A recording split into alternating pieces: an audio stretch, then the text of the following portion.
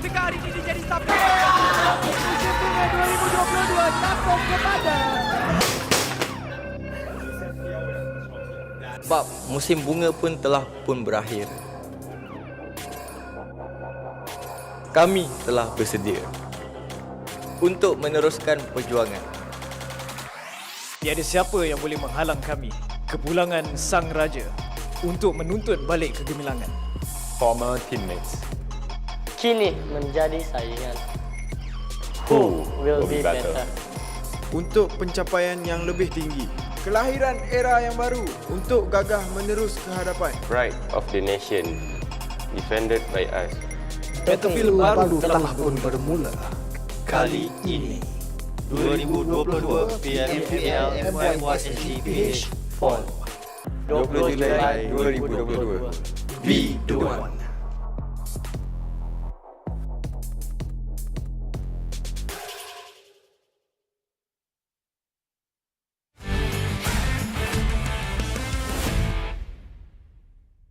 First kali Aizin, selamat ke TS dan mungkin kalau dah start liga kau takkan selamat dah Aizin sebab kau akan kena bunuh dengan aku je lah kalau kau main. Ham dekat SEM9 tu jangan selesa sangat kat SEM9 dengan Ham Kalau kau tusun nanti kau better datang gaming house kita orang sampah-sampah je. Okey, kepada Bosskurr, terima kasih sebab kau ajak aku masuk sini tiba-tiba untuk aku bantai kau. Kepada Aziz, kita orang dah ambil jumper, so kita orang dah bagi korang rig.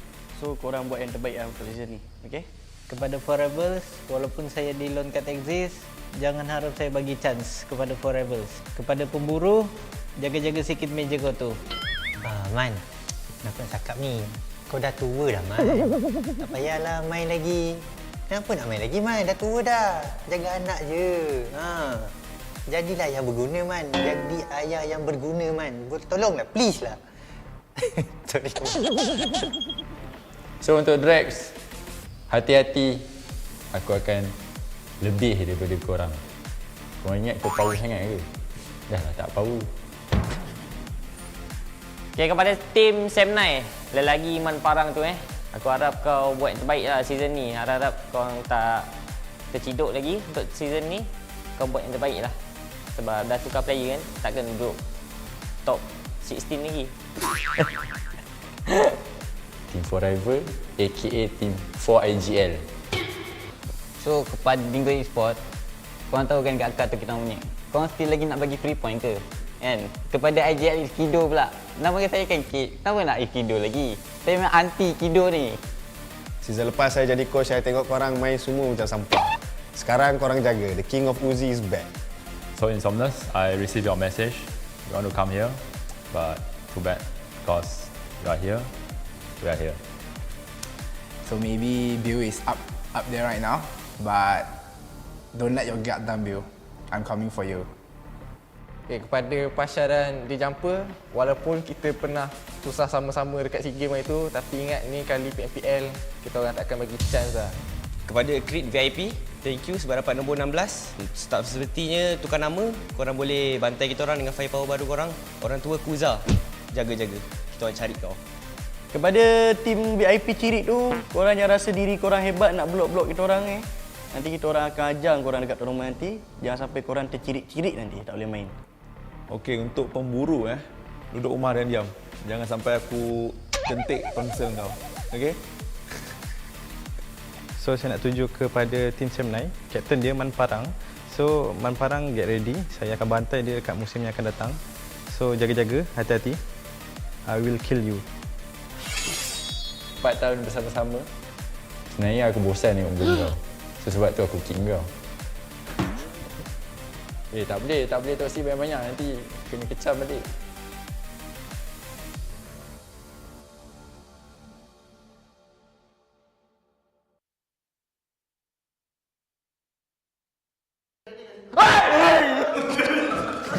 Tak ya, Mel. Bodoh sial.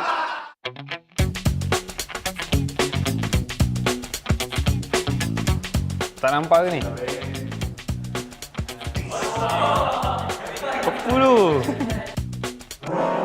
Brother, is this real or fake? Apa ni? Kau dua. Kau dulu lagi ni. Aku IJL, aku ikut tu. Apa ni? Dia macam binatang juga. Binatang. Terasa bodoh apa benda yang ni? Apa tu bodoh? Masuk benda. I behind you. You go first. Okay.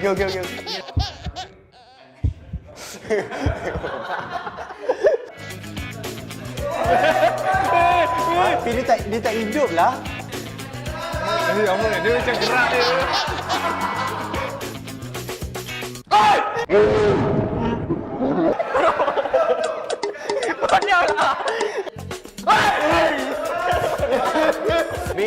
Be a man.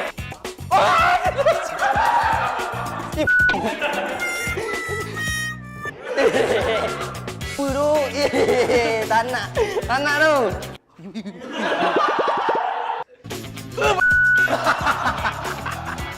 Bodoh lah benda ni. Pan.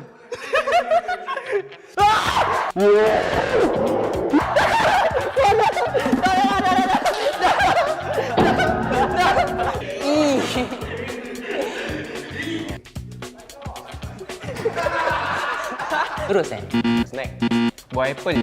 Rasa macam kertas tu. Kerang. Kaki ayam. Nenas ke? Ada ni glove. Sarung tangan mesti ada air dalam. Glove dalam dia air. Lah. Tajam gila, takut. Can we redo? Okay, 3, 2, 1. Like, I'm holding something. Oh wow. What's this?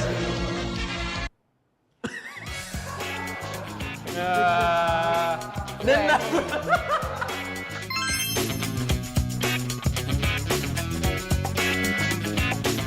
Okey guys, itu saja. Jangan lupa saksikan kami dalam 2022 PMPL MYSGPH Fall.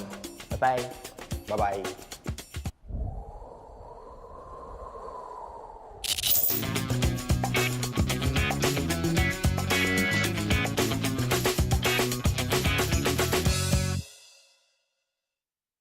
Hello guys, my name is Knight from GEEK. Hai, nama saya Drake. Saya daripada tim SMG. Hai, saya Rip dari Exis Red One. Hai, saya Guzar. Saya dari PMP. Saya Bosskurr daripada tim DBD. Hello guys, saya Ricky daripada Dingoz Esports. Hai, saya Bravo daripada tim Farang Guerilla. Hello guys, I'm Yoodo from Genexus. Hello guys, saya Ayam Pro dari HomeBois. Hello everyone, I'm Bigger from HYVE International. Hai, saya Iftar dari tim MAB Esports. Hi, my name is Iris and I'm from Team MUGEN. Hi guys, my name is Rinja from Team RSG. Saya Zubi daripada Team MAB. Hi, I'm Deb from Team 9. Hi, saya Frankie daripada Tabah NSEA. Hai, nama saya Aboy dari tim Bosskurr. Hello, I'm Kate from Team Secret. Hai, saya Olio daripada Yoodo Alliance. Hello guys, nama saya Pemburu. Saya daripada Team Forever. Kami berharap untuk mendapatkan champion pada season kali ini. For this season, kita orang akan rampas balik piala kita orang dekat Forever. This season, I'm confident that Sam9 will break the curse and play in PMPLC. Untuk season ni, kita orang akan buat yang terbaik. Kita orang akan pegang title champion kita orang. Untuk musim ini, saya akan bawa balik piala untuk tim Farang Guerilla. So our target for next season is to become the champion and to qualify to PMPC. For this upcoming tournament, I'm expecting that my team will perform much better than the last PH representative last season. Untuk season ni, tim MAB akan cuba rebut piala untuk bawa ke Gaming House. For this upcoming PMPL MY Full Speed, we're gonna bring back our champion trophy back to the Gaming House. We will try to be the first SG team to make it to the C stage. Untuk 2022 PMPL MYSGPH Fall, DBD akan dapatkan piala itu bawa balik. For 2022 PMPL MYSGPH Fall, we will try to get Mount Trophy back in Season 3 Grand Finals. Kami akan cuba untuk membawa balik piala itu ke Gaming House kita orang. Untuk season kali ini, kami nak menang. Untuk season ni, kita orang akan target PMGC sebab kita orang dah yakin dengan line up kita orang. Untuk season ni, kita orang cuba dapatkan trofi untuk HomeBois. Untuk PMPL season kali ini, kita orang akan cuba bawa trofi dalam rumah MAB Esports. Kami harapkan untuk membawa balik piala PMPL kali ini ke Negeri Sembilan. PMPL kali ini kami akan bawa balik trofi untuk tim Bosskurr. Kali ini korang jangan lupa tengok kita orang merampas starter atau trofi daripada Forever. Long live Alliance. still moving under gunfire. Secret fighting. Dibambil Team A. We are the boss. Your game, your play. Semnan on fire. GG, Aussie. Mugen langgar. MAB, bring it on. HomeBois family. Genexus, all the way up. Rise with us. Once a geek, always a fan. Dingoz, create to conquer. Exist Red One, kita ganas. Play with pride. Jangan lupa support kita orang di 2022 PMPL MYSGPH Fall. Jangan lupa support kita orang di 2022 PMPL MYSGPH Fall. To all of the HYVE International fans, thank you for the non-stop support and we will do our best to be at least make the Filipinos proud. Jangan lupa saksikan 2022 PMPL MYSGPH Fall. Keep supporting us. We'll see you guys at 2022 PMPL MYSGPH Fall. So fans, thank you sebab support kita orang and jangan lupa support kita orang dekat 2022 MYSG PH Fall. Alright, bye-bye.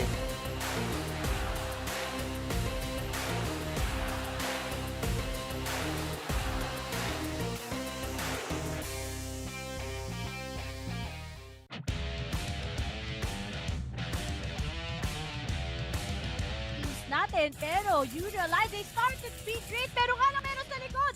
Always check yung mga nasa likod mo, pero I think they want to see muna where Farang is heading at because they have a lot of pop shots. So na nag-push na. Yuhai. Ramdam niya na sarili niya dito. Tignan mo naman, Yuhai, dakilang taga-spray down. Isa sa loob, isa sa labas. At Yuhai, hindi niya kailangan ang players ng GEEK. Malapit, GEEK Fam. Kanyang team secret pala kanina. Pero right now, Yuhai goes for a spray down. And men, yun yung sinasabi ko. Mako! Tatlong teams. Great VIP, Dingoz and GEEK Fam. Oh, UI managed to pin down Insomnus. Insomnus is now out of the question. To work this out. It's Kido. Managed to cripple down one. Nasa na yung kalaban? It's Kido.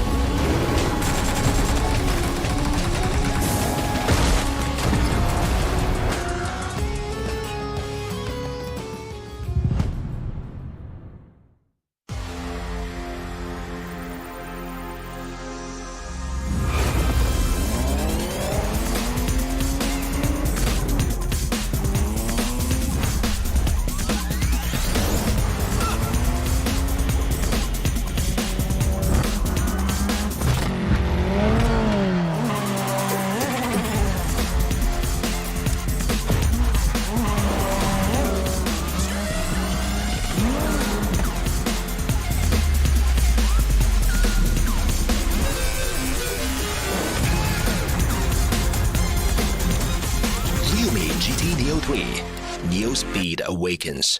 Ryumi, dare to leap.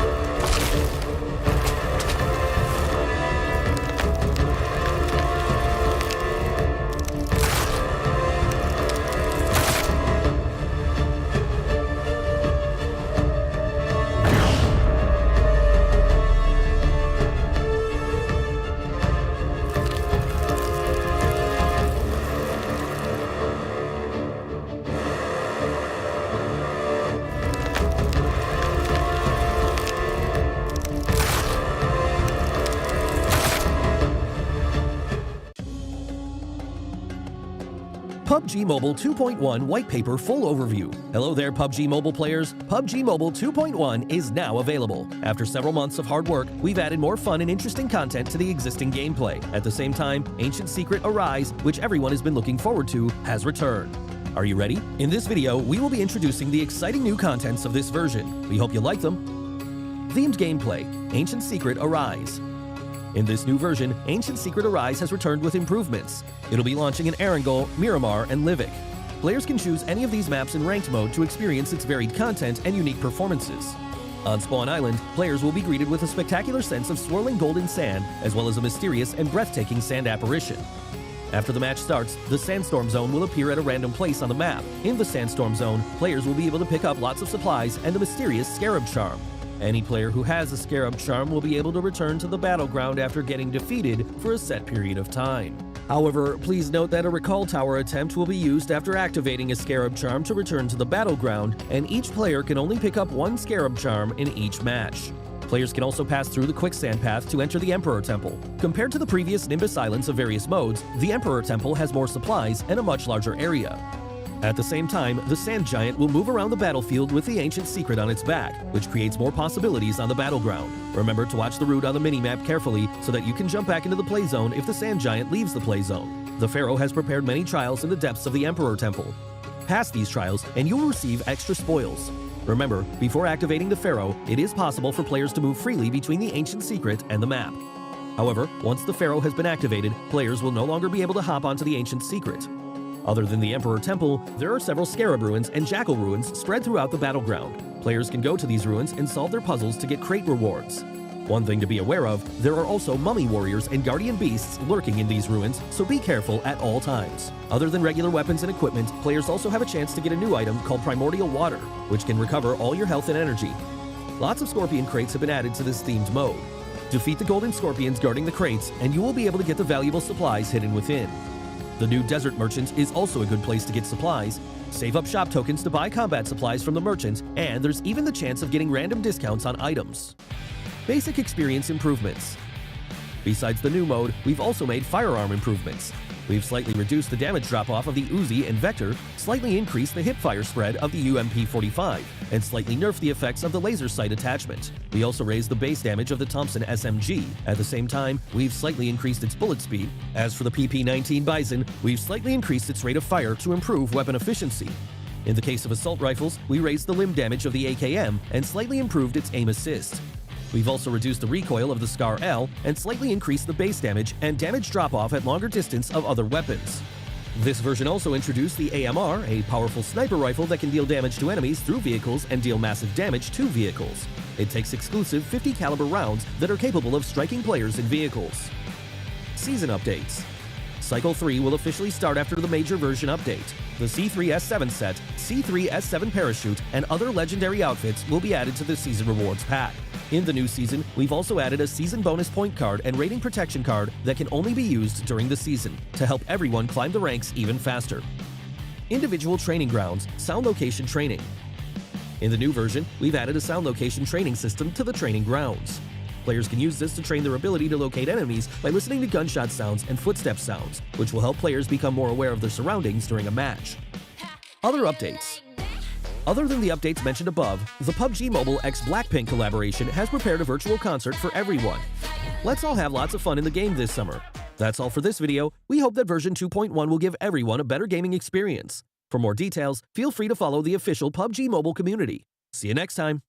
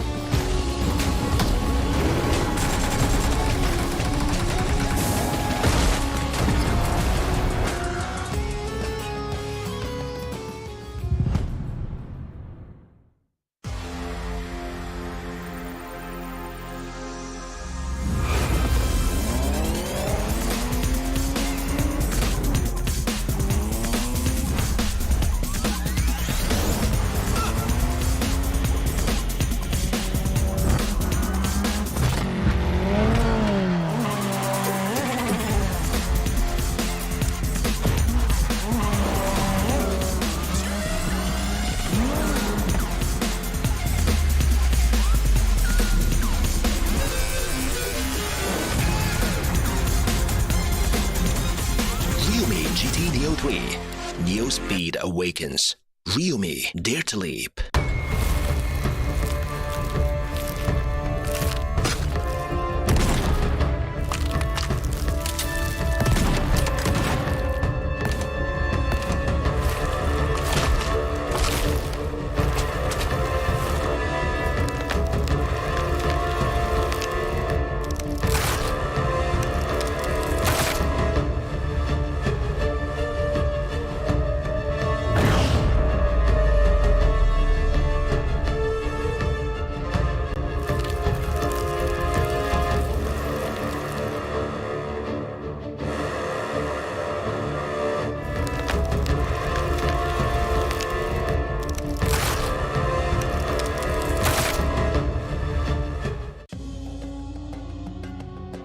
PUBG Mobile 2.1 White Paper Full Overview. Hello there, PUBG Mobile players. PUBG Mobile 2.1 is now available. After several months of hard work, we've added more fun and interesting content to the existing gameplay. At the same time, Ancient Secret Arise, which everyone has been looking forward to, has returned. Are you ready? In this video, we will be introducing the exciting new contents of this version. We hope you like them. Themed gameplay, Ancient Secret Arise. In this new version, Ancient Secret Arise has returned with improvements. It'll be launching in Erangel, Miramar, and Livik. Players can choose any of these maps in ranked mode to experience its varied content and unique performances. On Spawn Island, players will be greeted with a spectacular sense of swirling golden sand, as well as a mysterious and breathtaking sand apparition. After the match starts, the Sandstorm Zone will appear at a random place on the map. In the Sandstorm Zone, players will be able to pick up lots of supplies and a mysterious Scarab Charm. Any player who has a Scarab Charm will be able to return to the battleground after getting defeated for a set period of time. However, please note that a Recall Tower attempt will be used after activating a Scarab Charm to return to the battleground, and each player can only pick up one Scarab Charm in each match. Players can also pass through the Quicksand Path to enter the Emperor Temple. Compared to the previous Nimbus Islands of various modes, the Emperor Temple has more supplies and a much larger area. At the same time, the Sand Giant will move around the battlefield with the Ancient Secret on its back, which creates more possibilities on the battleground. Remember to watch the route on the minimap carefully so that you can jump back into the play zone if the Sand Giant leaves the play zone. The Pharaoh has prepared many trials in the depths of the Emperor Temple. Pass these trials and you will receive extra spoils.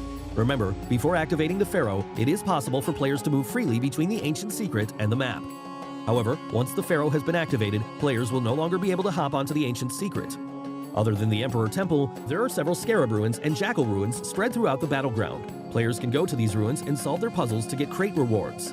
One thing to be aware of, there are also Mummy Warriors and Guardian Beasts lurking in these ruins, so be careful at all times. Other than regular weapons and equipment, players also have a chance to get a new item called Primordial Water, which can recover all your health and energy. Lots of Scorpion crates have been added to this themed mode. Defeat the Golden Scorpions guarding the crates, and you will be able to get the valuable supplies hidden within. The new Desert Merchant is also a good place to get supplies. Save up shop tokens to buy combat supplies from the merchant, and there's even the chance of getting random discounts on items. Basic experience improvements. Besides the new mode, we've also made firearm improvements. We've slightly reduced the damage drop-off of the Uzi and Vector, slightly increased the hip-fire spread of the UMP-45, and slightly nerfed the effects of the laser sight attachment. We also raised the base damage of the Thompson SMG. At the same time, we've slightly increased its bullet speed. As for the PP-19 Bison, we've slightly increased its rate of fire to improve weapon efficiency. In the case of assault rifles, we raised the limb damage of the AKM and slightly improved its aim assist. We've also reduced the recoil of the Scar L and slightly increased the base damage and damage drop-off at longer distance of other weapons. This version also introduced the AMR, a powerful sniper rifle that can deal damage to enemies through vehicles and deal massive damage to vehicles. It takes exclusive 50 caliber rounds that are capable of striking players in vehicles. Season updates. Cycle 3 will officially start after the major version update. The C3S7 set, C3S7 parachute, and other legendary outfits will be added to the Season Rewards pack. In the new season, we've also added a season bonus point card and rating protection card that can only be used during the season to help everyone climb the ranks even faster. Individual training grounds, sound location training. In the new version, we've added a sound location training system to the training grounds. Players can use this to train their ability to locate enemies by listening to gunshot sounds and footstep sounds, which will help players become more aware of their surroundings during a match. Other updates. Other than the updates mentioned above, the PUBG Mobile x Blackpink collaboration has prepared a virtual concert for everyone. Let's all have lots of fun in the game this summer. That's all for this video. We hope that version 2.1 will give everyone a better gaming experience. For more details, feel free to follow the official PUBG Mobile community. See you next time.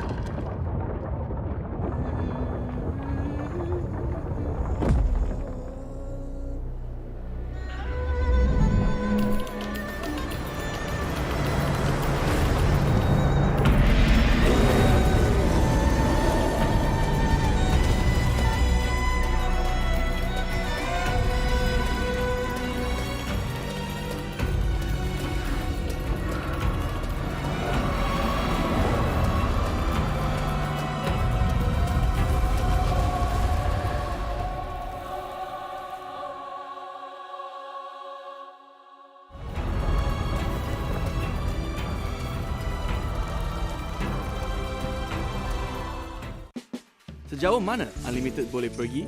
Selamat datang ke The Unlimited Theory. Jamal suka main game. Jadi, kami nak tengok berapa lama dia boleh main game dengan plan Unlimited Yoodo.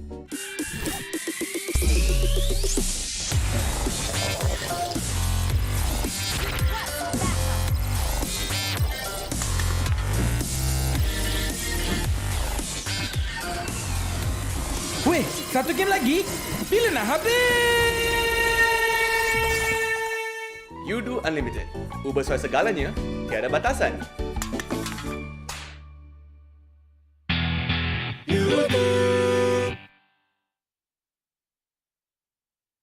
Week here in the 2022 PMPL MYSGPH Fall, and we are finally back. It's Keith here alongside with me, Contra, as your storytellers for the entirety of the evening.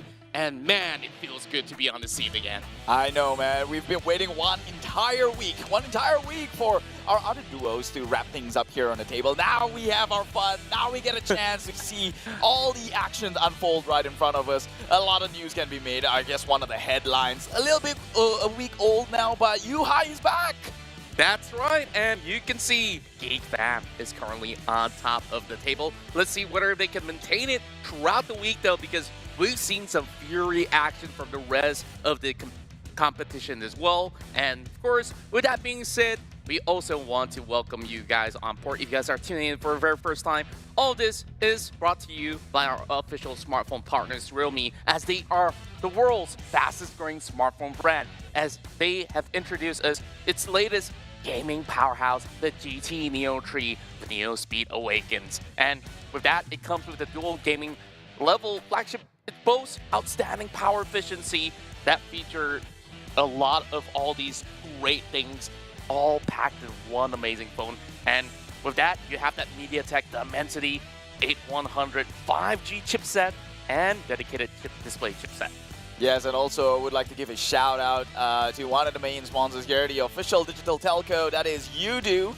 Go switch to Yoodo now and play PUBG Mobile for free. See the QR code right on the screen. If you're fast enough, if you really are a acclaimed gamer yourself, make sure you flip it up and scan the QR code, get into the game, switch on to Yoodo as fast as you can, because that's what it's all about. It's all about speed. As you can see, the Realme GT Neo 3 is also boasting on its performance with its dual chip. So everything has to happen on the fly and get onto the action real fast, which is what we're trying to bring you today as well. Trying to get to the action, the best part of things. Yeah, and the best things in life always comes in for free, and Yoodo has definitely got you guys covered, so make sure you check that out. And if you guys miss out on that QR code, it will pop up on your screen throughout the rest of the show, so don't really worry about that. And of course, we also have to thank our official live stream partners as well, TikTok, as you guys can be the one with the challenges. Now, let's take a look at the format real quick. So, what do we have here, Keith? Well, based on the format, we can see that the Country League is going to happen for at least, I think, now 3 weeks, right? Now that 1 week is already done, maybe 2 more left to play. 5 matches every single day for,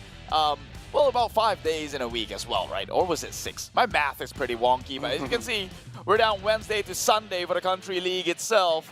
Weekly top 12 teams for Livik. That one's happening only on the Sunday. It's an extra map here. Top 16 of the overalls will get to make their way onto the country finals. The Friday to Saturday, there's 6 matches a day over the weekend. That's right. If you are brand new to the PUBG Mobile esports scene, this is the point system that we'll be utilizing for the teams that are battling throughout every single match. So Chicken Dinner will award the team with 15 points, second place with 12, 10 for third, and as you can see, the numbers dwindle down with a -2, the lower your placement is going to be, and from 13th to 16th, they don't walk away with any points, and therefore every elimination will matter, and they can stack those numbers up to see if they can match it up, and it's a prize pool of $150,000 US. Whopping number, and well, it all boils down to their bonus points at the end of the day. If they're looking to get a huge pie of the 150K here, weekly bonuses will be awarded each week for the weekly rankings, with the league bonus awarded for the overall stage, and the total bonus will be the weekly bonus plus the league bonus point, hence math, right? A lot of math. And so take a look at the placement right now. At number 1, you get a total bonus points of 20, and it dwindles down again, tapering 1 point at a time, all the way down to 1 point only in the 20th spot. So if you can hold that number 1 position for, well, majority of your entire run, that's going to give you a good head start comes the country finals. That's right. We have a lot of familiar faces here in this brand new season. Let's start off with Group A with HomeBois, Team Bosskurr, Team Secret, as well as Team HYVE, all gathered in one. While we have Group B, Dingoz, GEEK Fam, MAB Esports, as well as Team SMG. And in Group C, we got Yoodo Alliance, RSG, Tabah NSEA, as well as Crit VIP.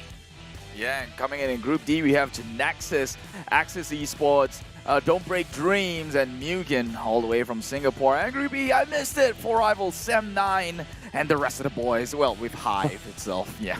That's right. Now, these are the teams to look out for this brand new week. They've started off really well, as these are your top 4 teams. We got GEEK Fam here with a stellar start. Look at the damage numbers. You can tell that they've been reaping rewards every single map. That's an average of like, what? If you're telling me 1,200 damage being done in the map, that's like 12 points, even without the Chicken Dinner. Now, of course, there's going to be a lot of things that we'll be taking our eyes onto. And Team Secret, they are in a phenomenal form with a revamped roster as well, so it's exciting to see. Yeah, I mean, don't let this bore you to death here. Just take a look at the action on screen. GEEK Fam just getting kills after kills. The target crosshair is on point, just taking people out. They're doing the numbers, and this is why they're right now as a top contender. Snipes with the 1v1. Micah even catches a snake in the grass. They are farmers here in Sanhok himself, which is technically the role you want to be. And so, snipes on sniper, that's a first. That's right, and we talk a lot about Yuhai joining GEEK Fam overall, but Damroot is also in his prime form, and it doesn't seem like he has ever lost his form for a couple seasons now, and there was epic battles out there. It was fight between GEEK Fam as well as Dingoz, and they are still fighting against each other to see who really comes up on top, and I hope that we continue to see this in week 2. Ooh, that DBS there, that's a good sight to behold here, as well, GEEK Fam just taking up majority of the highlights. Now finally we can see the second in competitor, that is Team Secret, like you mentioned, has gotten a revamp. They have decided to shift Matoi, one of the legendary players in Southeast Asia, onto the coach role, and it seemed to be working well and out for them. So one would even argue or speculate that maybe because of the language barrier, things aren't as seamless as they hoped to for a couple of seasons now, and with this change coming in, with now Fredo coming in as the in-game leader, it's been nothing but up and up. That's true, and you can see that they have huge firepower in their arsenal with the addition of, you know, Izane has already come in for past season, and then you have all these new names on board as well. But overall, I just love how they've been performing. As you can see, highlights after highlights, every single player on board in this team has been able to show up, and Izane is the guy that you want to look at. Now, let's take a look at that weekly bonus ranking. So we don't have to do the math because they've already done it for us. So because GEEK Fam is already at the #1 spot, they will be awarded with that 200 pointer.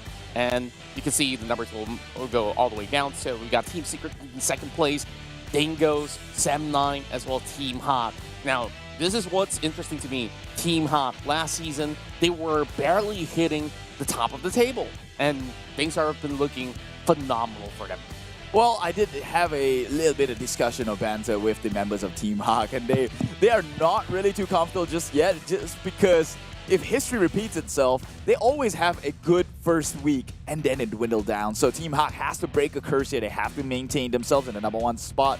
Teams to focus on coming in Sanhok so far in the 2022 PMPL MYSGPH Fall is SMG coming up in #1 with a 35 rank points, 20 elimination points, total damage of nearly 3,000 here, and the average survival time, I wouldn't say it's the longest because that one goes to the side of GEEK Fam, who is at only a #2, 30 rank points accumulated, 25 elimination points, and, well, total damage, 5k, the highest so far.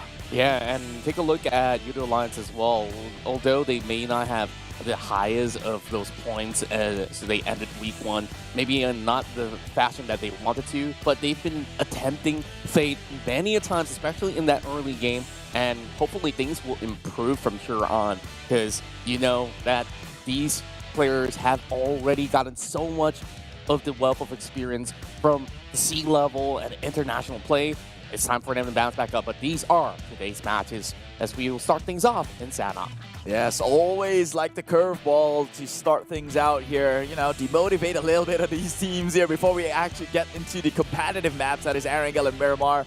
That will be happening after Sanhok, but first, let's not count the eggs before they're hatched here. Sanhok is up next for our first game of the day. Do you have any predictions on who might get this chicken dinner? And to just the disclaimer here, it's not favoritism because this Sanhok is such a random map, you can't tell. I'm just throwing a dart on the board. I feel like every season we try to attempt like all these sort of predictions, and there's only that 1% that we could get it right. I'm going to be backing it on Team Genexus. But before that, of course, we got a lot of great things to share with you guys because we will want all the players here to unite as Blackpink returns to PUBG Mobile for the first time. First ever in-game concert, they're virtual, and of course, we got a special track for you guys, Ready for Love, exclusively here. Yeah, it's happening again on the 30th and the 31st. I believe the first one happened on the 23rd and 24th, which did happen on ground. A bunch of people showed up. I've seen the content on their social media here, but you can go on again and catch this one once it's out. I guess you know what they say. You blink and you miss, so you don't want to miss out on this one. Blackpink, PUBG Mobile. you got me right there. And of course, we get a little bit of sneak peek at Ready for Love music video here. And of course, on top of that, we also have a brand new set for you guys to check out. It's the Royal Pass M13 with the Mega Sanctum set. Just look at how cool you could possibly look in game. This is a hard flex if you could basically carry some of all these weaponry and basically dab on your opponents if you were to take him down. Yeah, I noticed a trend coming out from PUBG Mobile here. It seems like every season they're slowly phasing things into a more alienistic aesthetics here. Remember when they had that collaboration with one of the games before this? It was Warframe. It was alien-esque as well. This kind of resembles a little bit of that too. That's true, and I just love that every single season we get something really cool. So make sure you guys keep playing the game with your friends and of course have a blast of time as we're going to be having a whole lot of fun all together. And today, first, we've talked about predictions. I did mention Genexus early on, and looks like you didn't have to say a word. I just have to look at the screen and, okay, give me a reason why Sem9.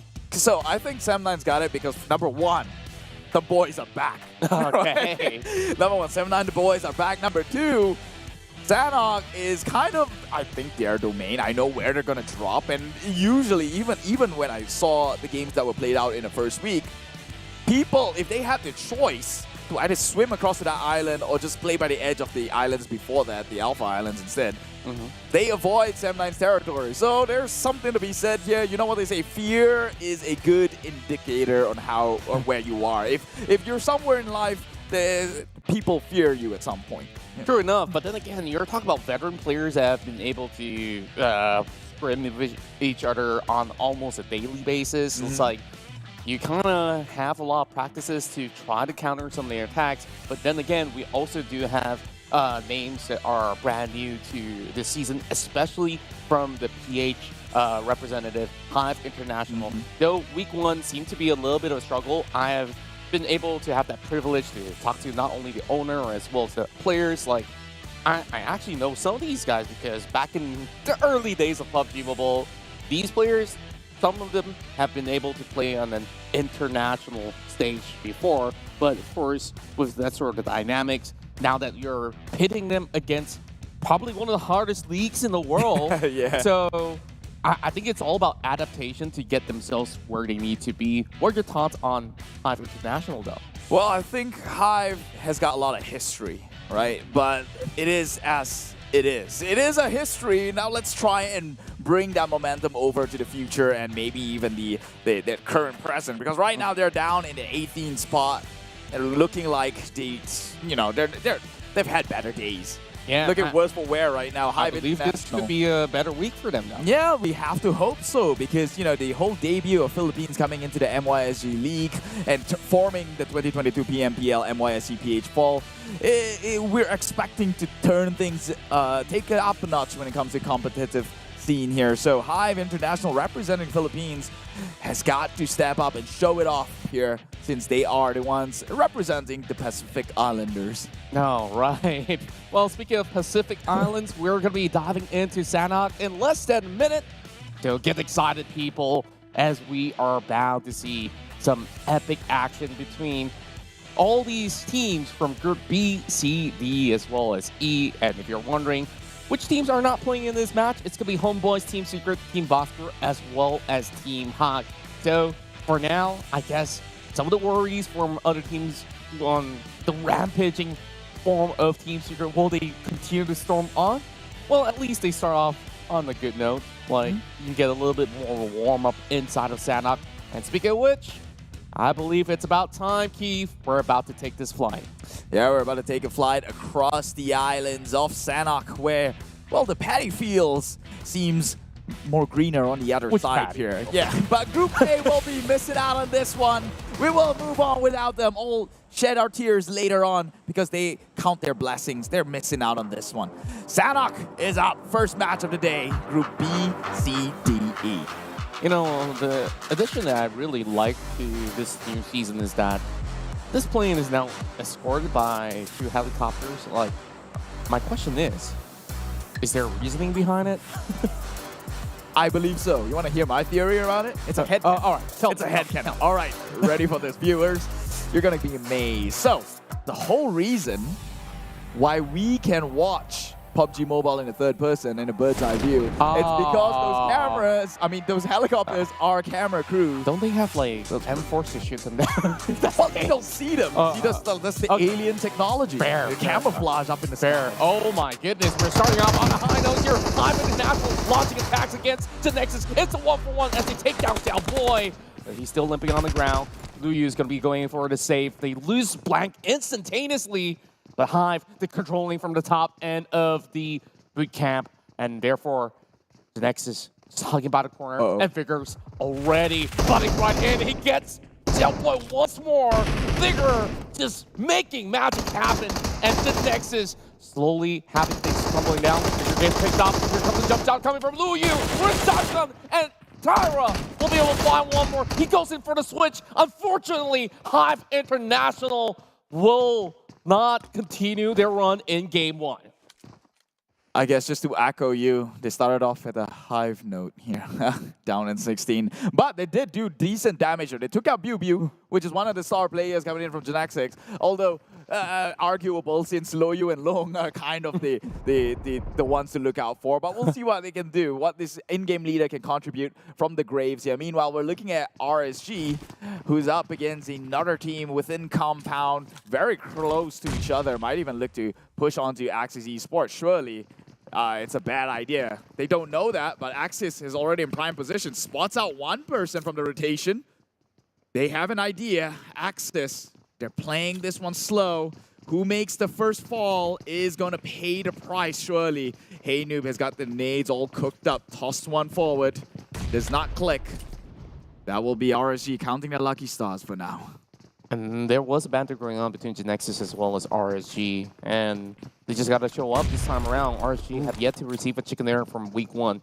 Axis now trying on, but Haynu gets picked on immediately as they enter the door, storming their way right through. They will be able to find one more, but Ranger goes in for a knockdown. He gets it down, and RSG will pummel their way through. Looking for Rip, the final member remaining. He has the nade, he has the nade. Oh, he no. lops it right onto his own room, and he makes a walk out of it. He could have actually gotten all 3.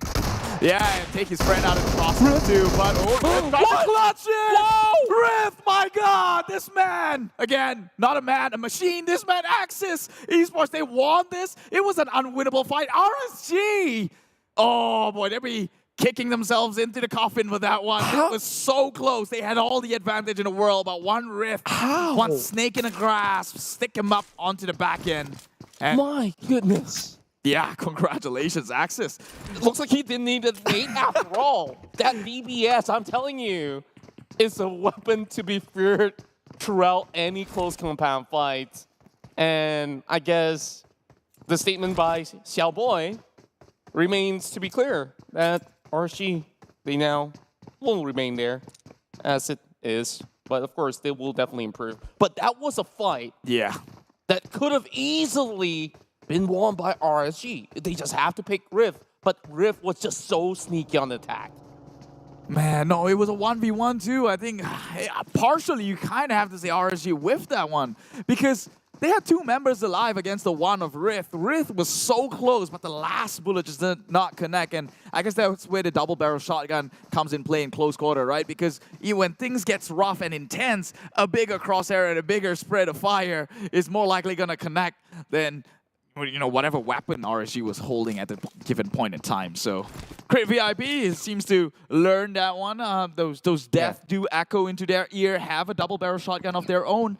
And they are also a team, formerly known as VIP and formerly known as Evil's VIP. Currently now with a brand new name, Crit VIP. What do you have on them?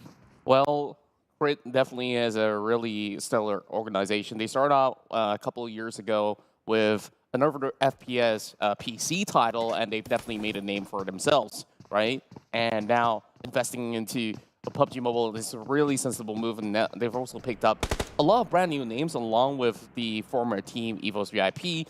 Now they've added Bebang, who's been this really a young prodigy that a lot of teams has been scouting out for, and with the addition of Churchill Answer, also known as T-Rex, I think they're on a good start at the very least, but they definitely need more if they really want to last into the top 16 of the league, Singaporean as well as the Filipino finals. Well, we'll now see LNCD Blue versus Red here as Team SMG, that's Jenny, getting knocked out from Xiaoboy. From the far side, Loyu as well, just crossing fires here with his teammate, making it super difficult for the likes of SMG to even leave that compound. Surely they're not in a hurry, they're not pressured by the zone or the circle, or I might have missed that one out. But four rivals on the other hand, they're not doing too hot. Yeah, but they're also trying to go in for a third-party pickoff here against Team SMG, knowing that a few of these players are down. Loki being spotted out, but he's getting tagged out instead. So sharp eyes coming out from Genexus. I mean, we've already known how sharp they are since their debut back in the season before this over in spring. Now showing up again, big time. Really, this team is something to look out for. I'm pretty sure it's just a matter of time until organizers pick them up, their entire roster. But the question becomes, do you really want to, keep the name Genexus back in a background again, because I feel that they might just go independent, and they're doing well for themselves so far. Well, they're not slowing down. I gotta say, Genexus has been there from the get-go before, Bilbo was even in Team Secret. This is the name that he chose to keep, and of course, it's a legacy, I tell you that, and everybody still loves and respects him all so much, and you could tell that this guy, he's aiming for titles. He's not just here to have fun in every single season. And now with the addition of Xiaoboy, it definitely looks really good. It amps up the firepower and the recovery rate for Genexus. After that battle inside boot camp, you can see they were still pressing on the attack, even with one member being lost. So I would say HYVE International, they did a really great job in that early game, but they just couldn't shut them out. And I think other teams also have that same difficulty against them. Yeah, I mean, it's only a matter of time till they fight against or meet up against the likes of Genexus trying to trade bullets here. Meanwhile, GEEK fam, the team that is currently on top, I guess I would even argue they are the most consistent teams now, coming in from, I think, earlier of this year. Just stellar performance from them. Even last year, actually, late last year, the second half of the split, they've been making a name for themselves for consistently winning, or at least ending up in the top 5 position. And right now, looking like they have the highest of probability to do so again. Yeah, and after all, it's GEEK fam that has a great organizational structure, and you can tell that players like Damroot has been extremely hardworking. I think the last time that I talked to their coaching staff and also people behind the scenes, like Damroot, it's that one player that will basically train even past scrims. He will just continuously train and then ask the coach, like, what else do I need to do? You need players like this in every single team, if you can get one. To get one is not easy, though. I mean, yeah, I've just put that onto the traditional workforce. Where do you find an employee who wants to do things? Who wants to do things when nowadays, right? Well, of course. Everyone's like a penny on a dollar right now. I'm not doing this because it's way above my pay grade. When, who comes first, chicken or the egg? Maybe you could argue that a good salary gets them going, but maybe they earn for it. Yeah, like Damroot, he earns for it. If they want the money, then go ahead and get that #1 spot. I mean, Exactly. you're talking about a big chunk out of that $150K of US dollars. Not even talking about conversions yet. Like, that's gonna at least settle you for, I don't know, more than a good half of a year, man. Like, if you split it with your teammates. Probably half. Yeah. Probably half. That's why we have 2 splits, right? So you're gonna settle down for the entire year, and if you go international, sure, a lot more money on board. And this is the kid that I was talking about, Bebeng, as he is yet to make any sort of approaches here. Same goes to the rest of Crit VIP. Mugen's gonna be on the outskirts as well. This is Sanok after all. I guess like this is one part that I don't entirely miss. Like, players just basically haggling outside of the play zone, like just trying to get as much loot as possible. Sure, it's a legitimate way for them to last into the late game, but I'm a type of player that I prefer reaching into a spot that I could basically play out first, get all the information I need, and if I get additional points from taking others out, I'll take that any given day, because when you're playing from the outskirts, you have almost close to zero information of the whereabouts of the other teams, and that is always a huge risk to take. Talking about information, some of these teams are working on assumptions right now. Look at that. Look at Paradise. Everyone's just staying away because it's safe to assume someone else is in there when literally there's no one in it for this current time and being. Sam9 finally makes their way across, playing it very passively. I mean, they did spawn up towards Hatin. That is their area. It's a small swim across here. I think Crit VIP might just stab Dingoz in the back, or was it Farang? Sometime in the bottom right area of the map. So a lot of these teams are finding their way well within circle. So far, it is only the 2nd circle of the entire game. So still plenty of room to go around here. But soon, when it does go into the 5th, maybe even 6th circle, then this town ain't big enough for all of us. Well, that reminds me of a song, but I'm not going to get there. Okay. You have Anyways, time.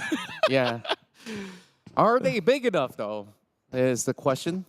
So, MAB Esports, they're going to be taking a huge control over the core sector. Meanwhile, Riff still straggling out and about. And not only did he survive, he managed to also revive one of his teammates. So, Axis will now tie the points up against Genexus, each with 4 pointers to start off with. But instead, Axis working with 2, while Genexus with 3. And on the opposite side, seems like Micah already spotted a little bit more of a movement on the other end. And whether or not if Molix is going to pull the trigger is not going to be the case. He's all alone, though.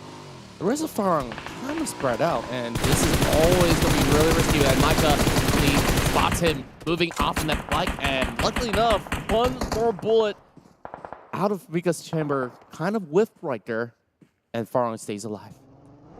Yeah. Well, Farang right now, I guess, consider himself lucky. I'm not too sure. Like this team used to be like the underdog with the champions of the people, right? They're the community champions here, and they've been stellar for like the past season. But ever since all their players got absorbed into these tier 1 organizations here in MY themselves, right now, it looks like they are a shell of their former self, and let's hope that my statement to that is wrong, because I want to see the people's champion rise up to the occasion again. And same can be said with 4 rivals, although across the board, they look like an extremely stacked team.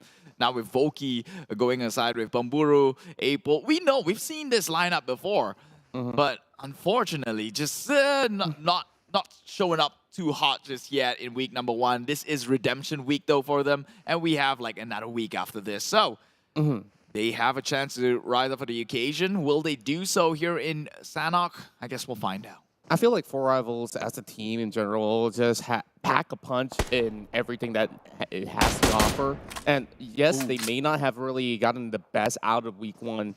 I still believe that they are at least top 16 material, right? And with this sort of circle shifting back into the boot camp territory, it's the Nexus playground.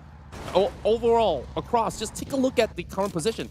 The Nexus is over on that hill where they could basically have a 360 wide view across any other teams that want to pass by. And since they already stuck in that corner, they couldn't really move all about, but they did spot out too high.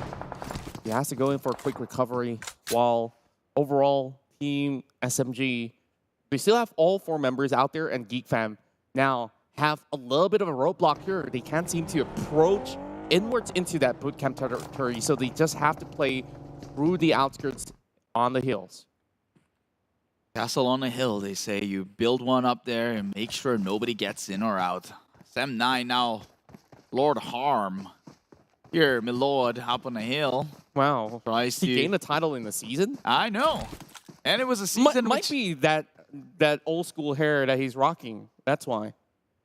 No, there's just no justification for it. How'd you partying get Lord? Like Lord Lancelot? Well, like, you need to be bestowed by a queen, right? And for him to be bestowed, I would give him a benefit maybe he of the found doubt. a girlfriend. Maybe esports players can get bestowed by the queen, but they have to do well, which isn't the case for Sem9 last season. But this season, though, maybe he can legitimize the Lord under his name. Tabah NSEA is one of those standout. Oh, boy. Oh, and he's going to show him here. Missed it with the VBS here. Now going in 1v1 by the corner. Seems like it's not enough, but it will do the job. Rush. No hesitation, rushes in and takes one out from Sem9. I just love that he just basically took his time right there. Like with that S12K, you're supposed to end it in 2 shots, right? And he's like, with 1, it's okay.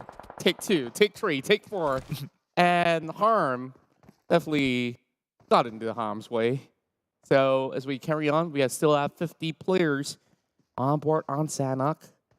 Teams are just taking it easy here on Phase 3, but we have expected that most of the fights will happen from Phase 5 or even Phase 4 onwards. So it's all about securing territory. Oh, and VIP crashes right in, and they will go in for the challenge as they take out 1 member out of the DBD. It's going to be Jimmy, but the rest are on the upper floor. Can they manage to get there in time, though? Well, it's left 2 now. They have to pull the impossible. Actually, 3 members still alive. Akko gets one. Yen with the nade, though.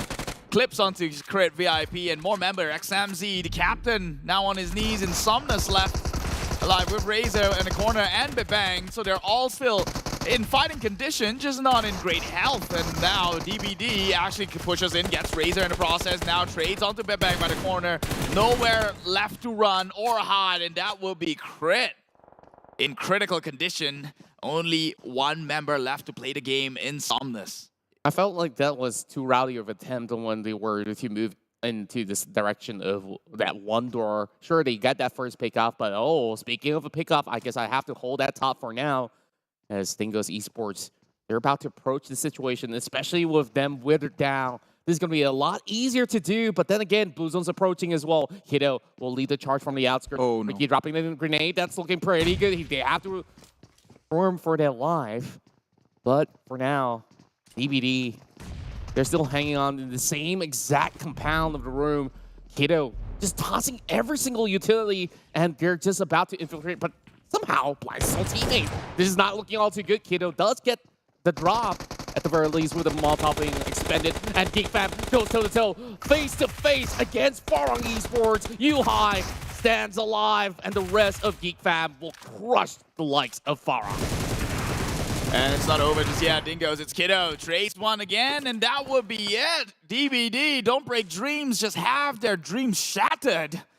Now 14th place, they will have to bow out in Sanhok, and just for unfortunate reasons, because of the fight they took against Crit VIP that notified the scavengers, that is the Dingoz, the wild wolf from Australia. It's just amazing how the rest of GEEK Fam has made their way into bootcamp. Sure, they took that fight against Farang, and they managed to at least keep majority of their members alive, which is definitely great news. But from those hills, there was a lot of open space. Why did Farang not punish them and take a look at that? Look Circle at that. directly inside bootcamp. They will have to face off against Genexus though. Meanwhile, another fight quick loose. It's really Sam9 here, needing to at least go in for a quick save while they still have members from the outskirts.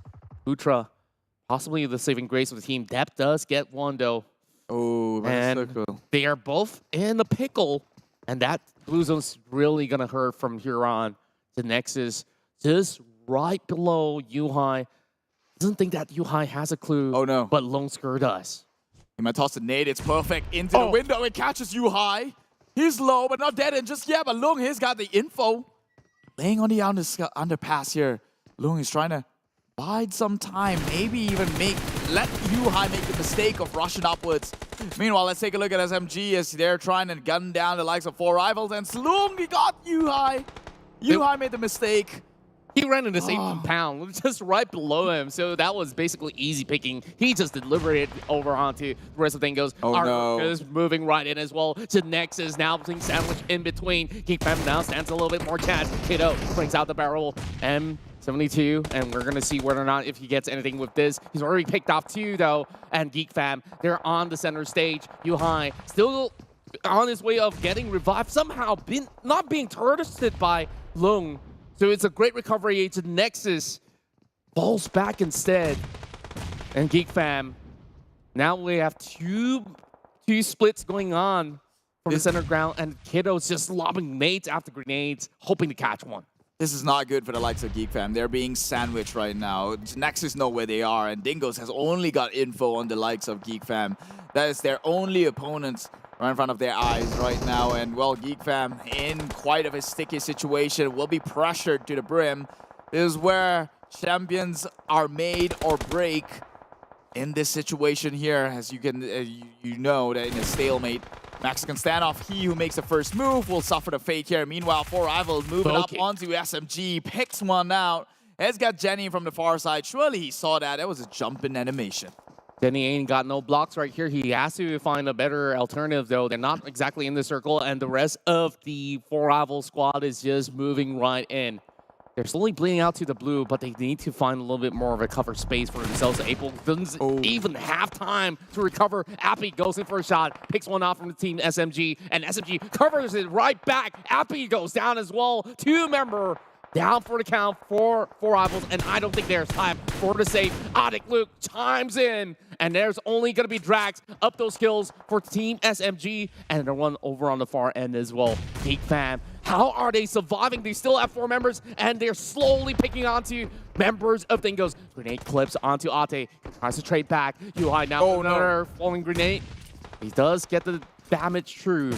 Ate doesn't really seem like he has much more utils left on this. He's only down to bandages, and his days pretty much numbered. He goes out for a run, running into the arms of Genexus as well. Genexus does not see him though. Ate just hiding on the edge. Well, he's trying to pull a clutch here, or at least try to that is the key element. But Genexus is perched up over any sort of overcommittal coming out from GEEK Fam will be heavily punished. But I can't say the same for the like of Dingoz here. They're inching closer to Genexus, and that's no better deal out of this bargain. Dingoz Ate left alone, a cornered dog. Well, you know what they said about cornering a wounded animal. He is going to bite back hard. Meanwhile, Yoodo Alliance has eyes onto the bootcamp compound. Might even do some poking from the outside. Yeah, these guys are like Wolverines though. Like, sure, they are a beast, but then again, like, they recover really quickly though. Just look at the number of players that are still left. This is phase 6, and we still have 25 of them. 11 teams still on board. Sure, some of them are only left with 1 on the count, but take a look at that. HYVE Esports also moving into the bootcamp compound. GEEK finds another one. And MAB Esports, they will be deterred from entering the circle. And it's 11th place finish with no elimination points. While Snipes, he spots the movement coming from HYVE, and HomeBois is the next one to fall out. Yoodo Alliance still has those numbers. They managed to pick 4 out. They just have to continue to run by hook or by crook, and the circle is going directly on the outskirts of the bootcamp. Yeah, Yoodo Alliance, 4 rivals found. Yoodo Alliance, actually, 4 rivals not part of this equation. GEEK Fam gets a shoot onto Genexus. That would be majority of their member, if not the entirety of them. Down 4 to count here. I believe there probably be 1 more player, but Yoodo Alliance, they are in better positions compared to the rest. GEEK will burn out to the blue zone, and Luke is just preventing any sort of measures to get out of there. They're in a comfortable situation. They're in impenetrable fortress. It's a turret. They're a turret right now, and it's gunning things down one after another. 5 teams left remaining. Tabah NSEA, full members. Actually, 1 member already did. Now there's only 4 teams remaining in a blink of an eye. Like, that's less than a minute. 11 turned to 4, and here goes Luke. Knowing that there is some players out there on the grass that he needs to pick off. Mango only playing the healing game, down to only 3 first aid kit. I don't think that he'll be able to last it out to the top 2 at the very least. Luu's doing exactly the same. 2 packs. At least this is a little bit more doable, but he spots out the rest of Tabah NSEA. He can do some damage, but he is also the last man standing for Genexus. Well, that's the last of his meds. He has to shoot out. Takes in some kill points here. Elimination, that will be 1 member. That's Flex OP. That is 1 man down and 1 less, one less manpower to try and push onto the likes of Yoodo Alliance, who has got the shed well within circle, and eyes are out from all sides as Yoodo Alliance will secure their chicken dinner here, week number 2 in Sada. And there you have it, first chicken dinner claimed by none other than Yoodo Alliance. As we give up for boys that have been able to trample on their opponents here in match 1.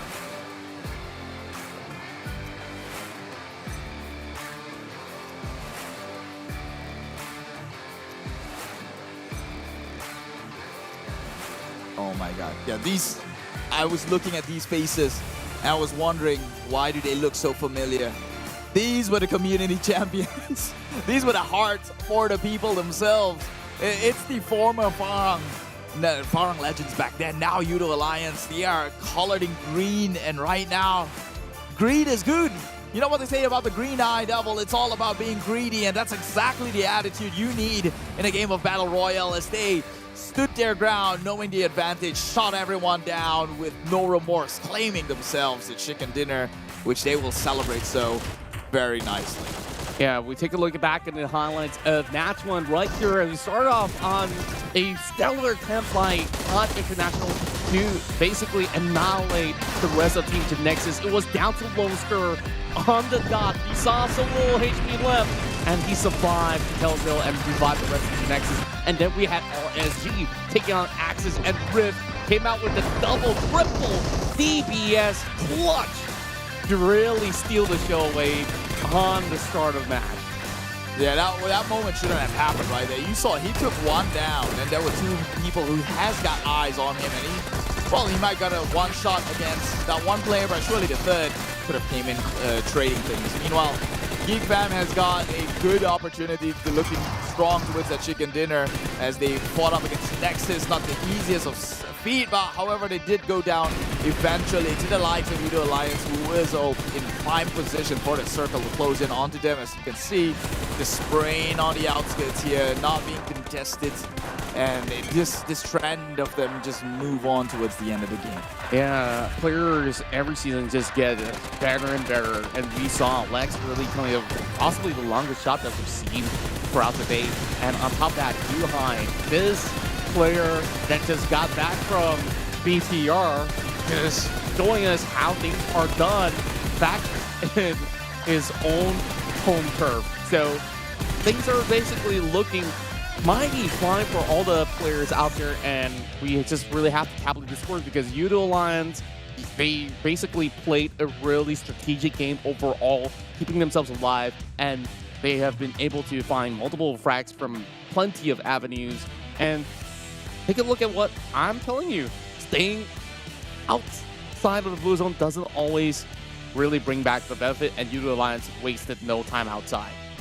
Yeah, I mean, you also have to give it to Yoodo Alliance that they did get their circle, so they had no reason to go on the outside. Surely there's an argument to be made that they made their rotation into a spot that paid off, but hey, not taking any credits away, just calling it as it is. Yoodo Alliance for Rivals is your match 1 chicken dinner here in week number 2. 6 eliminations, 15 ranking points, total of 21 so far. A good start for them for the evening. Tabah NSEA coming in close at 5 eliminations, 12 ranking points, and 17. Genexus with 6 eliminations, 8 ranking points, and 14. Axis with 11. Same goes with GEEK Fam, who I would have thought they would have scored a little bit higher. Yeah, I thought that they would too. The ranking points basically deterred them from climbing even higher. And it's also interesting that it's 10 points for Farang and they didn't have eliminations. But the MVP of the match is going to be Liu here, that has done 629 damage and basically starting with some clutches in that early game and leading into the late game. We saw on those final few moments out there, they still managed to at least pull a few more points back for Team Genexus, putting them at a top 3 position. And this is a consistent run that we're expecting out of Genexus throughout this entire league.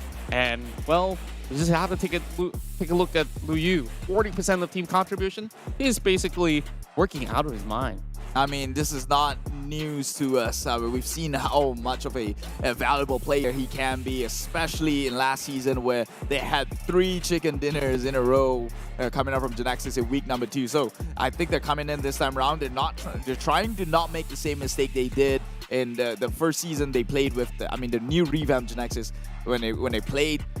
They took quite some time before they actually warmed up and actually got into the action in week number 2. And so this time around, they've got a great head start in week number 1, trying to continue that momentum in week number 2. And we'll see, could Genexus maybe potentially even end up on top by the end of week number 3.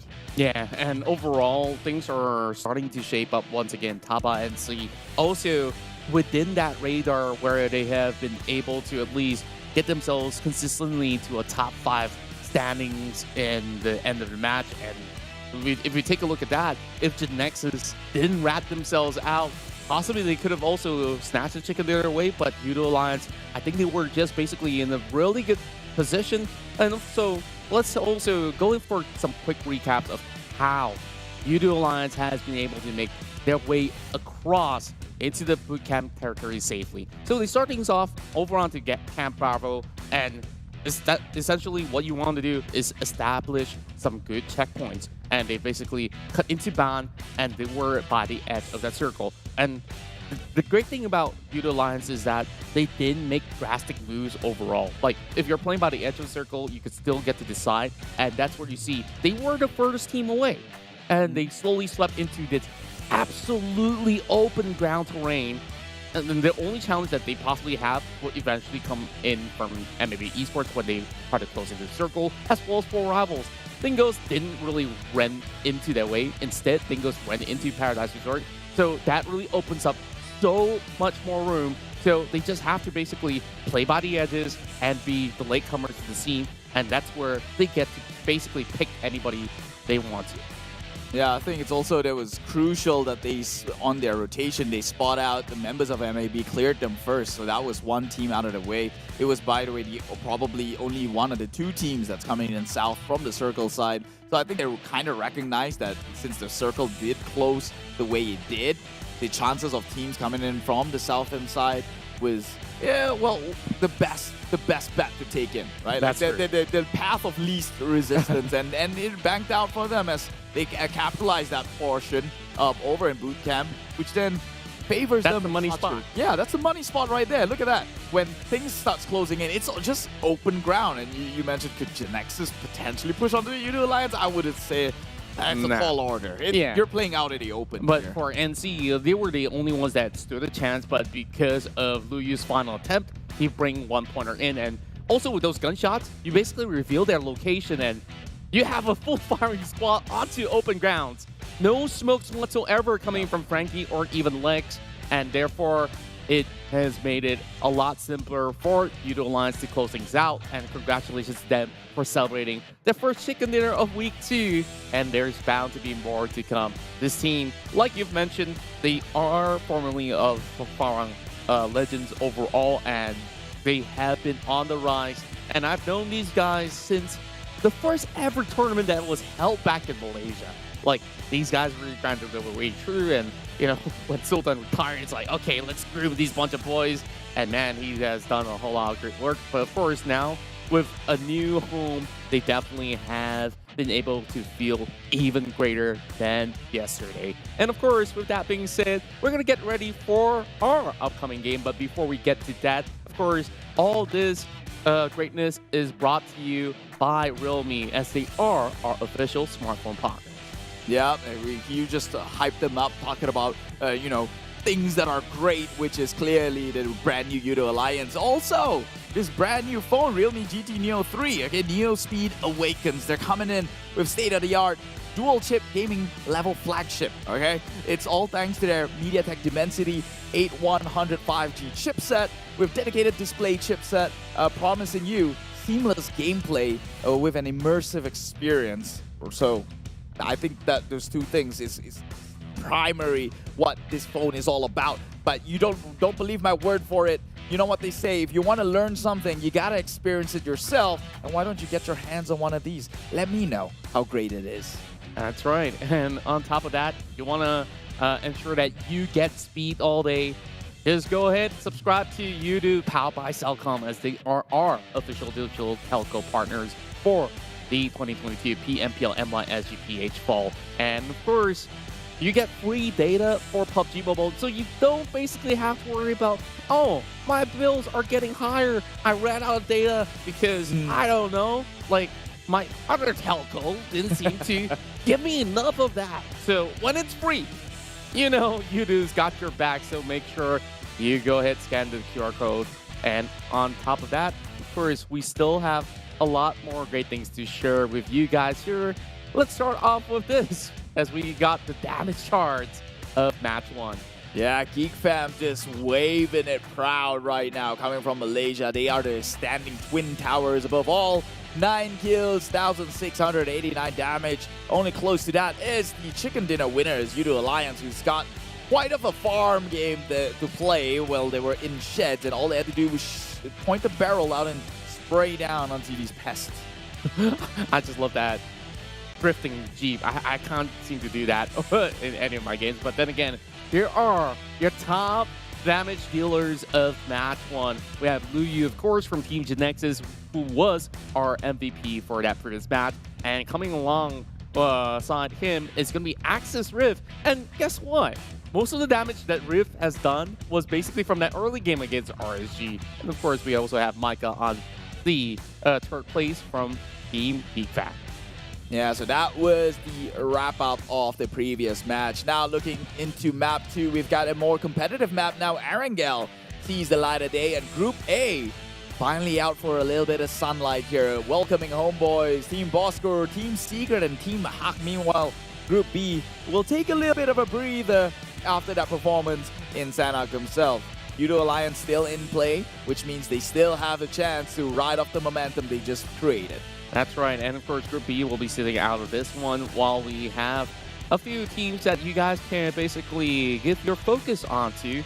And of course that's going to be GEEK Fam, Tabah NSEA, who did phenomenally back in that first matchup. But of course for DBD as well as Team Hawk, they will need to at least get themselves ramped up to speed. This is going to be Team Hawk's very first game for the day, and therefore they should be ready to at least give chase to the ones who have already played out back in Sanhok, and we're going to be moving into Arangel very shortly. So DBD, yes, they were basically challenged by Esports, and we saw they basically won out that fight until Dingoz have arrived to the scene, and we know that there's a lot more that DBD could possibly do in this upcoming round.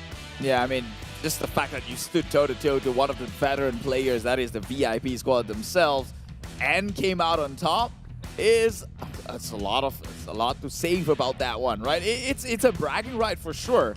And if you're only down by the third party, then who could blame you? To be honest, you've got your plate full at that point. Hopefully, they're gonna have a more fair matchups here and now and then. But let's talk about what's good for PUBG Mobile, and that is their brand new Blackpink collaboration that started off from the 23rd to the 24th. But although that time period is over, they're coming back again on the 30th to the 31st across the rest of the world. Okay, your chance to, well, catch the in-game concert, the virtual. So go over to PUBG Mobile and find out how to do so if you're a blinker. I'm actually super excited for this. So you guys really want to mark your calendars for all the dates that you're seeing on your screen right now. Not only do you get those concerts, you have so many of all these great outfits, and you know, if that's not really your thing, or if you're just not a blinker and you're a gangster on the street, well, we got the brand new collaboration. It's PUBG Mobile's first ever collaboration with the local film KL Gangster. My name's Aaron, but I'm definitely not Aziz, but I'm definitely excited to see if we're going to be able to have him as a playable character in the game. So get your Malik and Shark voice pack for free via login to PUBG Mobile and search for KL Gangster Street at the in-game event and complete the Malik and Shark mission. Don't forget, you must complete 10 days of Malik's mission in order to unlock Shark's mission. So keep playing PUBG Mobile as we have this amazing collaboration going on throughout these weeks. And just when you thought that is it for the offers, we have more on the table with the Rabu Padu that's coming out from PUBG Mobile. Okay, with Rabu Padu, now you can claim a chicken token for every Wednesdays. Rabu means Wednesday in Malaysian language, in Malay, by the way. With 3 chickens, you can redeem the Lilac Attack suits for free. Well, I wouldn't say free because you kind of have to earn the 3 chickens, so stay tuned. Soon on Rabu Padu will be more crowded and more prizes for you to win. Just log in and claim free items in PUBG Mobile every Wednesday, every Rabu once again. All right, and I believe that we're ready, not for the game, but ready for love, as we got a sneak peek at the Ready for Love music video from Blackpink. So feel the mystic magic and follow PUBG Mobile to get the latest updates on this special track, all created by our lovely girls in Blackpink. So of course, I'm excited. Okay, question to you, what? Eve. Your favorite Blackpink member? Lisa. That's because I only know her and I don't know the rest of the member. I'm not a blinkers. I'm sorry. Man, I'm in it for the guys, looks, man. you guys know Keith just sucks. I'm in it for the looks. Call me very surface, but I'm not in it for the music. See, I'm a metal kind of guy. I'm a KL gangster kind of guy. Okay, fine enough. Well, mine's Rose. She's got lovely voice, play little guitar. Man, I just melt for that. So, enough about me and you. We got the Royal Pass M13 as well. You can get this brand new Mecha Sanctum set by just basically getting your hands on that Royal Pass. So, you know, it's time to basically spend some of those points out there, and the more you play, the more cool stuff you get. And on top of that, would you want to share with us some great news? This is what I'm excited for. Here it is, the PMCT and PMPL Watch Party, which will happen live and on ground. Enough with COVID. We're finally getting into some social activities, social events here, and that is the Watch Party here, which is now available in the following locations: Paradigm Mall in KL, Johor, Ipoh, Parade, and, well, Johor as well, Paradigm Mall. It's a bunch of locations which you can go to catch all these historical events or momentous events or joyful events live here. So go check that one out on all social medias. And our prediction for the next match, who is it going to be? So game 2, I'm just going to put in a random one. So I feel like Crit VIP still have some gas left in the tank. And, you know, there's all these discussion online. Oh, who's playing? Oh, who's playing? And, like, I feel like now, regardless of who's playing, they're basically in this spot of finding their rhythm, right? Like, overall, you have new players and also the ones that are new. It's a lot of testing grounds for the team, but I think, like, they can get it figured out. Use spot out Team Secret here. I want to hear yours. Well, it's the first game of the day. Secondly, first game buff. Yeah, I mean that, and they're on fire. Thirdly, they've got one of the best pickups, Aizen. Come on, he was my favorite player from back then, R2K, and now he's here playing for Team Secret. It's only matching, and it's no coincidence that they're right up there, right next to GEEK Fam, and maybe even contesting for the #1 spot. Well, fair enough, Keith. Now we're going back into the classic matchup here on the 8x8 map. 50% of LAN areas of play, approximately. So what I love about this brand new season, we're moving from small maps into the bigger ones, and here we go, ladies and gentlemen. It is 2022 PMPL MYSGPH as we're diving in to Erangel. Oh, Erangel, lovely Erangel. Yeah, one of the more nostalgic places to be in. One of the oldest, I might say, as well. Finally, we've got a flight path that cut from Lipovka all the way to Zarki. So maybe Zarki's potential. Nah, I've stopped hoping about it, hoping on it for like 3 seasons now. Nobody goes there. I learned that lesson the hard way. But we'll see. It looks like teams who like to go onto the northern side has got a little bit of an edge. I would say Sosnovka is somewhat still accessible. And if it does, then it's most likely Tabah NSEA and Team Huck down at the bottom. Yeah, and overall, for them to access that, they definitely do need vehicles. So we expect certain teams to be moving into that middle ground just to secure those vehicles that they desire to move into those prime locations that they want to. Meanwhile, over on TS9, there's a bunch of teams that are going to be on board as well. See the rest of the spread coming from Axis going on the 2-2 as they're basically sending Rift all alone into the city, and their 2 will be looting into Kameshi. This is a really smart move for teams to basically stockpile their loot and max it all out in the shortest time frame and not really worrying about, oh, I don't have enough rooms to basically scavenge on. And therefore, the cutoff point for the rest of the teams, Quarry, Fairbeer, as well as Primos will be accessible, and it doesn't even matter anymore because we are going up north. Oh yeah, finally Glory's back out to the northern regions. Give me snow, and I have to point out that Is there snow in well, no, but you know what they say about candy. You know what they say about the man in the north, right? It's Vikings and whatnot, but I digress. So Axis actually went all the way to the hills, Kameshki, which is not a regular drop spot. I guess recognizing that the circle, the pathway draws the way they did, they're making a way for Mugen, and they know that nobody is going over to the Kameshki Hills, Yeah. so they're occupying that one now. This one's all shout out to Sir Cloud for printing out this drop spot for me. Thank you very much. This is really good. Like, I love this brand new overlay. Thank you, production team, for bringing this out. Kim will be coming in to the spot. In exchange, it's going to be Ranger sitting this one out for the moment. So, great to basically have a player that's been there from the get-go. Not maybe for the organization in general, but this player has been basically playing this game since the launch of it. While we've seen him with his signature DMR shots out there, he is known to be one of the best supports in the game. And this time, Farang is coming in for Sem9. In exchange, it's going to be Adepts that will sit this game out. The boys are back in town. Finally, we're having the OGs coming in. Man Barang. The crowd, please. The crowd favorites. People know this man's name, and he strikes fears and in a respectful way in a lot of people's hearts. And finally, after the adversity they had to overcome in a previous season, that could have been why they were a bit of a downer. But now they've made amends. They've came in close with the trauma, and now they are actually coming in strong. And I hope to see the SEM9 move all the way, bring back the hey glory days for Malaysia. Yeah, and HomeBois here makes their debut of week 2. Here on the second game of the week. Went up against NC, but he has no clue that they're all around the corner. As he's slowly enjoying the loots, he's about to eventually get picked off. He's just right next door. And it's going to be Rush here coming with a few shots. And surprise, surprise, it's the S12K. And his first blood claimed by Tabah NSEA.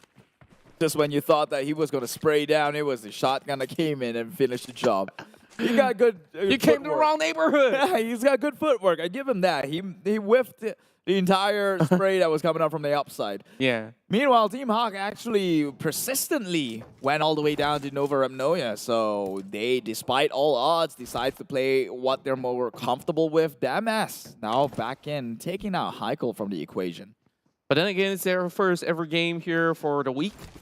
And I guess it's just going to be a little bit of a shift of gears for them with different plans to bring on board. Heikel has been playing with Team Hawk since the past season after he has left EVO's VIP.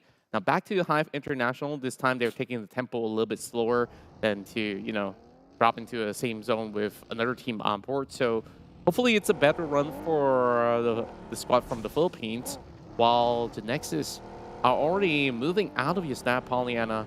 Hasn't been spotted out by Axis Esports that was around the corner.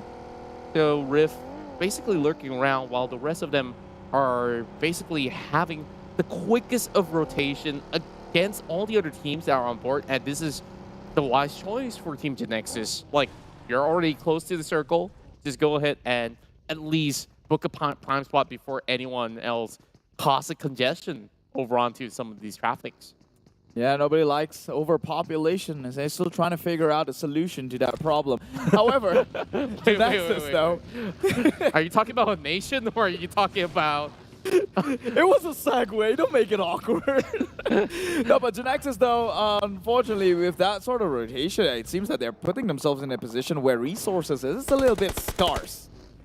So that's somewhat of a balance patch to their move, I guess. But now they might even come in contact against SEM9, which I guess wouldn't be like the most fun thing to do, especially at minute 1. Already trading hits, trading fire. Loom at the back end takes a decent bit of hit here. Meanwhile, Loyu just drives past by willy-nilly.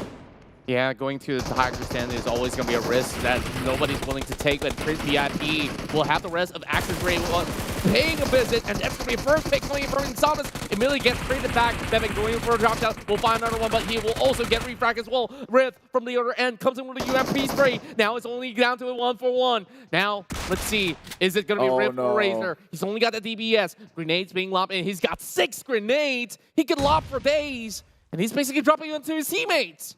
Yeah, it's not looking good. It's Rift. We've seen how he got through this before. He might just pull yet again another clutch. Oh, denies the point. Denies points. Hey, you could say taking 1 point away is also contributing onto his teammates here. If they die with no value against the enemy team, value onto the other side. Rift tries to go into the 1v1, but does not win this trade. My God, this kid, he may have pulled a clutch in Sanok, but here this comes time Mugen around, Mugen's moving right in. And they got nades for days. They're just going to be lobbing it right through. Nasty with the first one. Let's see if it connects. Razor pushes forward. He's the only one left, but he does get the trade done. Razor clutches it. That's the second kill for Razor overall. Now, Mugen's in trouble. Another grenade being lobbed in. Virgil has 4, but he will go in to quickly save Insomnus, making it a doable trade. 2 versus 3, both hugging by the corner of the warehouse.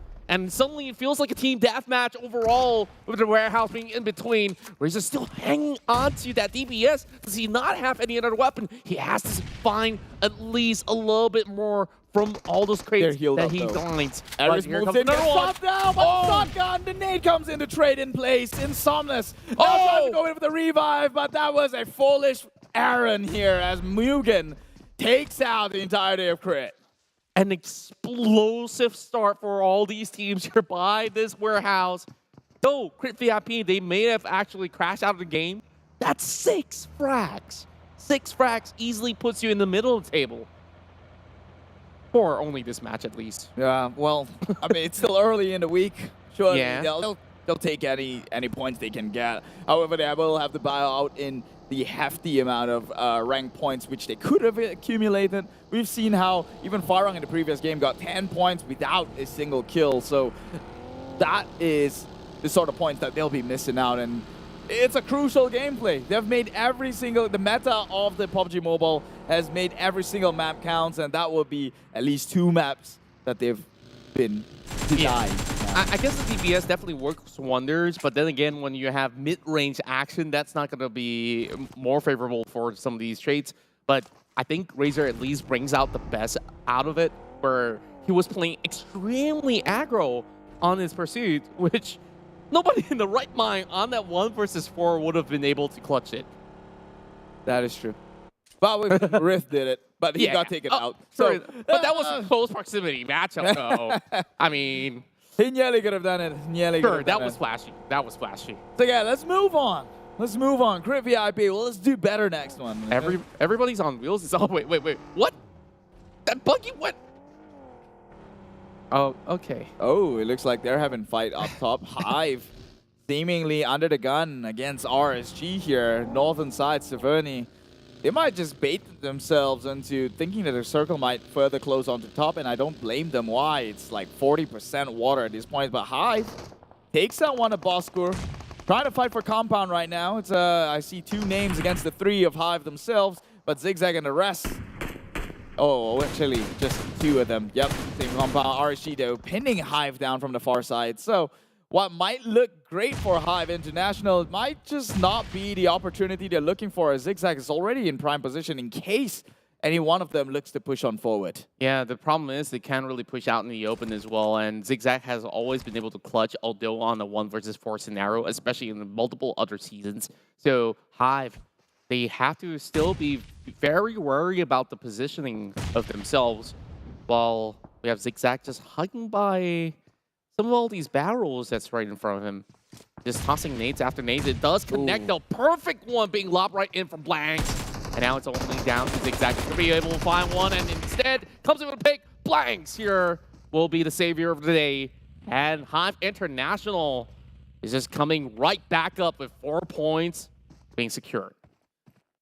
Well, now RSG know where they're at, so they might just look to actually push in onto these compounds, recognizing they saw the vehicles, try to pop some tire. That will cripple them at least in trying to rotate across the map. They are further up north, which means that when the circle does close away, or if they have to make a move onto another compound, it will not be such an easy task, seeing as though they are wide in the open here. But they will try.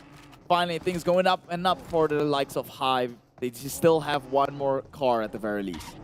Yeah, overall, they are basically working wonders here, just playing by the northeastern side of the map. And knowing for the fact that not many teams will opt to rotate to their whereabouts here, it's only RSG from a distance that they have to be careful of. Meanwhile, Team Secret sets up a little bit of a multi-angle flank here, but we'll have to let the rest of Team Hack pass. At least getting these vital information will do wonders for them heading into the later stages of the game. And speaking of which, Izane now also moving into the crosshairs of Team Hack here. And Heikel, well, that's not Heikel, he's been subbed out.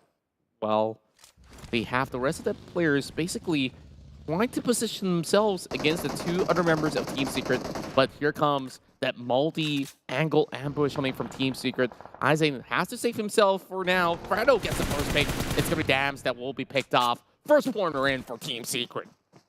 Yeah, Team Secret has got a pretty good spread across this hill here. Hillside, they will be able to take 1 member down. Team Hawk will just continue to do their rotation Funny enough that they started all the way down in Nova Rabnoia and now they're rotating in and they're bypassing some of these other teams.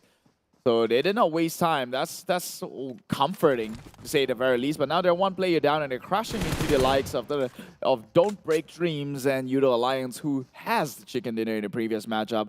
This could be disastrous for them, especially with HomeBois coming in from the back end. Yeah, I just love the position of Don't Break Dreams right now. They have at least multiple room for them to at least move inwards if it ever closes further up into the eastern side of the map.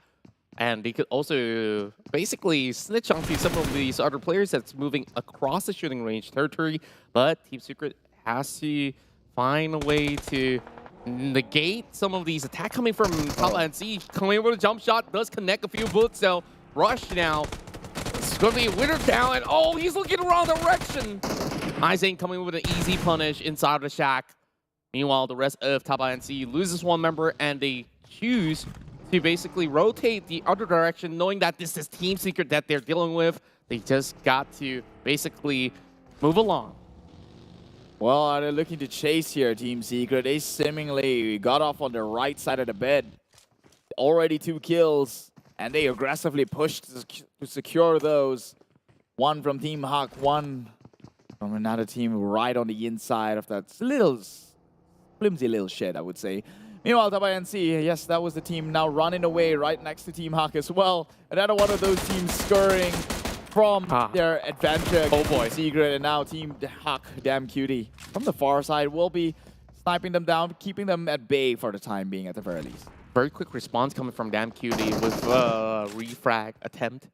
Well, they do spot out Lex as well, so Tabah NSEA is going to be stuck by the hills for at least a little bit longer. And doesn't seem like they could basically do anything about that for the moment, while Farang Esports are about to get into the circle. There's only a member of Sem9 that will be across, and that's going to be Putra, that will be cutting off this sector all by himself. I don't think that he'll be able to do so all alone, but Team Secret is moving as a unit overall and about to challenge the victors of Sanhok, Yoodo Alliance, inside of shooting range. So overall, as we are about to end Phase 4, things may have looked a little bit slower, but Phase 4, I think this is where the action starts to happen.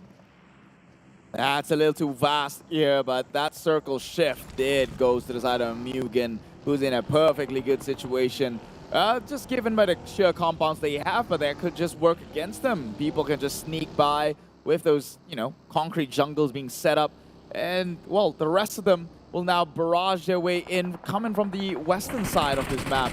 Already in deep smokes here. DBD going up against Team Huck. They're trying to crash on the compound, but missed it by that much. Team Huck will have the dream shattered by DBD. Out in 13, 0 kills across the board, and this is a team who's currently in the top 5 position. That's why I was talking about DBD's positioning is basically perfect to basically take players out from shooting range, and they did exactly that. One more pointer in for Genexus. Well, Lex is just chilling by the river. He's all alone. I guess that there's ample of air in the car. Just don't have to roll the windows down. But if you choose to swim, why not? But as we move along, we still have Team Secret who's still figuring out how exactly to get right into the circle. They spot out the rest of Farang Esports moving by. They are not opting to make a few drastic shots over onto their end. Both sides just aiming to get right in. It's Sem9. They have their attention all drawn into players of Farang Esports, and it's going to be Leo as well as Bravo instantaneously taken out. And my goodness, this setup's looking sublime for the rest of Sem9, sending Farang out of the game. Yeah, For Evils has eyes on the Sem9 as well. They tossed the nade out front, but Team Secret might just go on toe-to-toe. It's the El Clasico here in PUBG Mobile, at least for the MYSGPH region here.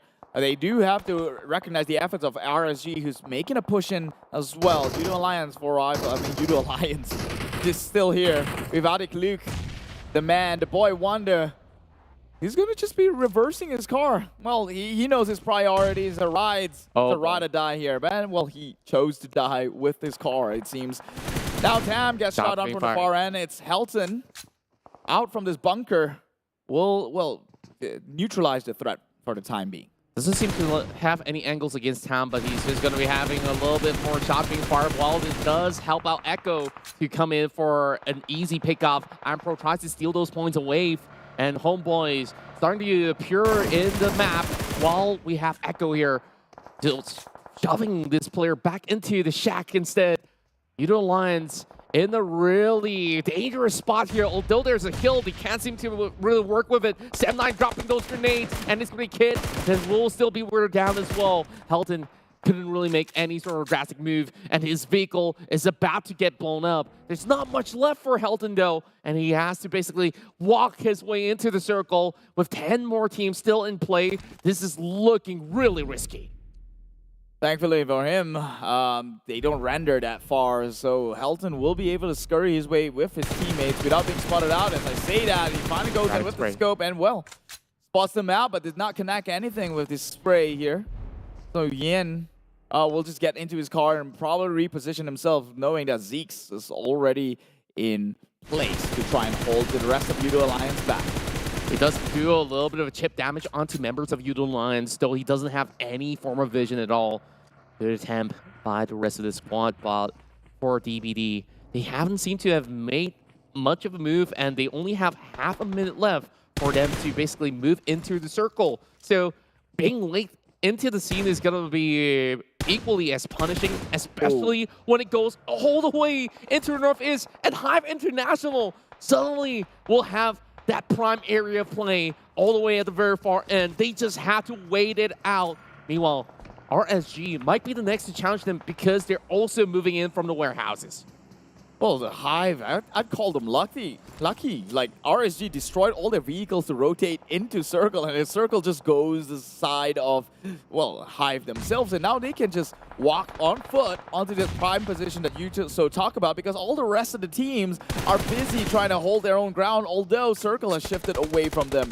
Yoodo Alliance has got eyes on DBD. The rest of the DBD will get onto their own vehicle and try to make a rotation, leaving Repo Boy to maybe hold Yan out for the time being, but he is just bait at this point. Lex, though. Oh, he's still not spotted out yet, though. As the rest of DBD is opts to rotate, and this is going to be the first challenge in for HYVE International. And they immediately set up the bunker with those vehicles that they have parked on the side of the beach. But it's not really going to help all too much. They spot out Jimmy. His flick is popping up, and that's going to be the first knock. Blanks at it again. Just doing so much damage in this match. Still couldn't really find a kill just yet, but here is 4 Rivals as well as HYVE International. How did 4 Rivals get here? We have no clue, but they've definitely made their way in. Repo Boy's going to be taken out by the blue zone as well. Meanwhile, Yoodo Alliance have got sights on them, even from DBD. This does not look good at all for the team. Meanwhile, HYVE International also playing by the outskirts, also getting shred through with those bullets coming from afar. My goodness me. This man Farang also trying to attempt with his own. It's going to be 9 more teams. Team Secret gets those shots against 4 Rivals, and they all go out in the blink of an eye. Aizen, though, he fell out in that push, so he's down for the count right now. Could be a liability, but they will try and maybe go in with the res to pick him up. Meanwhile, Sam9 has got eyes on the likes of RSG, Team Secret as well, but Brian takes one member. That is eye shots now on his knees. 2 members seemingly like a liability on the side of Team Secret, and DBD still left to play the map. 3 members alive. They do have the carcass of a vehicle to hide behind with HYVE right in their eyes. Yoodo Alliance decided to take a swim, knowing that they have probably no fighting chance left, and so they will try and play out the circle. And to my surprise, Lex is still alive in that vehicle. Nobody out of DBD has been able to spot him just yet. RSG, they had so much members to work with, and now they have 1 player still basically on his knees, needing a little bit more of a recovery, while HYVE International hasn't really found those opening picks out there. They did get those knocks. Legs now 1 HP and a dream, and Dimmy, he snapped and suddenly gets one by the edge of the map. Well, that was 1 member who is not swimming, or won't be given a chance to swim here, as Ripple with the bullets. Now 3 members on his knees. RSG, Rex, he shot the side of Team Secret. Is that Team Secret out? No way. No freaking way. That grenade, did you just see? It clipped onto 3 members, and RSG still survived. And unfortunately, Team Secret were too lost in that state where you're only having 1 member left. Now it's going to be Tyra moving into the waters instead. Approaching closer and closer to DBD. HYVE International with the best chance for the chicken dinner. They are now taking down with a quick shot coming in from Zig. Goes in for the drop as well. Will turn these vehicles into a wall while the rest of MUGEN are getting seeked out. It's going to be Virgil left. What can he do at this point with RSG storming their way right through? RSG, they've got all their entire members up, picked them up, and aided them to health, and now they're taking over MUGEN's clean hotspot here. And they're about to get evicted, MUGEN. They are in no man's land right now, but Genexus might just be the bigger fish, the bigger shark in the ocean to come and clean things up. Sem9 still kicking well and out. They have to be careful because Sem9 is no longer a pushover here, and it's become a 3-way street. Cowboy is about to meet against his ex-teammates as well, but those grenades are looking mighty fine coming out of Rex. And it's going to be 6 that will find the last member of HYVE International. It's a respectable 6th place finish with a lot of damage being done. But overall, it's helter-skelter inside of 70 that we're looking at here. And this is basically Sem9's home turf. 70 has always been their dropping point since the get-go. And now it seemed like the rest of the team, they're just basically stuck with the Tigers. Lex still trying to slowly creep in, and I wonder how much longer does he have to survive? Echo gets picked up. 2 members left from the side of DBD, and Lex eventually has to move out. The blue zone is going to close in as that circle is going to go directly into the center of that open field yet again. And RSG with the advantage. Lex comes in, double trouble, and he makes it out. My word! He just sent Tabah NSEA to the top 4. Yeah, I mean, I was already itching. I'm saying, Lex, you kind of have to just come out and just take your shot here. And thank God he did it. He's taken 2 from the process itself. So it's a big win for the likes of Tabah NSEA. They have made themselves top 4 position, but it is going to take the rest of the fight onto this compound here. 3 teams left remaining to fight things out. Lex just being a bystander. Genexus still in full health. Have all the workforce they need. Up against RSG, Sem9 could do damage from the far side. He takes 1 member, that's Look. And RSG now 1 member down. Dap gets traded in the process. Putra burning out to the blue zone as well. RSG, they're just going to be picking players out from the outskirts as well. Xiaoboy now burns them all alive. They pick onto Rex and RSG. They try to deter them from moving forward. They do get a clip onto Putra as well. And Genexus storms their way through. And RSG have suddenly crumbled in all of that chaos. And now it's down to Team Genexus versus Sem9. Sem9 needs to recover. The rest of Genexus, they can close this out. And Tabah NSEA is still alive. Lex is still having a little bit more room. Can he find ways to clutch this one out to get the chicken dinner forward to the team? Lex, though, and now they kind of have to respect his presence here. He could just be the one that puts teams on the track. He goes straight in, takes 1 down, does have the idea on Lord Harm, but loses the trade. Will go down, but eventually Genexus. We can only prolong their victory, but with all the manpower, with all the soldiers up in arms, Genexus will take this one home. It is their first chicken dinner week number 2. The boys in blue with their pickup with Xiaoboy, they will take them this winner chicken dinner. A beautiful closure for a team, and we saw they went in 4 members strong with a perfect tenor to close out this match with a dinner. Though my predictions were for game 1, they still landed this one in the bag.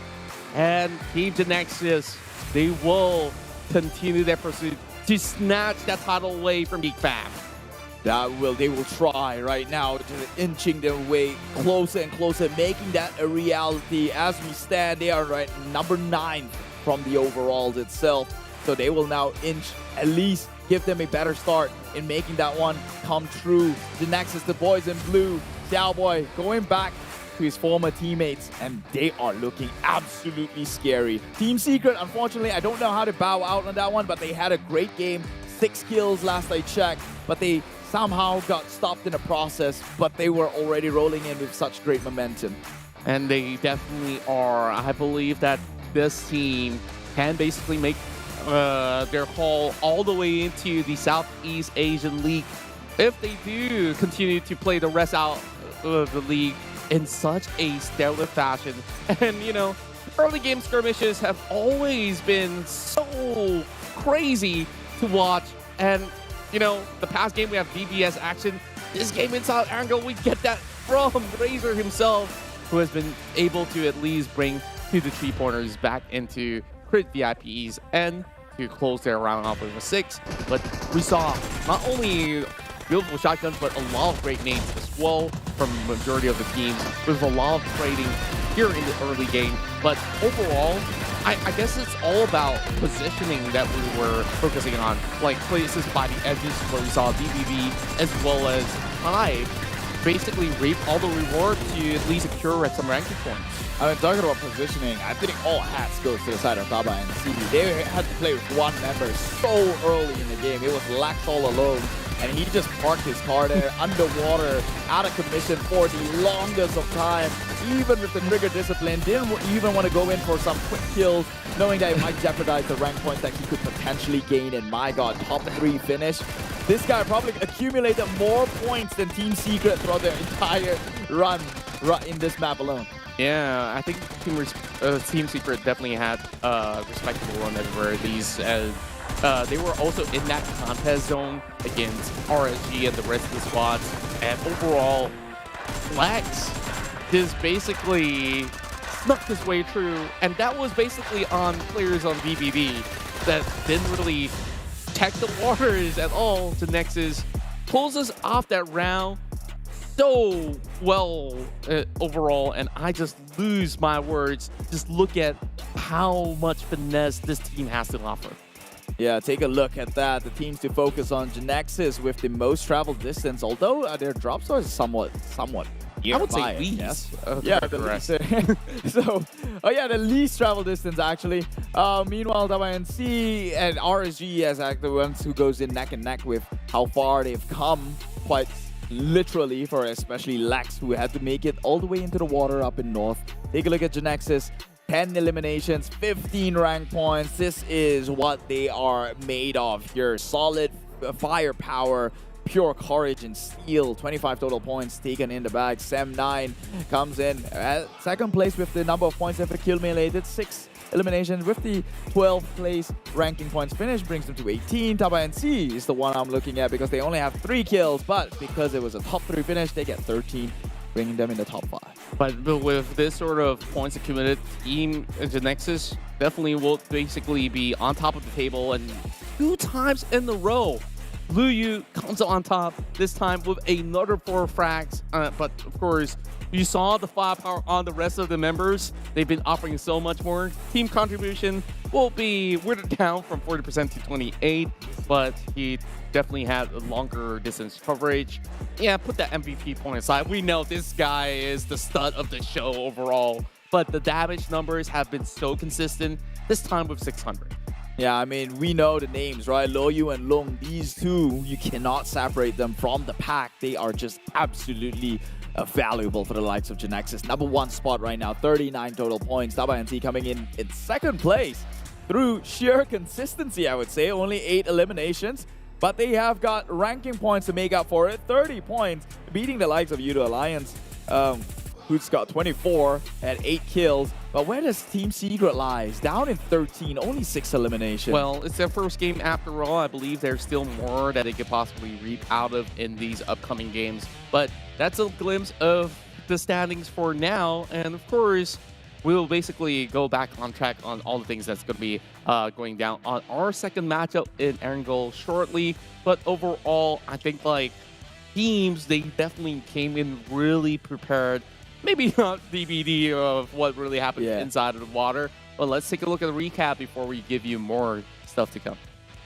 Yeah, so they started off in their usual job stop over at Yasnaya Poliana.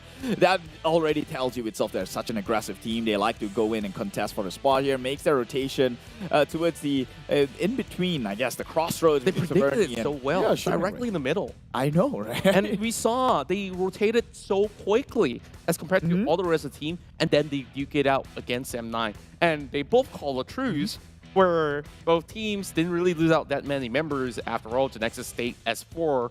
But once again, we're talking about Control that has won games, and Genexus always booked themselves in those perfect prime spot. And even when the circle shifted, they say, let's go middle. Let's go middle all the time. And that landed them in the city of Serbia. Yeah, I mean, they were ready to fight, right? And although you did say it's about control, like when it comes down to the three-way battle, we all know how that one turns out. It's the first person who makes a move that will have to pay the price.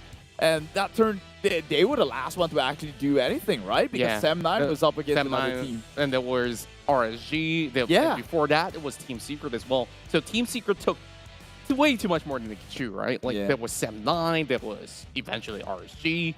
And what I was more interested on is not the south side of the fight, but actually the north, because there was HYVE International that was on the other edge, which you saw that small little dot of smoke over on the far left end of the screen. But eventually when they got cleared out, this is supposed to be a safe haven after all. And Lex, if he kept quiet, probably crawling into the top 2 is very feasible. Well, I mean, you could... He did go out in a blue zone eventually at the end. So he was forced out from his comfort zone here. But look at that. Genexus only came in after Sam9 had to take out RSG. They knew that they were in better position than some of them. And, well, they held the trigger discipline, knowing that they're going to have the advantage coming in as the third party here. And it shows. The number advantage is just a bit too much for Sam9 to bear. They will get wiped out, but not without trying though. So Sam9 did put up a hefty fight, but with Lex in the area as well coming in as a backstab, and they had to lose a couple of members to RSG. I say this is still a big win for Sam9 themselves. Yeah, it has to be, like, at least reaching into the top 2 and still getting some good frags out of that. And it also tells every other team that if you're ever going to pay a visit to Severny again, there always will be a price to pay. So with that being said, of course, Genexus at least triumphed over that span of a round, and it was basically a wonderful chicken dinner that was secured by the team. And for now, we will take a short break, and when we do come back, we'll bring you guys into the third match of the day. So we'll see you guys soon.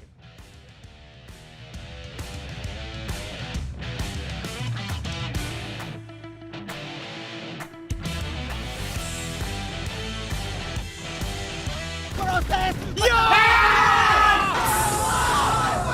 Dia jadi star player. Adakah hari ini dia jadi star player?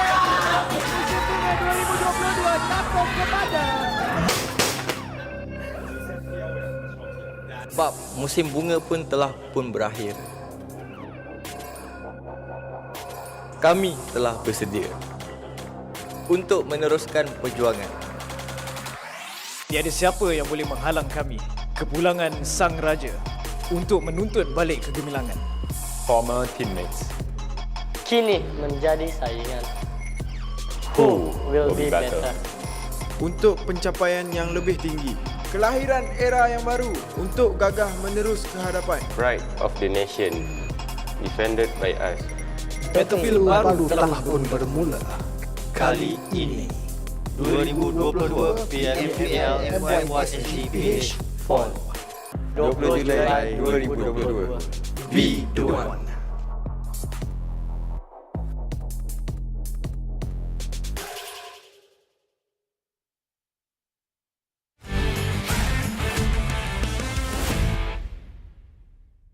First kali Aizin, selamat ke TS, dan mungkin kalau dah start liga kau takkan selamat dah Aizin, sebab kau akan kena bunuh dengan aku je lah kalau kau main. Ham dekat Sem9 tu, jangan selesa sangat kat Sem9 dengan Ham Kalau kau tusu nanti, kau better datang gaming house kita orang sampah-sampah je. Okay, kepada Bosskurr, terima kasih sebab kau ajak aku masuk sini, ni cuba untuk aku bantai kau. Kepada Aziz, kita orang dah ambil jumper, so kita orang dah bagi korang rig. So korang buat yang terbaik dalam season ni, okay? Kepada Forever's, walaupun saya di loan kat Exist, jangan harap saya bagi chance kepada Forever's. Kepada pemburu, jaga-jaga sikit meja kau tu. Man, kenapa nak cakap ni? Kau dah tua dah, Man. Tak payahlah main lagi. Kenapa nak main lagi, Man? Dah tua dah. Jaga anak je. Jadilah ayah berguna, Man. Jadi ayah yang berguna, Man. Tolonglah, please lah. Sorry. So untuk Drax, hati-hati. Aku akan lebih daripada korang. Korang ingat kau power sangat ke? Dah lah tak power. Okay, kepada tim Semnai, lelaki Iman Farang tu aku harap kau buat yang terbaik lah season ni. Harap kau tak terciduk lagi untuk season ni. Kau buat yang terbaik lah. Sebab dah tukar player kan, takkan duduk top 16 lagi. Team Forever aka Team 4IGL. So kepada Dingoz Esports, korang tahu kan kat akad tu kita punya, korang still lagi nak bagi free point ke? Kan? Kepada IGL Kido pula, nama saya kan Kid, kenapa nak Kido lagi? Saya memang anti Kido ni. Season lepas saya jadi coach, saya tengok korang main semua macam sampah. Sekarang korang jaga, the King of Uzi is back. So Insomnus, I received your message. You want to come here, but too bad because you are here, we are here. So maybe Bill is up there right now, but don't let your guard down, Bill. I'm coming for you. Okay, kepada Pasha dan The Jumper, walaupun kita pernah susah sama-sama dekat SEA Games itu, tapi ingat ni kali PMPL kita orang takkan bagi chance lah. Kepada Creed VIP, thank you sebab dapat nombor 16. Tak sepertinya tukar nama, korang boleh bantai kita orang dengan firepower baru korang. Orang tua Kuza, jaga-jaga. Kita orang cari kau. Kepada tim VIP Cirit tu, korang jangan rasa diri korang hebat nak blok-blok kita orang Nanti kita orang akan ajar korang dekat tournament nanti. Jangan sampai korang tercirit-cirit nanti, tak boleh main. Okey, untuk pemburu duduk rumah dan diam.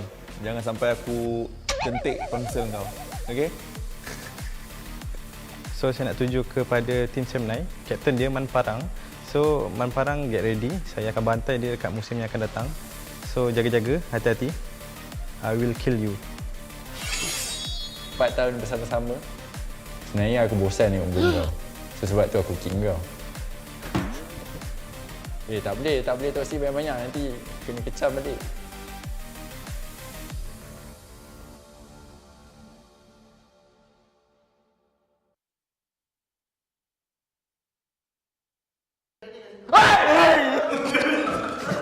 Tak payah, Mel. Bodoh sial.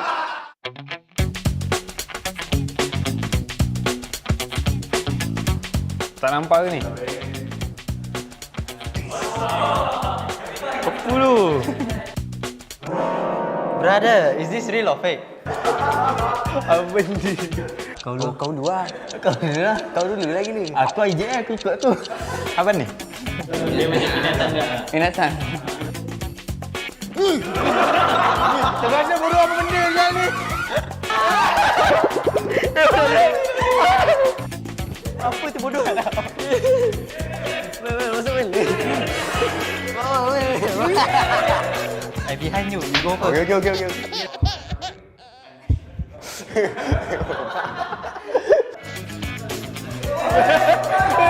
Tapi dia tak hidup lah. Dia macam gerak dia.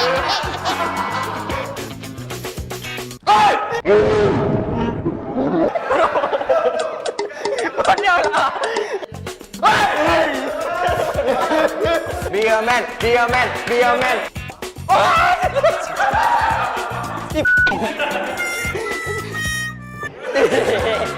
Puro, tak nak tu.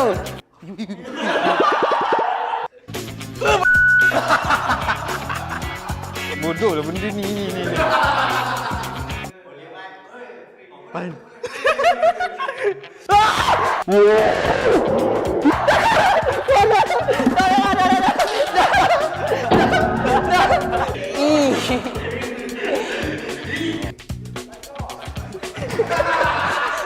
Terus Snack. Buah apple. Rasa macam kertas kot. Kerang. Kaki ayam. Nenas ke? Ada ni glove. Sarung tangan mesti ada air dalam. Glove dalam dia air. Lah. Tajam gila, takut. Can we redo? Okay, 3, 2, 1. Like, I'm holding something. Oh, wow. What's this?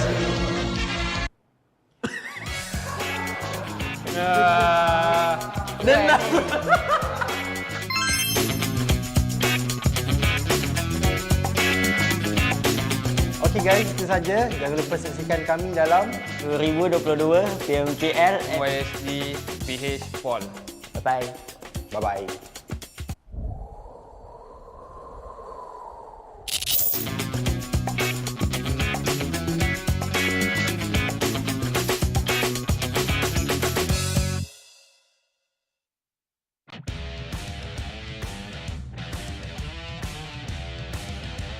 Natin, pero Yoodo Alliance, they started speed great, pero nga lang meron sa likod.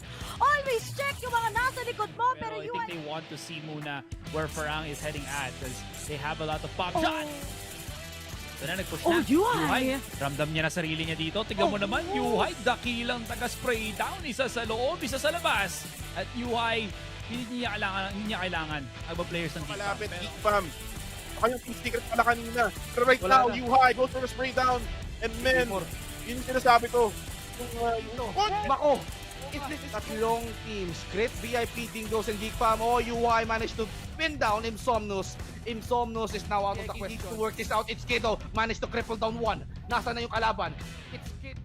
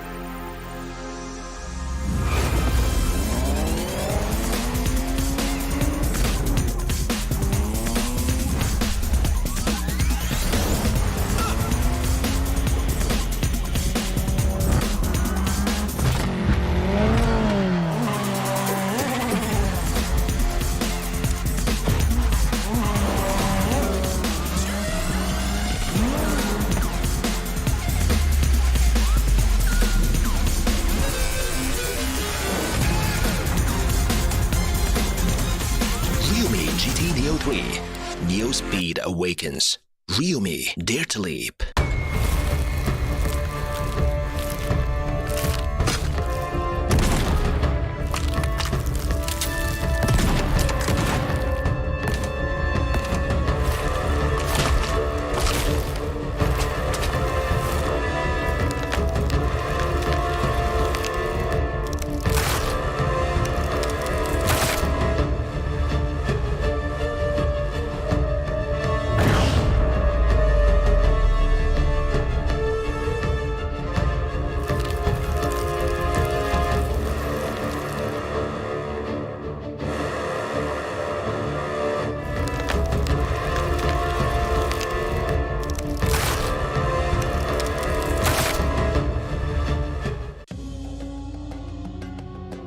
PUBG Mobile 2.1 White Paper Full Overview. Hello there, PUBG Mobile players. PUBG Mobile 2.1 is now available. After several months of hard work, we've added more fun and interesting content to the existing gameplay. At the same time, Ancient Secret Arise, which everyone has been looking forward to, has returned.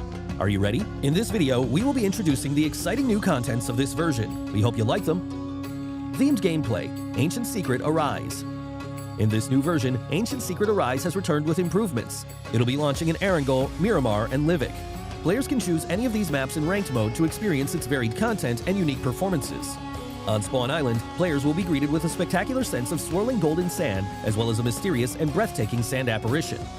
After the match starts, the Sandstorm Zone will appear at a random place on the map. In the Sandstorm Zone, players will be able to pick up lots of supplies and a mysterious Scarab Charm. Any player who has a Scarab Charm will be able to return to the battleground after getting defeated for a set period of time. However, please note that a Recall Tower attempt will be used after activating a Scarab Charm to return to the battleground, and each player can only pick up one Scarab Charm in each match. Players can also pass through the Quicksand Path to enter the Emperor Temple. Compared to the previous Nimbus Islands of various modes, the Emperor Temple has more supplies and a much larger area.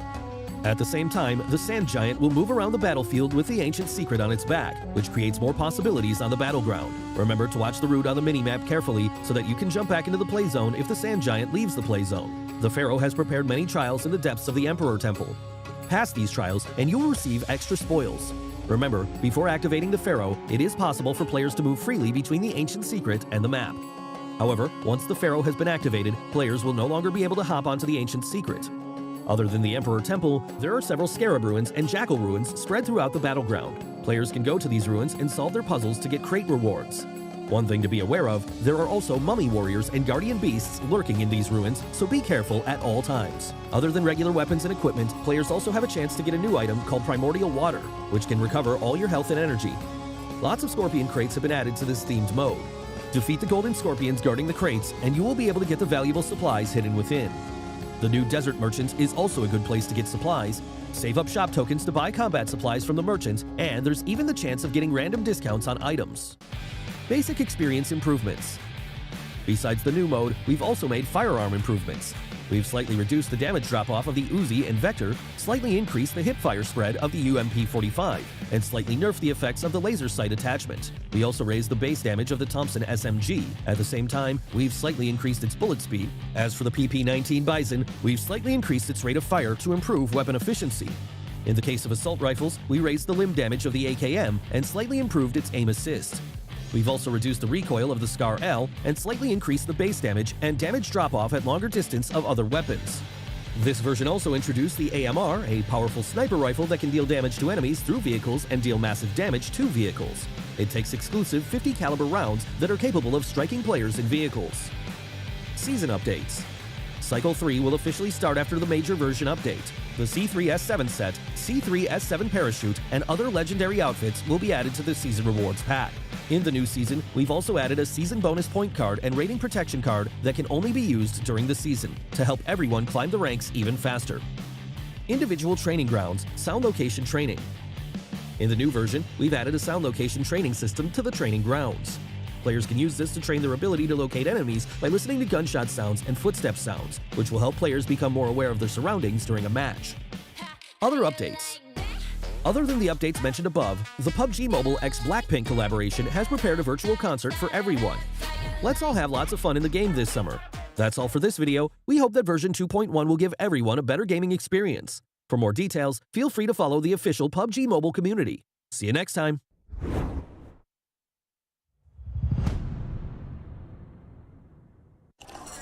Hey, you've changed. Yesterday you ate nasi lemak sotong. Today you are eating nasi lemak ayam.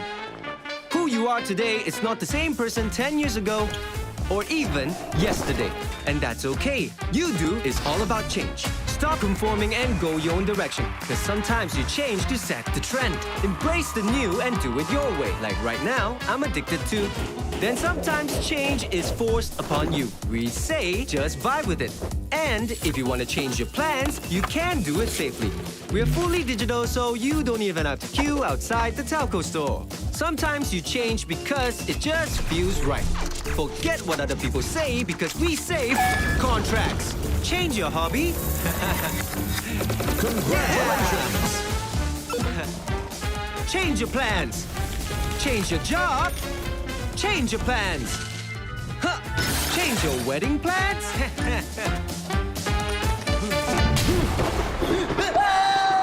Change can come anytime, anywhere. Yoodo is ready to change when you want to do it your way. So change is good, right? Only when you're ready for it. Man eating nasi lemak. And when you are, change can start by downloading the Yoodo app. Save more when you customize your data, voice, and SMS with the Yoodo app. Change comes when you do it your way today.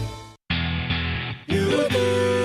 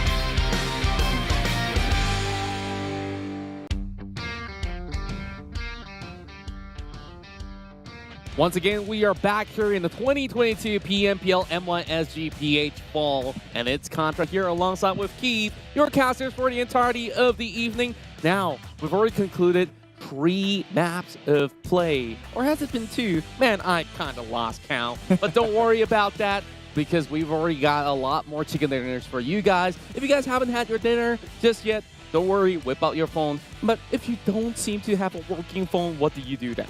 Well, we have got a phone that's displayed right in front of us. If you ever want to get your hands on them, I'll tell you more about them in just about a bit. But first, just to correct your math here, because for once, my math is correct.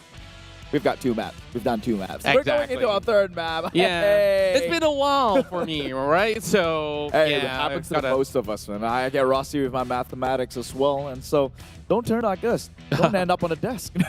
That's right. And of course, before we get into map tree, we want to also remind you guys that you can definitely check out the brand new great smartphone coming out of our official smartphone partners, Realme, with the GT Neo 3. And of course, it comes with a dual gaming level flagship as it boasts with a MediaTek Dimensity 8100 5G chipset. So of course, with that being said, we also want to take a look at all these damage numbers that has been done throughout that rowdy round inside of our first matchup inside of Erangel before we hit into our round 2 of Erangel, and we saw towering numbers out of Genexus, Sem9, and a bunch of other teams as well.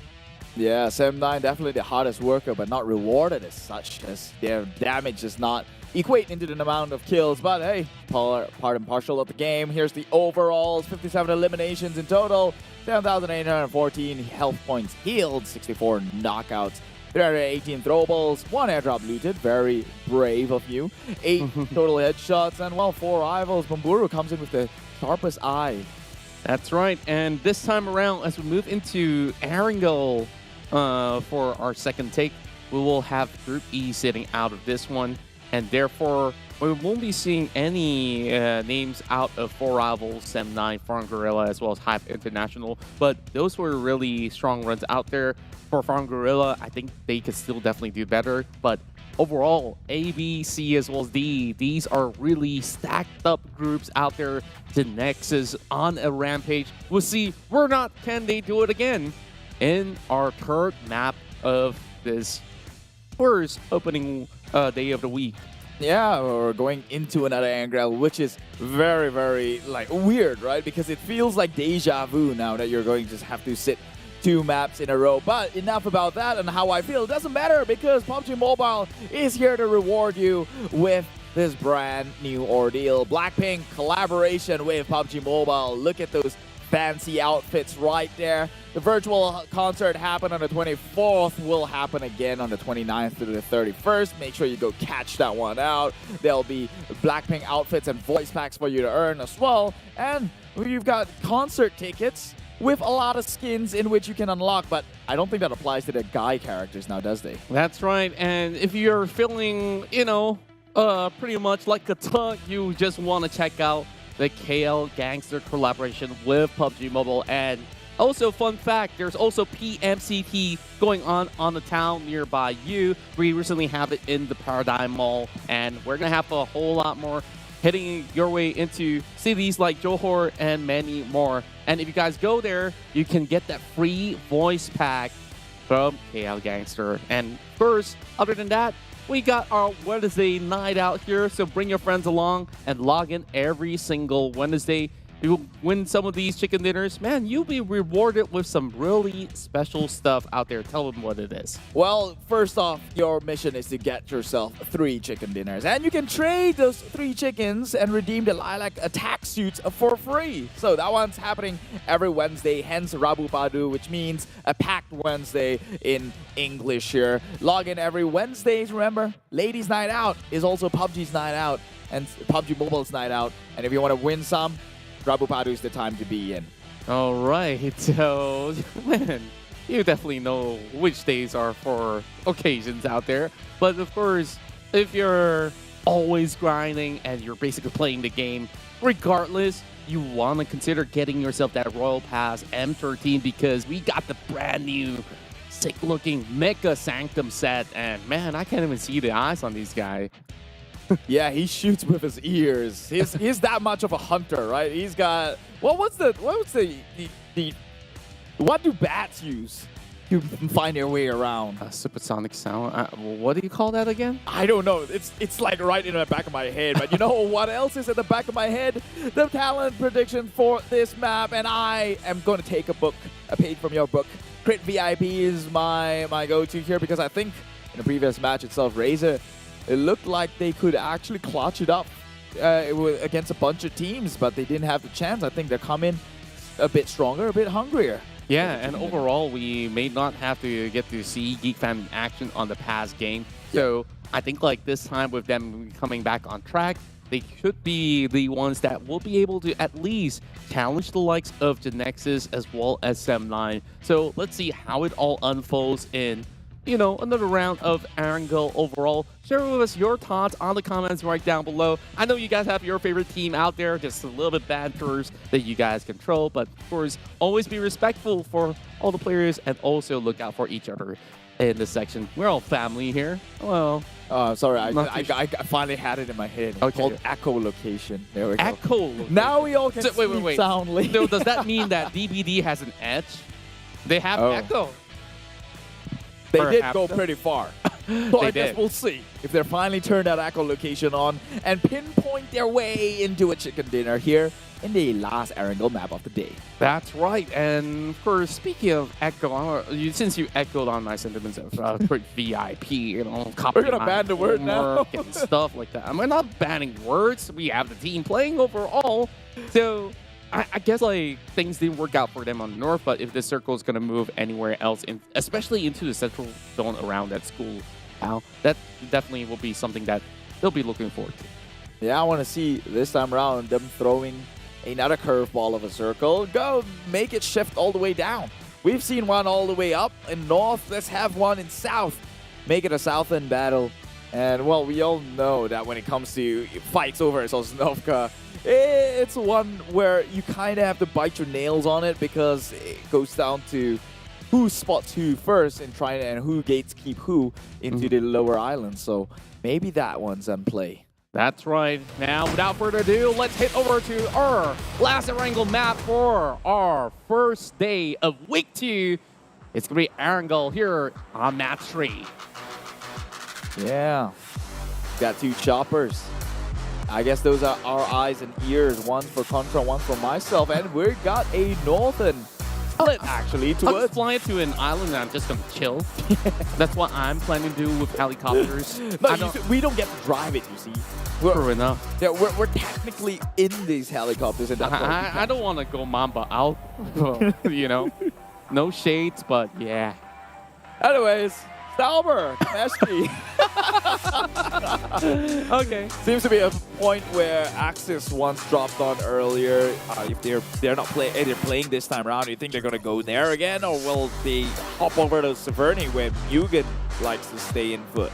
I think that some of the things will remain intact. This is very similar to the flight that we had, just that it's not really skewed to open up more room into the Georgia Pole section. So therefore, most of the teams will be playing around the central zone overall. We might actually see perhaps a little more team over onto the Milta section, Milta Power, as well as Yasna Pollyanna. But for now, I guess like they will remain steadily as it should be. Mugen, like you said, they will be moving into the northern territories, and my goodness, one's not favoring anybody, ladies and gentlemen, and we are going to start off on a really difficult situation for all 16 teams on board. I'm not gonna lie, I can't be mad at that. I asked for a curveball, nobody gets the circle, and now everyone has to make a move.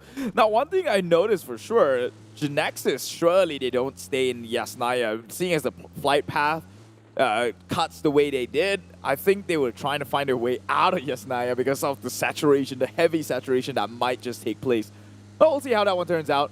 Meanwhile, Dingoz already gotten themselves a vehicle, can look to rotate, be the first movers, potentially maybe loot well within their circle side on the bottom left, but it seems like they're not. They're skewing further. Yeah, I mean, it's a really smart measure to take, especially in the early game where everyone's busy looting. You saw they just passed 2 teams without any form of challenge at all, and that's the advantage of being the first mover into the pack. Well, meanwhile, Genexus, they are still in the Asnaya, though. So I guess that they'll be moving in a little bit later. I assume that moving into the northern part of the section will be the best approach if they do cut through the northern point of Georgia-Pol. There's going to be another area for them to restock as well, which I think there's not going to be any teams that will be able to challenge. But the difficult part about this is that if they opt to go to places like Rozhok and through the central zone, then they're bound to pick up fights. And I'm not too sure if they're going to be ready, especially where they're looking at all these stray loots, only with S16 shotguns out there. They're going to take a while before they make a move. They might even get into a fight here. That's probably Bosskurr, the only other team who drops over in Yasnaya and Voliana. And you mentioned that you're not sure if they're ready to take fights. But however, this is Genexus, though.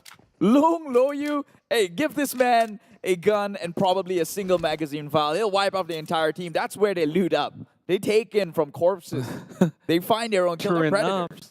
But then again, you don't really want to get bruised up before the real fight happens in the late game. I think that is going to be the concern of Genexus, because if you take a look at their approaches as well, sure, they have that firepower, but it's not always the case that they want to be challenged. You saw that scuffle between them as well as HYVE International inside bootcamp. That almost wiped them out completely. But also, they've always jumped center circle in a previous Erangel. True So enough. that's a statement, right? Come at me. I'm right smack dab in the center. Uh-huh. And as we are having a little bit of post-match highlights in case you guys missed out, too busy, or just went out for dinner, this was some clutch plays that happened. Man, it definitely gives a little bit of flashbacks to MUGEN. Like, okay, we're not going to the warehouse. There is no reason that we should in this game. And especially now, without the presence of Sem9, this is free real estate. They're having entirely on that north section. So MUGEN has a better chance of surviving.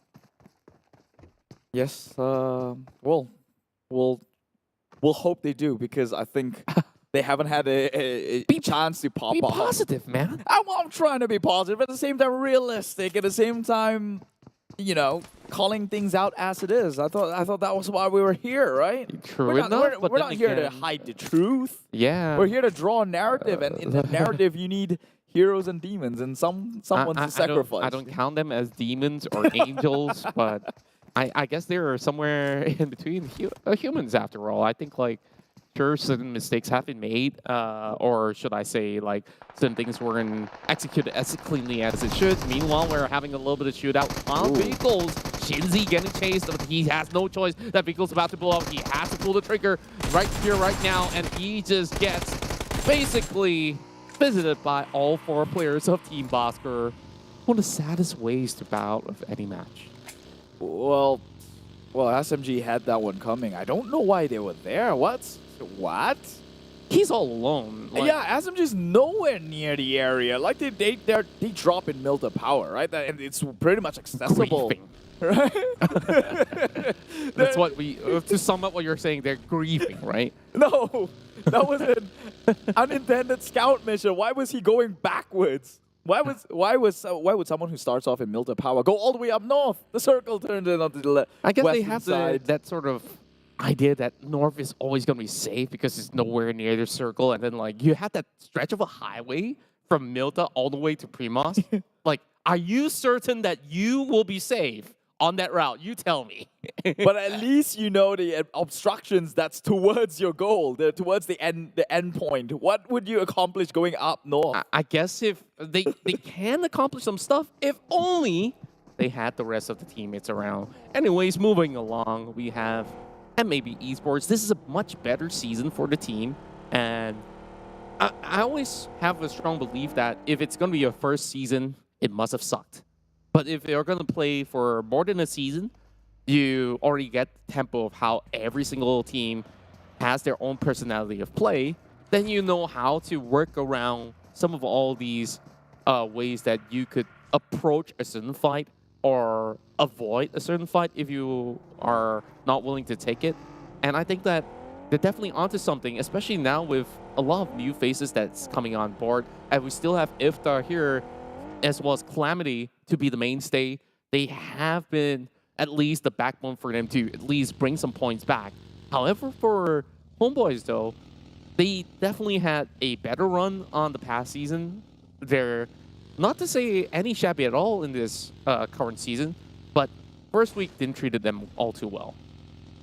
No, talking about MAB though, whatever happened to John? Wasn't he like the standout player along with Iftar? Trying to make a brand new movie, John Wick 4 is coming. Plugged.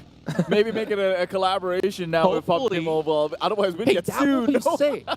Can you imagine? Right? It does make sense. Does he get the padlock though? Maybe not. I'm sad. Just thinking about it. Meanwhile, Calamity is still here, so we'll remain calm at the very least. They did take a bunch of shots, though, onto Iftar, so whatever happened to them, they got a little bit of scuffle, a bullet wound, I guess. But nothing too lethal just as of yet. Talking about new pickups, though, who do you think scored it on the money? Like, who is right on the money with the brand new pickup? I mean, excluding GEEK Fam, because High is a bit of an duh. Yes, put GEEK Fam aside. That's already a team that shouts overpowered, right? But on my screen is Xiao Boy. So I feel like it complements the team overall. Firepower check, and he has matured. He has been an in-game leader back in his early days of playing PUBG Mobile. So I feel like at least when it comes down to comms and everything, this team has it in the back. Like it's clear to me that it's a huge improvement for Genexus overall as you compare it to the past season. Well, speaking about them, it seems like no one's going to contest their way within Circle. All fight probably happening down bottom. HomeBois and Tabah NSEA just right next to each other. Rubbing shoulders, as they say, are not in a brotherly way. Might want to get a restraining order for that one, but yeah. Rush. At least it wasn't rubbing rubber, right? Like tire rubber. Whoa. Tire rubber. Understood. Right. I mean, when you're crashing, like, you don't want to be in that situation. And you saw what happened to the sole member of SMG much early on. That's kind of like the sort of contact that you don't want. Griefing? No.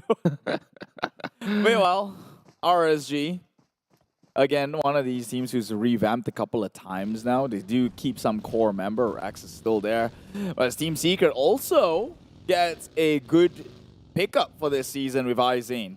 All right, Kid has been phenomenal. I have to admit, the first time he showed up in Team Secret, we were all having doubts. We were saying, pardon the kid. It's like, he's a can new he kid. replace Yuhai? Yeah, he's a new kid. I want Yuhai back. And now the kid was like one of the top Terminator for week 1. So he's been pulling his weight tremendously. Meanwhile, Drax Speaking of that, takes down Jared Leto, it seems. he may not be anywhere near 30 seconds to Mars, but hey, that's a 30 seconds to the lobby when you're not careful enough. So Drax is one of those top fraggers back in a couple seasons ago, but some people say that he has passed his prime, and I guess like for this case, he has a new page in his chapter to write with Team SMG. This is also another transfer that is relatively interesting. I'm not sure how it really complements Team SMG. That's my sort of question that I do ask myself sometimes. Like, does he really fit in? And what kind of role does he play in? I think on the side of Team SMG, you're just rolling dice at this point, right? I mean, you've had a couple of seasons of mediocre performance. At this point, you might as well just try. Take a chance on someone, Drax, who is from Sem9, who is a high-profile player. Maybe that would turn things around. I guess that's what they were hoping for, a best-case scenario. And if it doesn't, you still stay middle of the pack. So not much is lost there. Probably only financially paying a hefty amount of salary because this guy is kind of tier 1. But that's about it. They can do. I like the way you mentioned kind of tier 1. Like, is this guy not tier 1 enough for you? Anyway. Well, Sem9's doing better now that he's left. That's the thing. Just putting that one out there. Yeah, I mean, chemistry and all, you know? Harm's definitely a good addition. Like, you get someone super young, super talented, like, always on the ball. Not saying that Drax is all too old, but you know, you get what what I mean anyways, right? Yeah, but I got what you mean. Overall, like, when it comes down to young prodigies, like, they always have this sort of hunger to really push the limit. And I think, like, that was what Sem9 was kind of lacking. Sure, they have depth. And I think, like, when you pick up a really young player, it's all about gaining that wealth of experience. And I think it's a little bit of a crash course here. Meanwhile, Tabah NSEA, they immediately thirsted down one member out of DBD, and that's going to be Yen out for the count. While every fight will eventually take place across the region of Quarry. Look who's right in the middle. Your prediction, it's going to be Crit VIP, who's also lurking around Genexus and Sem9. Well, Sem9 is not in this game. Pardon me. It's going to be RSG that's also moving in close proximity. They're either going to crash onto Crit VIP or Team Hawk. It's going to be a bloodbath, man. Now, if you said Genexus was smack dab in the center, I'd be a bit more confident about that one. But Crit VIP, they're known to play it a little bit slow, right? They like to play it from the outside circle, fight teams on their way in. But now, Insomnus, they have gotten themselves this hangar right here. So they will find refuge for now. But RSG, they probably have gotten eyes on the compound that Crit currently resides. Meanwhile, Genexus, now this is the team who can take fight. Takes down one man of Yoodo Alliance. Biu goes down on the back end. Maybe tries to go in flank side. They have an idea. Yoodo Alliance creeping into compound. Adik Luke with the nades. Can he seem to click it onto anyone? Toss one into the window. Backup coming in for Biu here to outlast members of Yoodo Alliance. Nades blopped in as well. Xiaoboy has already been tagged from the back though. Liu also closes in, and that nade primed perfectly into the spot. Oleo's gonna be down. Makes things much easier for Genexus to storm their way through. Another 4-pointer to start off with for Genexus. Well, Yoodo Alliance, they might have gotten the first chicken dinner of the day, but they will bow out 16th in this Erangel match. And now Rift gets gunned down by DBD from the upper side here with Echo. The guy who we've been echoing for the longest of time, just because I brought up Echo location, so no significant reasons whatsoever. So does he scream on that swamp like I'm pretty sure a gunshot paints out the picture. Chicken. I don't think that works all too much in this scenario, but at least they found themselves into that location with the Echo. So Team Bosskurr now has Zigzag onto that Mini 14. Haven't seen that weapon for a while now, as we're having Kid here who's saving every intel that he needs. Oh boy, there goes Virgil though. One player left for MUGEN, and he's trying to stay alive as long as he can. Runs into the crosshair of Team Secret instead, as well as Bosskurr. How much longer can it take? You will be knocked down. Well, this is SMG instead, so MUGEN stays alive. Aizen with the pickoff here to back the second point for Team Secret. Dude, Aizen's just insane. He's like, on foot, I'm going to chase you no matter what. I know you have a car. I think I'm going to take you down, and that's exactly what he did.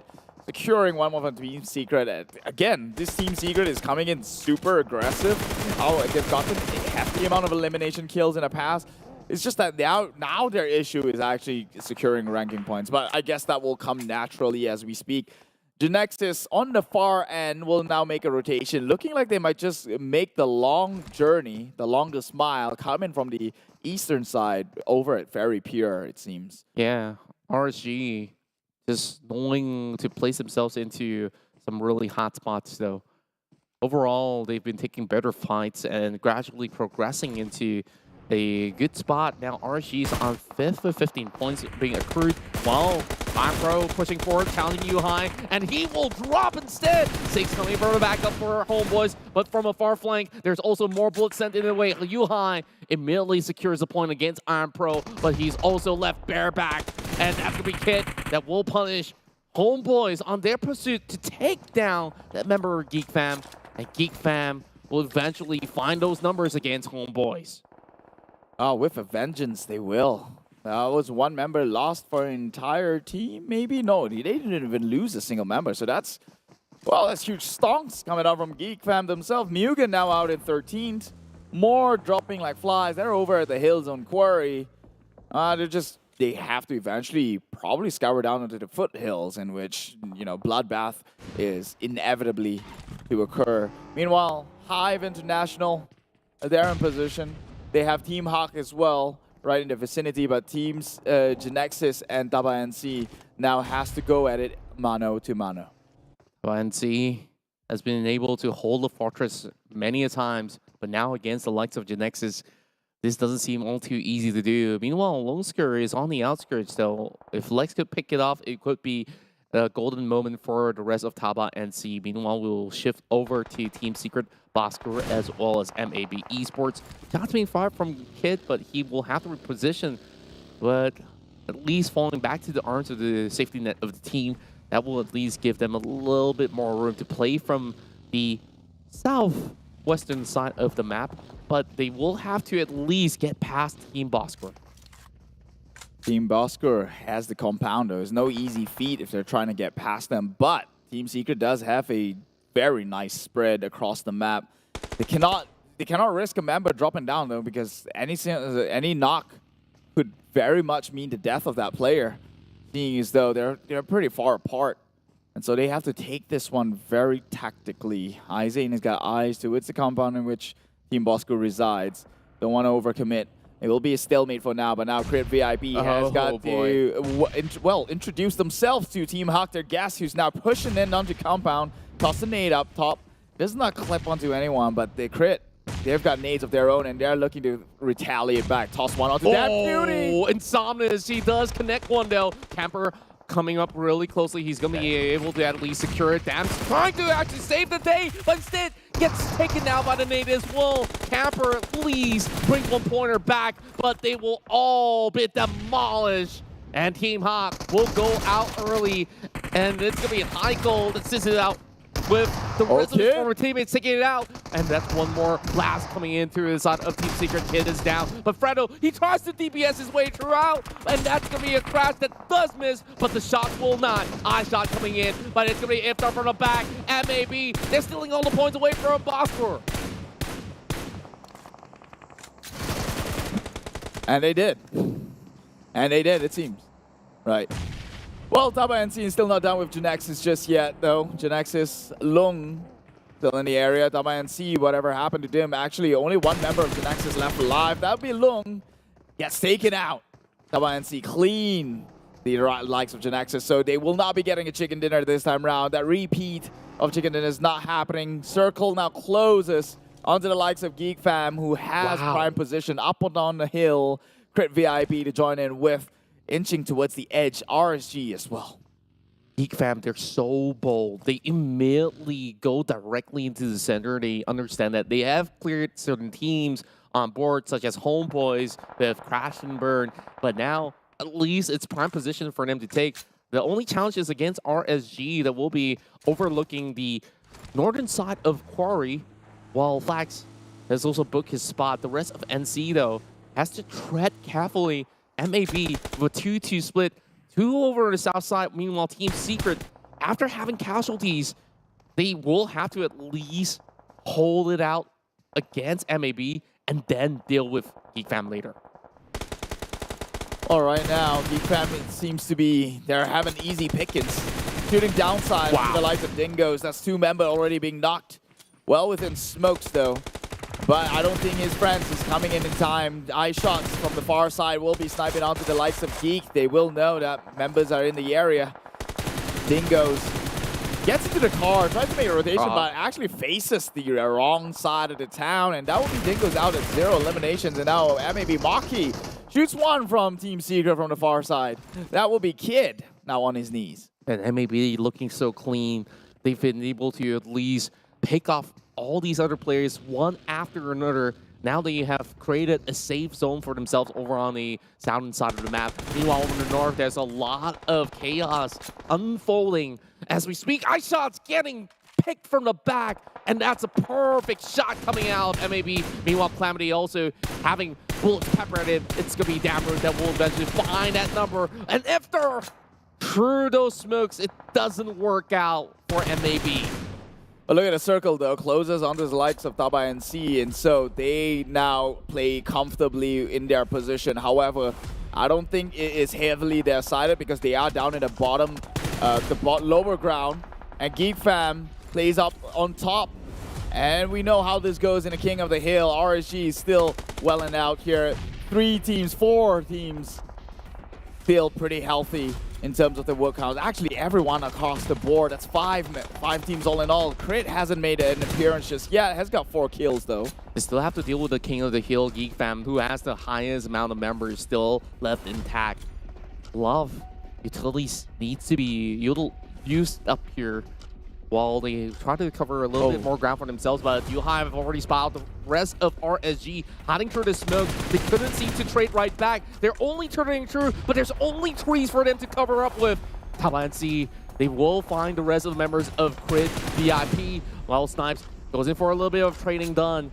And RSG is just absolutely suppressed. Now in this top 5, it's going to be a couple of all these members of NC trying to make a rush into the circle, but they will have to risk their life for it. Frankie has his vehicle just getting sprayed on by the rest of the members of Crit VIP. Razor just man-marking onto Frankie, leaving him out to bite the dust by the blue.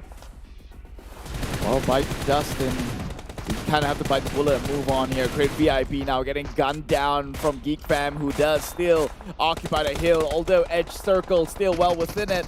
They can now do damage willy-nilly, and now RSG has got eyes on Crit VIP, but GEEK already has got a head mark onto members of RSG, and well, the sprays connect from the far side. It is damn rude. Who else could it be, right? Damn rude as well as Yuhai, just doing massive work. Razor comes in to pin out the rest of the members of RSG, and now Razor, the only one left alive for Crit VIP. The rest of GEEK fam will hunt them down eventually. And look at those numbers stacking up. GEEK fam with a 13 record high in this matchup. And they're about to close it up in great fashion. Yuhai still looking for members of Tabah NSEA on the lower ground. Razor doesn't have time to even heal up. But Lex, he's just right up front, hiding behind a tree and a rock in the hard place. And there's just no one stopping GEEK fam from getting the chicken dinner. Well, they can't be too comfortable just yet, because the fact that Tabah NSEA and MAB still live, that means there are some threats going on. Yuhai conveniently takes 1 member. That's Flex OP from Tabah NSEA. Oh, gets shot out in the process, but he goes down. He drops down onto the prone position, actually saving himself here. He will stay on and live towards the top 3 position. GEEK fam now has the ultimate spread. They have members in sight, MAB and both Tabah NSEA, but they are stretched too thin now, trying to fend these 2 off. It's divide and conquer for GEEK fam right now. Random sprays coming out of Yuhai. They're just basically lurking around. He's decked himself out with the AUG as well. And if there's anyone that could stop them, it's going to be MAB, but they're all come up all together. Shot being fired. Micah finds the first pick up there, and MAB loses 1. 2 more right down the bottom side of the hill as they go on a 15 elimination rampage. And what can Tabah NSEA do? They get a revive off, but they're still the kings of the hills here to rule them all out. Maki, the next one to falter, and there's only 1 member left for the side of MAB. Uh-oh, they're making a mistake though. If they push down onto MAB, that's going to give Tabah NSEA the high ground, and immediately Yuhai under gunfire. They will take him in. He rushes straight in. Tabah NSEA takes 1 member from GEEK fam, evening it out. 3 members from GEEK fam, 2. They're dropping like flies. NC, they're running things up. Run and gun, it says, but GEEK Snipe's still within the area. They're coming in forward though. This could be a really good chance if he does get the pickup from the lower ground. Yeah, and it's gonna be damn root there, putting up another charge grenade. It's gonna be a 2v2 though. Oh my word! It's GEEK fam, and they're about to close this match with 19 points, unless if Lex can make a miraculous play. Lex, Tabah NSEA might just do it. Although 1 member is left alive, they kind of get a rough idea on the area of GEEKs. Snipes running right in front of him. Does not come in with the trade, but Lex seemingly might even go in for the res. He has the opportunity to do so. But Snipes, he knows about the position on the lower ground, and he's just holding on to that SMG to spray them out. Damroot having a UMP of his own as well, closing the chapter here. They don't really have cover, no smokes, no nothing at all. Tabah NSEA, random pan? This is not gonna work out. It's not Yuhai, man. But good effort. I give that a B+. Oh, it gets spot out. Lex gets shot down. The snake in the grass, and it connects. It clips. Damn rude. 6th Sense. This man is always up there. When things gets rough, you can always hope on him to come in with the clutch. And that is a 20 kill points and the chicken dinner. GEEK fam, my God, never have they looked this great. When, behold, the kings of Erangel right here, taking every competitor out of the match with high flying colors. 20-pointer here to shove it in the face of Genexus. That you can do a 10, I could double that for now. That is insane. A 20 kill pointers on top of the full chicken dinner points. That is 35 points in this one match alone. They're insane. You know what? I'm starting to like their former slogan or tagline now. It is true what they said. It's going to be the era of the geeks, and it's happening right now. I know a streamer with that name. And, you know, going back into some of the highlights that we have, Crit VIP, they definitely went into with a better approach this time around, as they have turtled in and created massive strongholds, defended well against Team Hack, and eventually went into the top 4, taking other teams out by sweeping by the edges, and eventually collided with RSG. And also, there was so much pressure from the top of the hill. To my surprise, no team have been able to challenge GEEK fam at all. And you know why? It's clearly why. 20 points, they did not snake their way through. 20 kills means they did try. Teams just failed trying to take them out.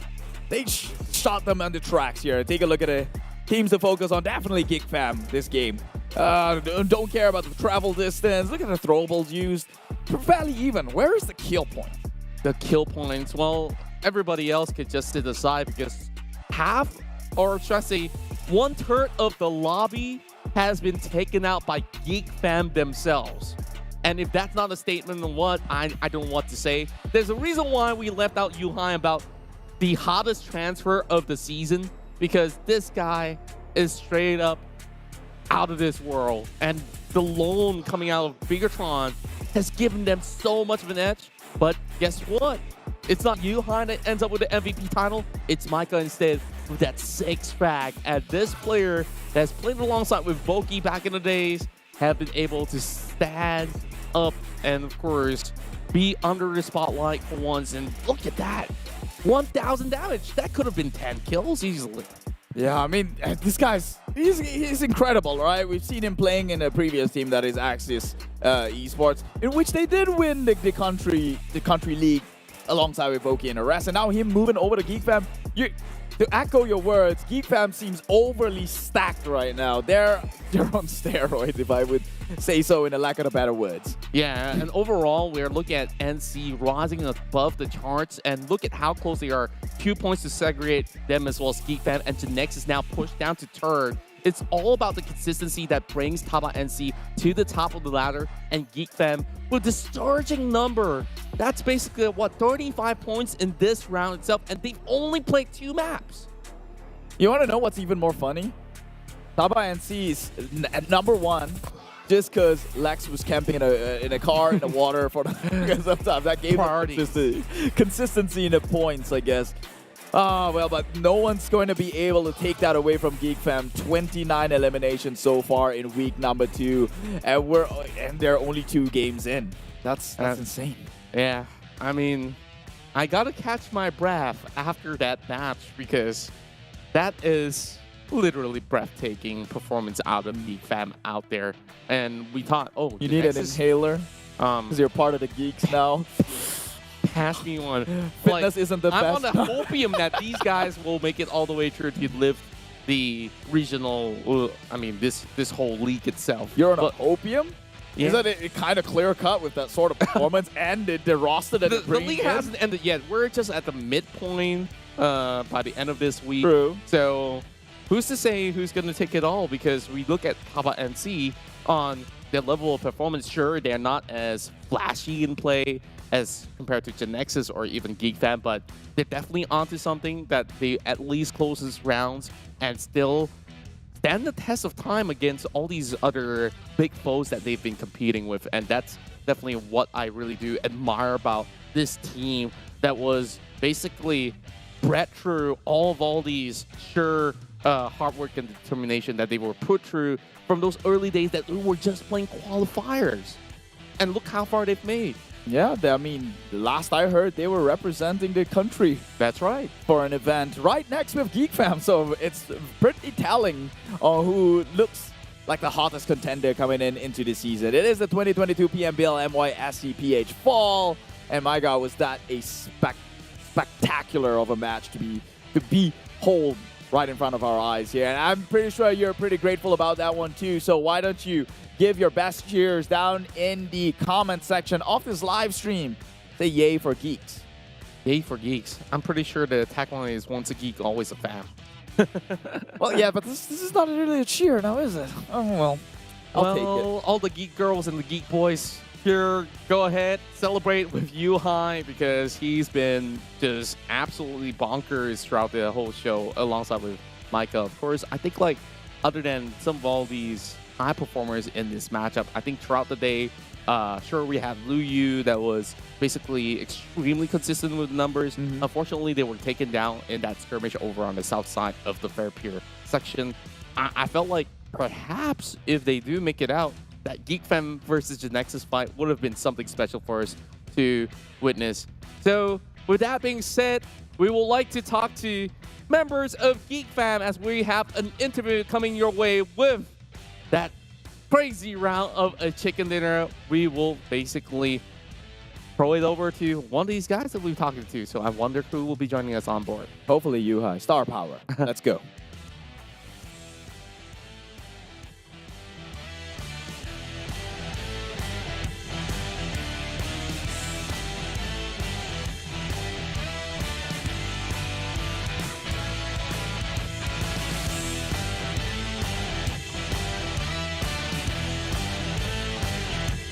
So let's welcome on board Yuhai from GEEK Fam, and congratulations, Yuhai. It's great to finally see you back here on, home turf. So how are you feeling after that massive round with 20 frags that you guys got for the team? Wow, that one is the game is so intense, so crazy the game. We just go all out because on our first match, we almost got chicken and we just throw it out like that. And everyone was like tilted by it. They just feel triggered. And this game, we just go all out. Oh, well, I absolutely love that mentality that, you guys have. That you guys just can't stand like losing out to other teams, and then you come back so much stronger. This is just your second match, and this is like the third map, and you guys are already at number 2. I'm sure that you guys are aiming for number 1. But is there any other thing that you are personally aiming for, Yuhai? For me, we are chasing the PMDC point. We are 100% commit on that. Try to chase all the top team, and one of our target also want to get champion, and we just do our best. All right. I have a personal question for you, Yuhai. I mean, everyone looks up to you. You're like kind of the superstar of the season, but right now, you're next to Damn Rude. Do you think he can fare up to you, or do you think you're still a little bit better than he is? That one is so personal, but for me, of course, Damn Rude has been playing for how many seasons already? For 5 seasons. This one is season 6, right? Season 6. We lost count as well, don't worry. Yeah. It's been playing for so long time already, and then when I joined them, you can see the difference, right? I bring the miracle to GEEK Fam, I would say. And Damru also is a good person. Just before this, they are just unlucky, I would say. And I also unlucky back then. But we just hope for the best for our future, and we just want to achieve our goal. That's right. I hope that this momentum will continue on for the rest of this week for you guys as well. So I do have one more question. Any message you want to send to any specific team or player out there with this win? Like any shout out? For me now, okay, I get it. For me now, to Genexus, don't sell so much. It will piss you guys off. Be careful. Right. View.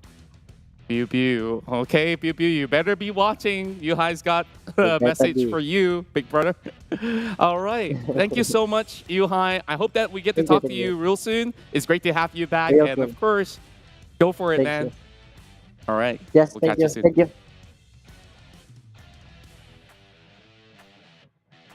Well, that was a very, very confident talks coming out from Yuhai. I was a bit disappointed that he didn't rat out on Damru, though. It's his own teammate. Why are you going to rat out his own teammate? You know how there's like friendly competition? I was expecting him to maybe go in and say, well, yeah, Damru's good, but I'm a bit better. Oh, clearly I pulled in that stuff. But, well, he's a kind guy, as you can see. Genexus, watch out.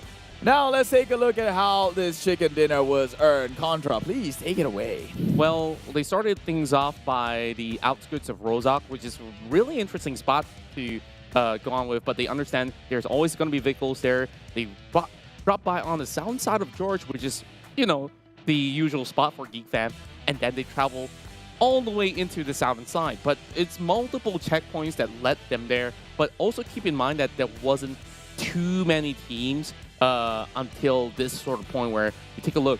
GEEK fam were also on the outskirts. They have to get past how many teams there. You can count for yourself. There's Bosskurr, Team Secret, Dingoz, Crit VIP, and the list goes on. Now, watch what happens. Okay, I guess we don't get to see the rest of the track, but they booked themselves over onto the northern side of Quarry, and they eventually bump onto Genexus, which they didn't really trade out against each other at first, but they trailblazed their way into Quarry, into the top of the hill, and then found themselves numbers and numbers of frags. But this was basically the gridlock that happened over here on the Quarry section, where it's easy to get into Quarry. To get out of Quarry is always going to be problematic, and these teams were absolutely stuck.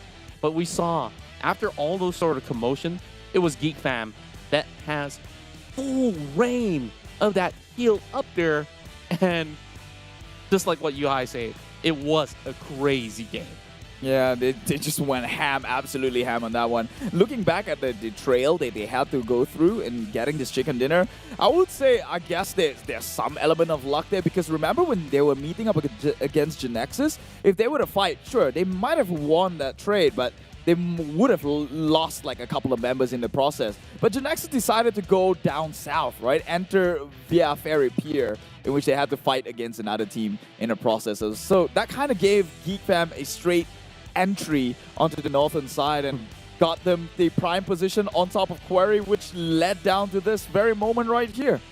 Yeah, and after that, they close it out with a 20-pointer, which it's definitely a tough feat for other teams to really catch up to that number, but straight up with bro.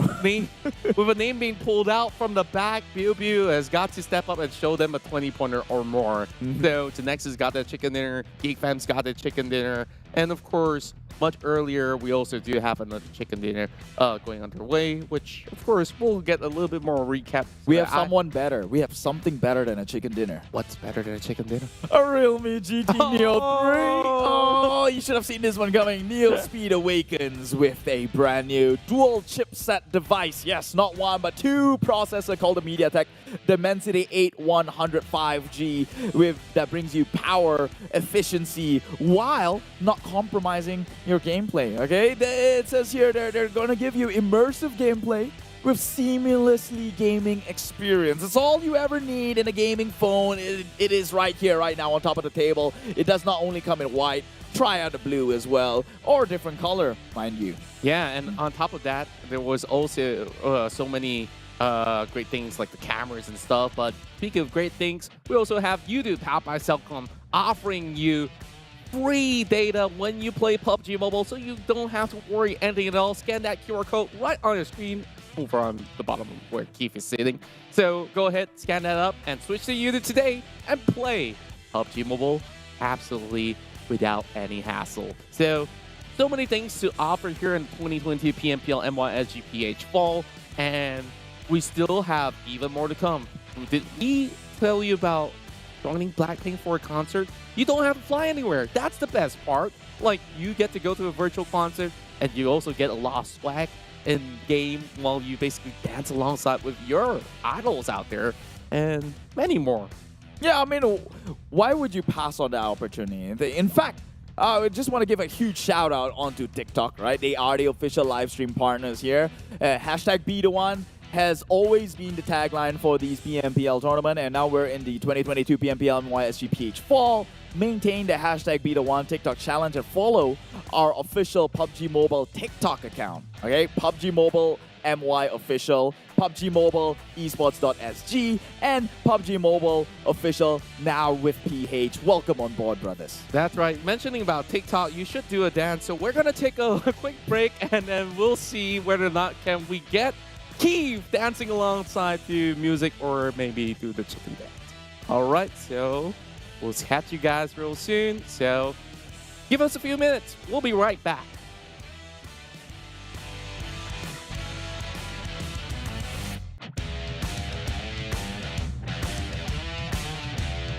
Proses! Yo! Dia jadi star player. Adakah hari ini dia jadi star player? Musim bunga 2022 takut kepada. Sebab musim bunga pun telah pun berakhir. Kami telah bersedia untuk meneruskan perjuangan. Tiada siapa yang boleh menghalang kami, kepulangan Sang Raja, untuk menuntut balik kegemilangan. Former teammates. Kini menjadi saingan. Who will be better? Untuk pencapaian yang lebih tinggi. Kelahiran era yang baru untuk gagah menerus ke hadapan. Pride of the nation, defended by us. Battlefield baru telah pun bermula. Kali ini 2022 PMPL MYSGPH Fall 20 Julai 2022 Be the One.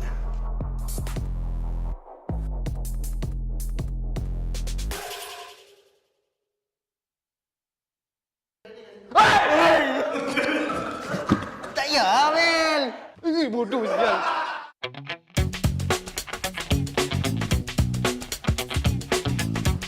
Tak nampak ke ni? 10.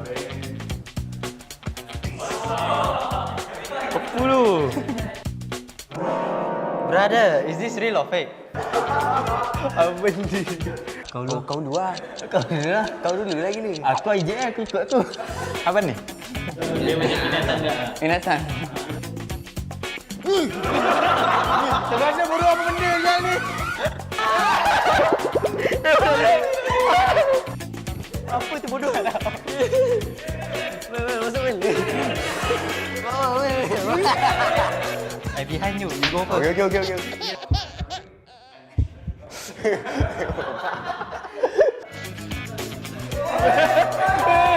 Tapi dia tak hidup lah.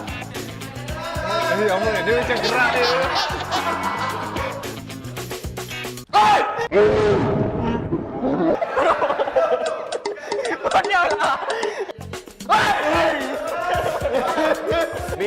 Be a man.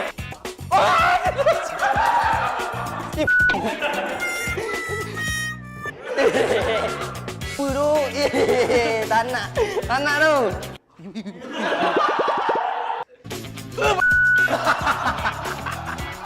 Bodoh lah benda ni. Pan.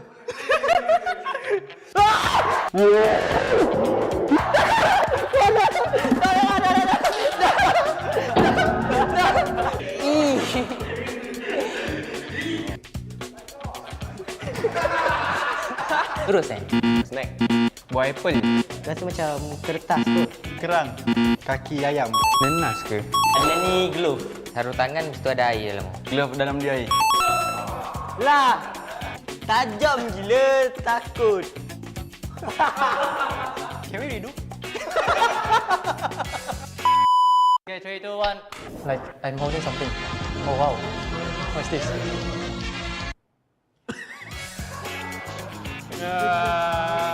Nenas.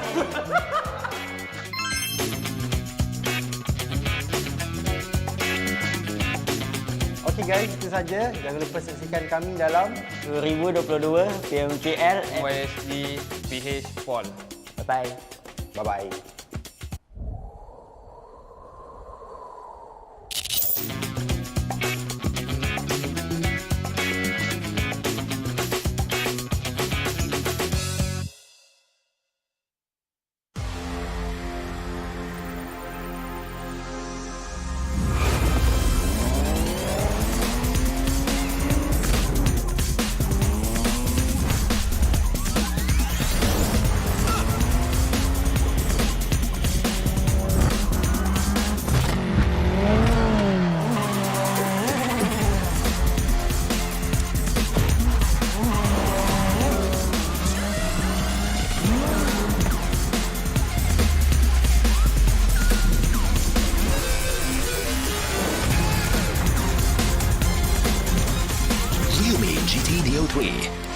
Speed awakens. Ryumi, dare to leap.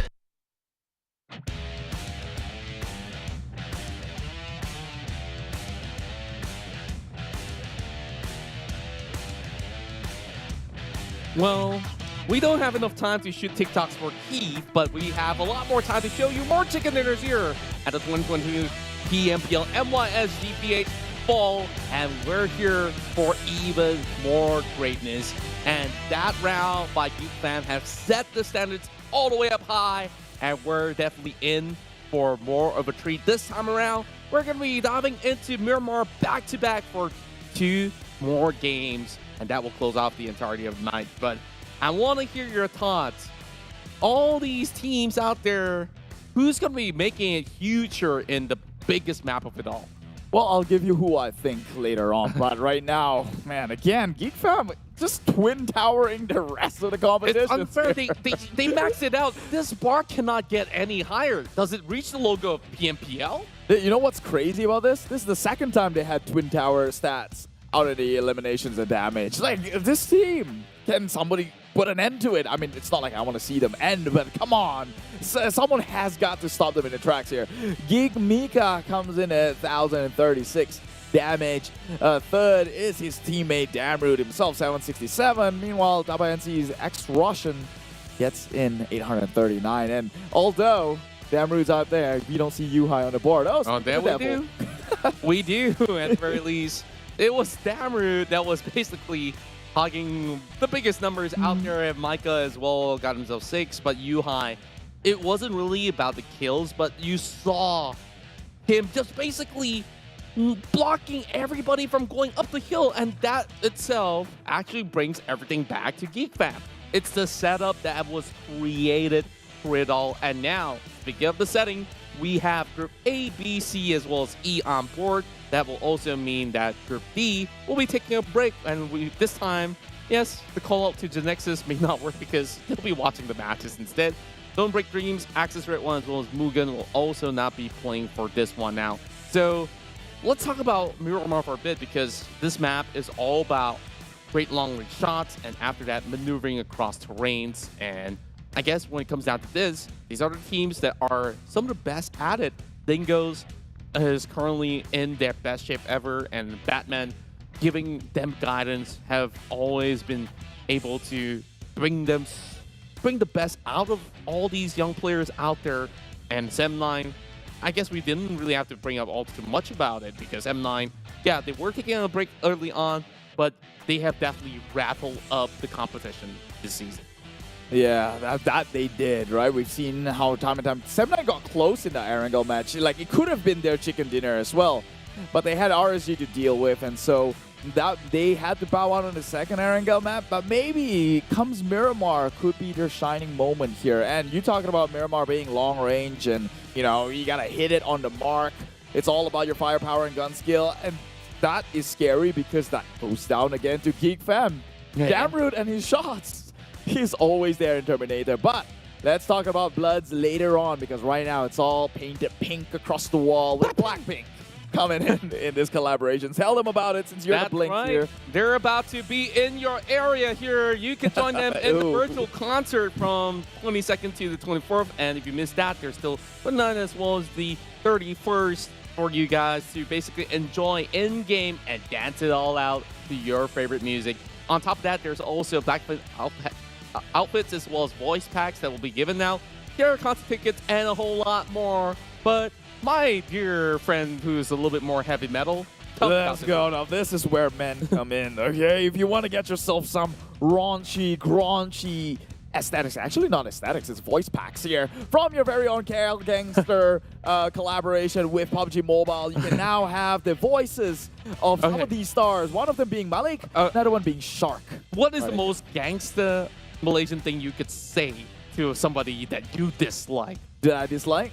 Lumatak kau ah. Lengtai sudah dalam hari mah. Lengtai sudah hari. Okay. So for the international viewers who's watching, we apologize. We'll not translate that. Meanwhile, Rabu Padu, go take this one off. All right, and of course this is Steady Wednesdays, where if you log in on Wednesday and you win 3 chicken dinners, you'll be awarded with some cool stuff by PUBG Mobile. And this is only happening on Wednesdays only. Mind you that, make sure you guys play the game throughout with your friends out there, and it's gonna be a whole lot of fun. And of course, other than this, we also do have the Bramble Overlord set. Man, this looks sick. That looks sick. Yeah, I have to admit, Thorns, ooh, holding a whip, man, it's painting a fantasy right now. Bramble Overlord set, make sure you go get it. It's chapter 3 right now with the protecting the World Gate. And another one of the things that you should look out for is the PMPL and PMCT watch party happening from the 23rd all the way down to the 14th of August here in Paradigm Mall Selangor, Paradigm Mall Johor, Ipoh Parade in Perak, and Surya Sabah all the way down back in my hometown and Damru's hometown in Sabah. Well, I absolutely love it. We're definitely hoping to catch you guys on the crowd, especially the ones in Sabah, because they've been waiting for a long time for offline events, and at least we're getting some of that coming right in. You know, M9 has been on my watch list for quite a while now, and I think like they're going to be on to something here, especially inside of Miramar. They would eventually show up into the top 8, which I do believe can easily happen. Tell me more about 4 Rivals, because, you know, last week didn't really work out. What do they have to offer in Miramar? So my justification for 4 Rivals is simple, right? Although they're not feeling too hot, Miramar has always been this stacks lineup. Pemburu and all the rest of them in 4 Rivals. Like, Miramar has always been their strongest suit. However, this is a different season for them. They're not reflecting my expectations, but maybe this one is here to change that perception. Yeah, and I'm just really happy. You know, most of the predictions that we have gotten today, at least most of it makes it into top 4 radius. Yeah. And also chicken dinner, I landed the Geek Fam one, so that was perfect for me. Wow, I like that you're taking credits for the chickens now. Oh my god. Hey, you could come you really be any close. less? The top 4, top 2s, and you know what? Hopefully this time around, you'll be right, as we will be moving into Death Dudes of Miramar. In 3, 2, 1, here we go. Hot. Ooh. The desert dunes, it seems. We're back at it again. Where is the oasis when you ever need one? Again, with the company by... There you go. Oh, there we go. Hey, it's accessible, which usually isn't. So, Geek Fam, probably towards El Pozo. As always, we know that they play that area. Do you think Sam9 has got a different job, or will they play around Power Grid again? I feel like Power Grid is going to be a staple, easy start for them, because when you go into Power Grid, is basically central into this time zone where the only problem for people who drop around St. Martin, Power Grid, or Picado is that getting out of the city, the first few steps is always going to be the hardest to take, because you're in that spot where everybody wants to get past, and it's either that you stop them or you be stopped. So I guess like there might be certain challenges, especially from St. Martin eventually. HYVE International is the only team over onto the northwestern end of the map, and they should have a really good safe start for them. Won't be challenged by any teams at all, and maybe on the opposite, which will be in Campo Militar instead. Now, take a look at the flight. Anything that sparks your interest? Because I'm looking at NC going further down to the southwest side. Actually, what? NC kind of likes to play at Valdemar themselves. And 4 Rivals, the ones I talked about. Well, it seems like they might just go out so soon. I don't think he has a weapon. Oh, he does? He does, but they have 3 more shooting back at him, so his chances of survival seemingly not on his favor. But maybe they can clutch this one out. I don't know, I'm still hopeful. Whatever happens to the 4 Rivals, Nino and Love, already taking half the amount of damage, will go down by the stairwell, and that will be him. Appy now out into the lobby at minute 0. Well, at least he ain't tripping on it. So 6, supplement that number. The first blood actually goes over to 6 instead. Iron Pro definitely helped out on that one. So as we carry along, I'm not too certain as to how he ended up out there. I guess like now with the presence of Jumper, things might actually be a little bit different, as we've known Jumper to be a strong in-game leader. But take a look at the rest of SMP. They're still on their floaties. And we're with an Ironside Mini 14 attempting something that's quite hard to even land. But at least with a vehicle, it's going to be much easier for Team SMG to get out of such a sticky scenario. Speaking about transfers right now, if you noticed, well, Manparang's out. Oh, Adams is back in. So I guess they're going on rotation, still trying to find their grooves, although they had seen much success with either or of the stack. Actually, they had more success with the Adibs lineup, didn't they? I think like whichever player that they put in into the matches, they still find at least a fair share of consistency, especially with Manfarang being the captain on board. You saw it was a top 2 finish for them, especially in the match inside of Severny. Now we're going to take a quick look into Micah's stats before we get into the conversation of 7-9. Now, without Manfarang, right, things might look a little bit different, but you're also bringing the king of snipers, which is a fair trade if you ask me, into the matches of Miramar. That is a fair point. Yeah, I guess we should have factored that one in. All right, take a look at the knockouts for now. The kid takes in with 50 in the healing, I guess. 44. No, he's a support. He gets 50 kills on a support. What? This kid's insane.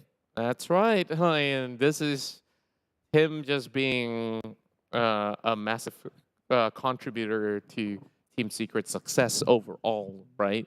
Like, by far, I think this is actually his best season. Yeah, I mean, he's taken a lot of the highlights away from Team Secret, and you thought that Fredo was going to get most of it, right? Like, or some of these veterans like iShots, who's been here even when Malaysia first made history on the world stage. But it is kid. It's the young kid on the block, and I guess that's very comforting to know that people should take a little bit more gamble on these new players in the scene.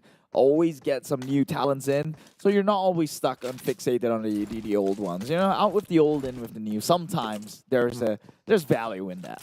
Yeah, that's true. And overall, I guess like all these sort of valuations will have to be put to the test eventually in matches and matches to come. Like, there's bound to be bad days for even the best teams out there, and I guess when it comes down to situations as such, like you heard from Yuhai, like even if they were taken out on the position that they don't desire, which is actually #1 spot, it infuriates them. But you don't let emotions take over you. Like at least like it's a burning passion and anger of not winning, but the sadness, if it consumes you, it's gonna take a toll for you to recover.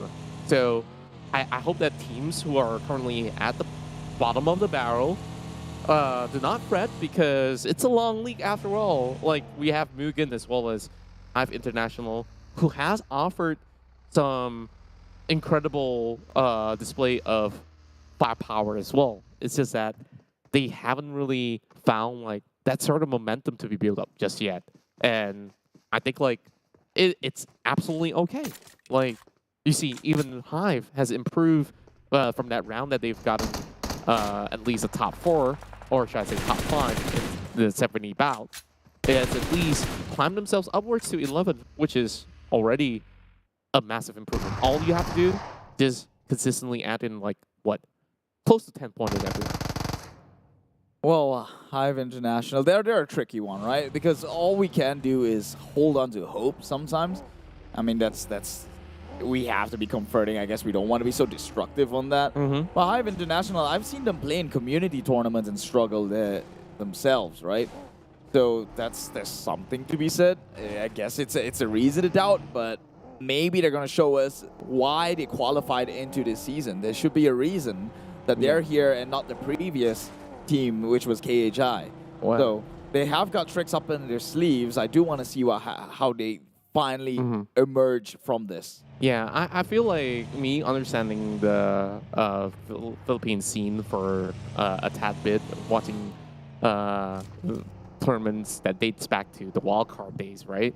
Like, it's definitely rough that they only get one spot into the PMPL, and it's about which team is hungrier. Like, other than them, back in the days that was Blacklist International, Baker's been there before. Like, you know, he is a player to be looked out for. And on top of that, now join along with Edo 10, Blanks.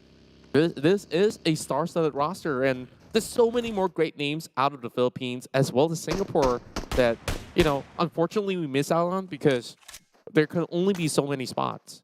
That is true. That is correct.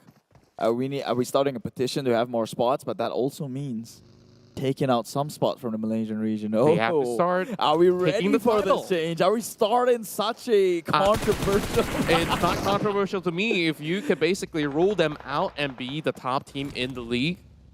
Sure. Well, anyway, talking about star-studded roster, 4 Rivals is star-studded. You have Jumper, you have Voki. What the heck is going on wrong here? I feel like it's too much star power. It's overwhelming. Like, I think like when it comes down to situations like this, like, who really is gonna be listening when the captain speaks, right? Because all these players, they're all great. If there's gonna be a chart, like, you know, when you play FIFA and you have player ratings, these guys are above 90.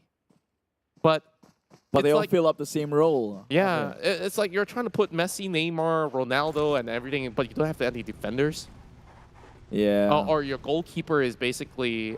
I don't want to drop names of goalkeepers, but like, a goalkeeper is the captain, but you're not trying to listen to him. Then that also becomes an issue. Well, take a look at the circle, I guess. Someone who won't be having issues, probably GEEK fam, who is well within their own spot, just rotated a little bit outside of El Pozo, but Sam9 might go up against Crit VIP. Now that's something I'd like to see. Yeah. And yeah, if I'm not mistaken, wasn't Pumburu like an in-game leader once in 4 Rivals? Yes, he was. And so is Voki? I would say Appy is the core leader of the pack, right? Where he's consistently bringing them into territories that is efficient for the team to farm numbers. And that's what we've been missing out on. It feels like for Rivals, they haven't been farming enough, and it's going to keep adding the stash of numbers on top. And Team Secret continues to pile on the pain. Ah, boy, gets knocked. Lots of damage being done to Zigzag, the only player left alive. They could only save one out of the many, unfortunately, for Zigzag. And I don't know if they continue on, these are going to be a number for them. Team Secret knows that, yeah, they could take their sweet time if they want to. They don't really have to really press on. But for Team Bosskurr, they just have to let go of the 2 members that have been taken out. Well, cut the losses, they say. Get out of there. Because Team Secret, they seem to have the better position to be taking these fights. Compounds right on their back end. They could always go in for cover and reset if they wanted to. Team Secret, in fact, already brings the buggy on forward. Might even... Oh, no. They're just parking around. They've got their kill. They've got their spoil. They will loot the dead body and, well, move on. Meanwhile, Sam9 from the heavens is Depp. Just, well, give it a little bit of love tap down into the smoke where Team Huck relies and resides in. Surely you've got an idea of which compound it currently is taking control of, but we'll see how the rest of the members of Team Huck get themselves out of this sticky situation. Depp continues to apply pressure on to some of the players right down below the hill, while Izane definitely aims towards RSG, but these are really rough angles out there, especially with a 3x scope. You won't be able to get much, especially with Kim, who has an eagle eye from the top side of the radio hills. So we'll just let them basically trade on for now. And then, like I said, inside of areas like St. Martin, Power Grid, that is always going to be fights happening. And Team Bosskurr honestly should have known better not to basically pry onto the top dogs out there. Well, I mean, I'll give them the benefit of the doubt. They're trying at the very least. Can't say the same for some of the other teams. I'm just like throwing shade right now. MUGEN, I don't know who you're talking about, man. Like, no names. I consider it nothing. Well, meanwhile, RSG coming from the far side takes members down. That is Kid. Man, leave the kid alone, they say, as Brian Now being top dog, a bully here, not letting him crawl his way into safety. But they will have these elevations they can play around with, and with the smoke, they should be able to go in with the revive on time.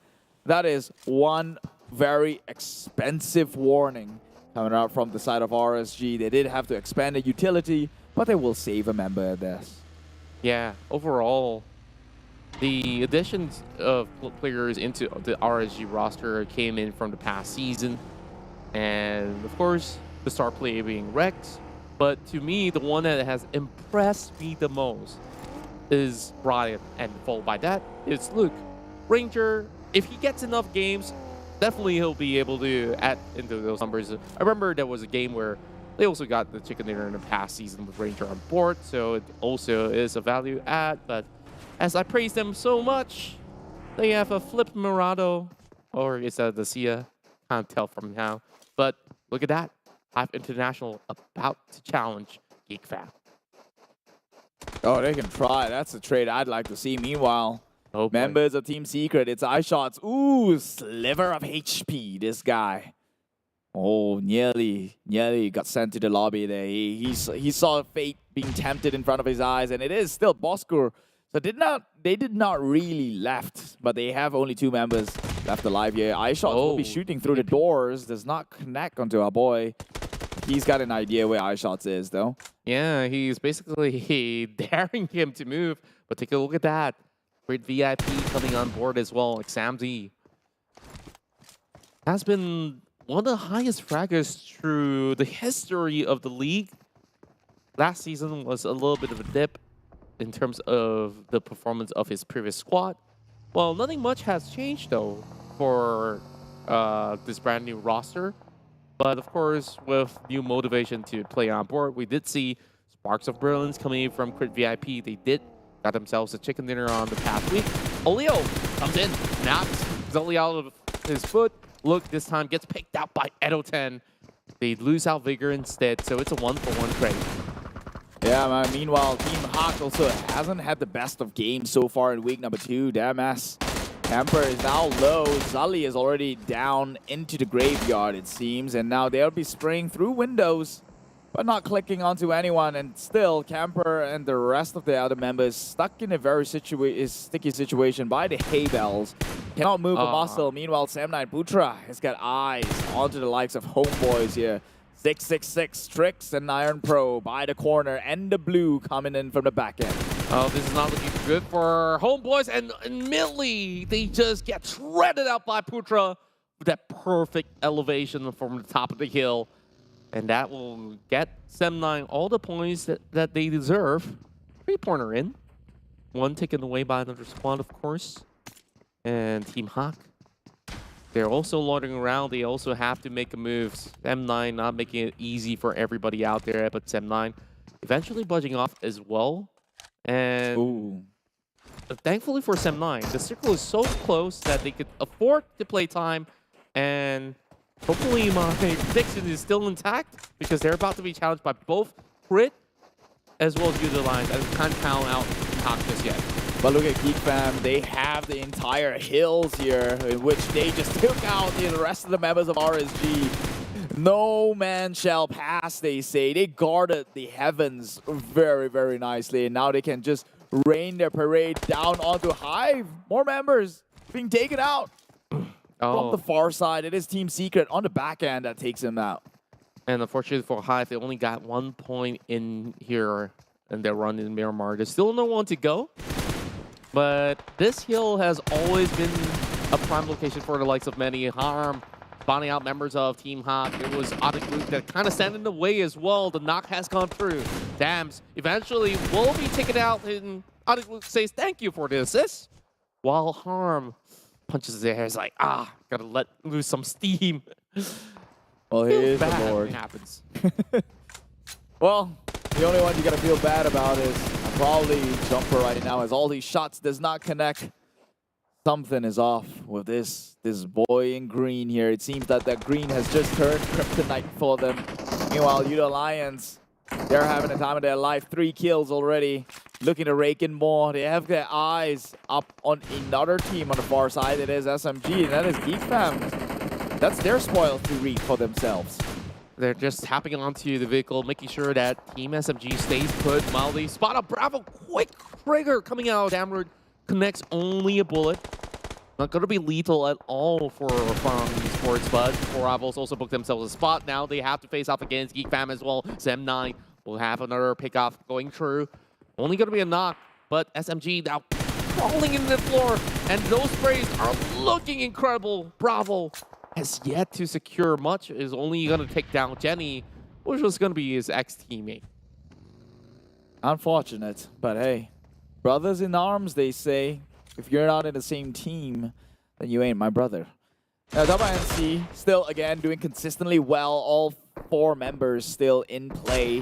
And they're looking like they might just inch in towards the top 5 position again if they keep this one up. Meanwhile, Team Secret under gunfire right now. GEEK from the hillside. Micah OP, out of all players, you gave the gun and the eyes of the gods onto the side of Micah, and he will do work.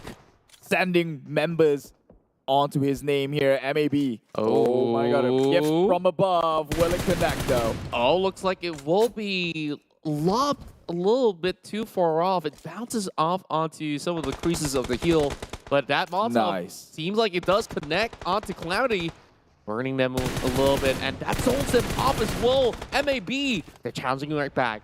Micah has to make a move. HYVE with a vehicle that's also catching smokes already. But the hills is where we're going to have most of the battles happening right through Tabah NSEA. Now having Rush on the ground. Flax also having very low health. Frankie will be the next to be picked off. Bravo with a perfect spray down. Oh, Flex, what can he possibly do this time around? Flax will challenge Bravo. It's going to be up close and personal. Flex wins the trade. And now he has to sprint off. The rest of the members may not be safe, but he will be landed with another bullet. And there goes the rest of Tabah NSEA.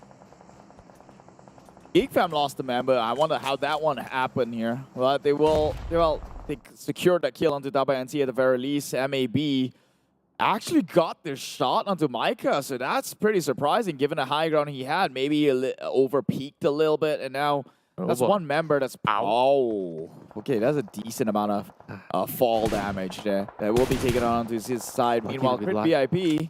up against Team Secret now, but it is MAB coming in as a third party from the back end that will secure that knock. And Mocky is next to fall. They will get it, but HYVE, he secures that one right in the vicinity, coming in from the flank side. And all these trades, all these third party is just working in favor of GEEK Fam yet again. Yep. Now has to find picks against Crit VIP. They will break it right through. Putra there taking down Razor, while Putra is basically shredding his ex-teammates out there, while Iftar still has 1 HP and a dream, but that dream has been crushed by HYVE. Well, HYVE, he is high and mighty at this point. Oh boy. Has got the cover to play around with for the time being, but I'm surely he's sent that message onto Damrood. They might have gotten an idea on the trajectory from the shots, but still drives past through it, and now MAB Calamity will claim that one for himself. Getting shot in the process. That was a, no, it's a weird downhill walk there. He got shot and trying to scale downwards, and that's a painful situation should it be given real life. But HYVE, just a little bit of peek and is punished, taking out MAB, and HYVE jumping his way downwards. He still lives. Jumper will almost stop him on his tracks. He just have a slither health left. Zigzag will be picked up by Putra as well. And now rolling by the ground, it's just going to be Zigzag bleeding out to the zone as well. And Farang will be eliminated with 4 points at least by the end of that run as they land on 9th place. It's going to be 4Rivals moving into a ditch, but now it's going to be SMG challenging them. Strax brings down Jumper. And boy, oh boy, a little bit of trollback. A lot of those ex-teammates are fighting each other.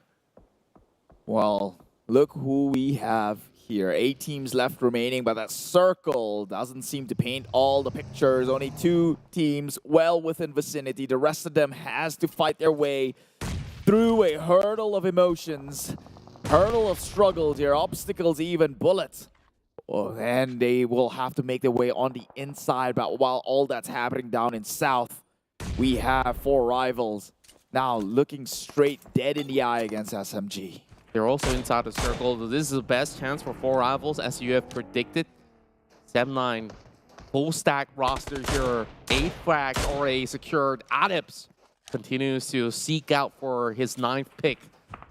Putra right there is trying to use the elevated angles here against all the other opponents, but they're not within the grasp of the circle. They eventually have to move into the direction of Yoodo Alliance members out there, and Olio has to go, or perhaps you'll be able to hold the entirety of the Tigers back.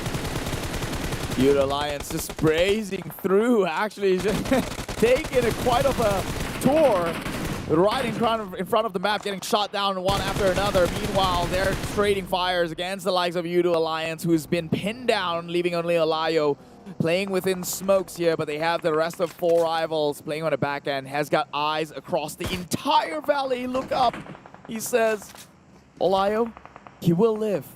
He's probably the 2 last remaining members.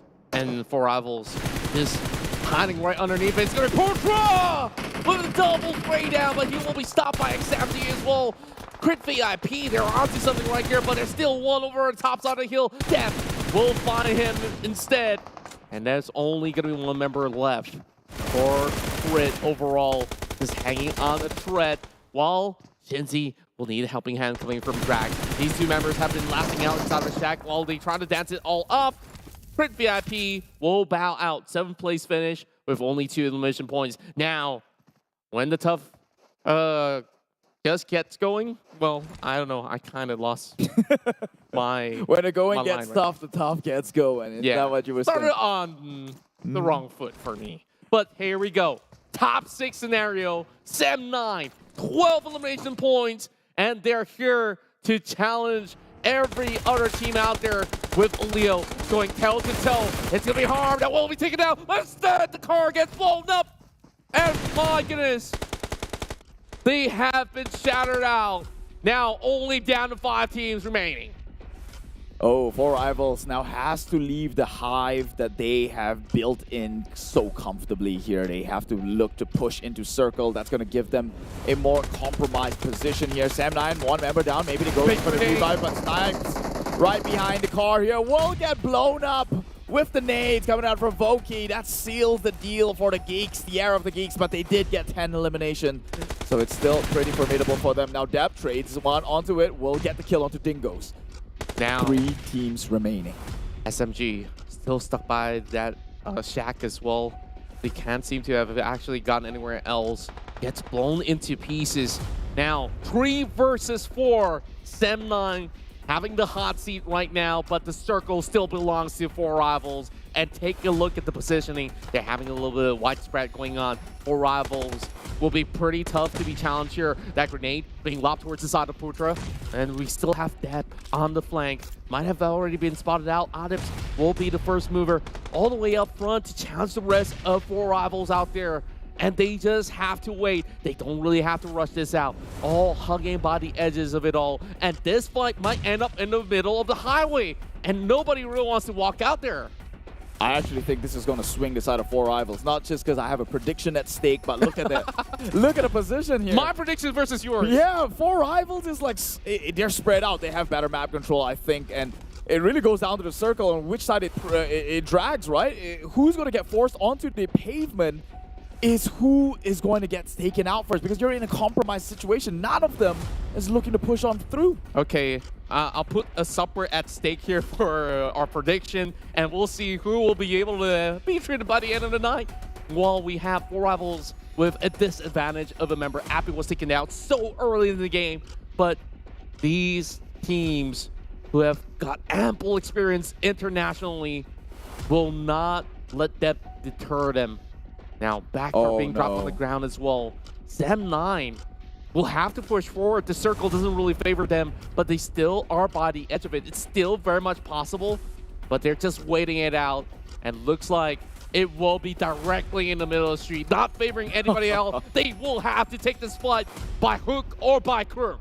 They need to gather the info right now. Voki is doing a smart play. He's trying to get as close as possible without compromising his position. Maybe mark 2 of the members. That'll be great, good enough for him. And maybe they can go in with the peek and shoot. But right now, both teams playing it utterly flawless, not giving a shot, not giving a chance to each other. And the thing about this is that both teams have already utilized every single utility on board, but he still has one grenade. He can utilize it. If he gets one good lob, it will basically send the floodgates open. Now Harm. I don't like this though.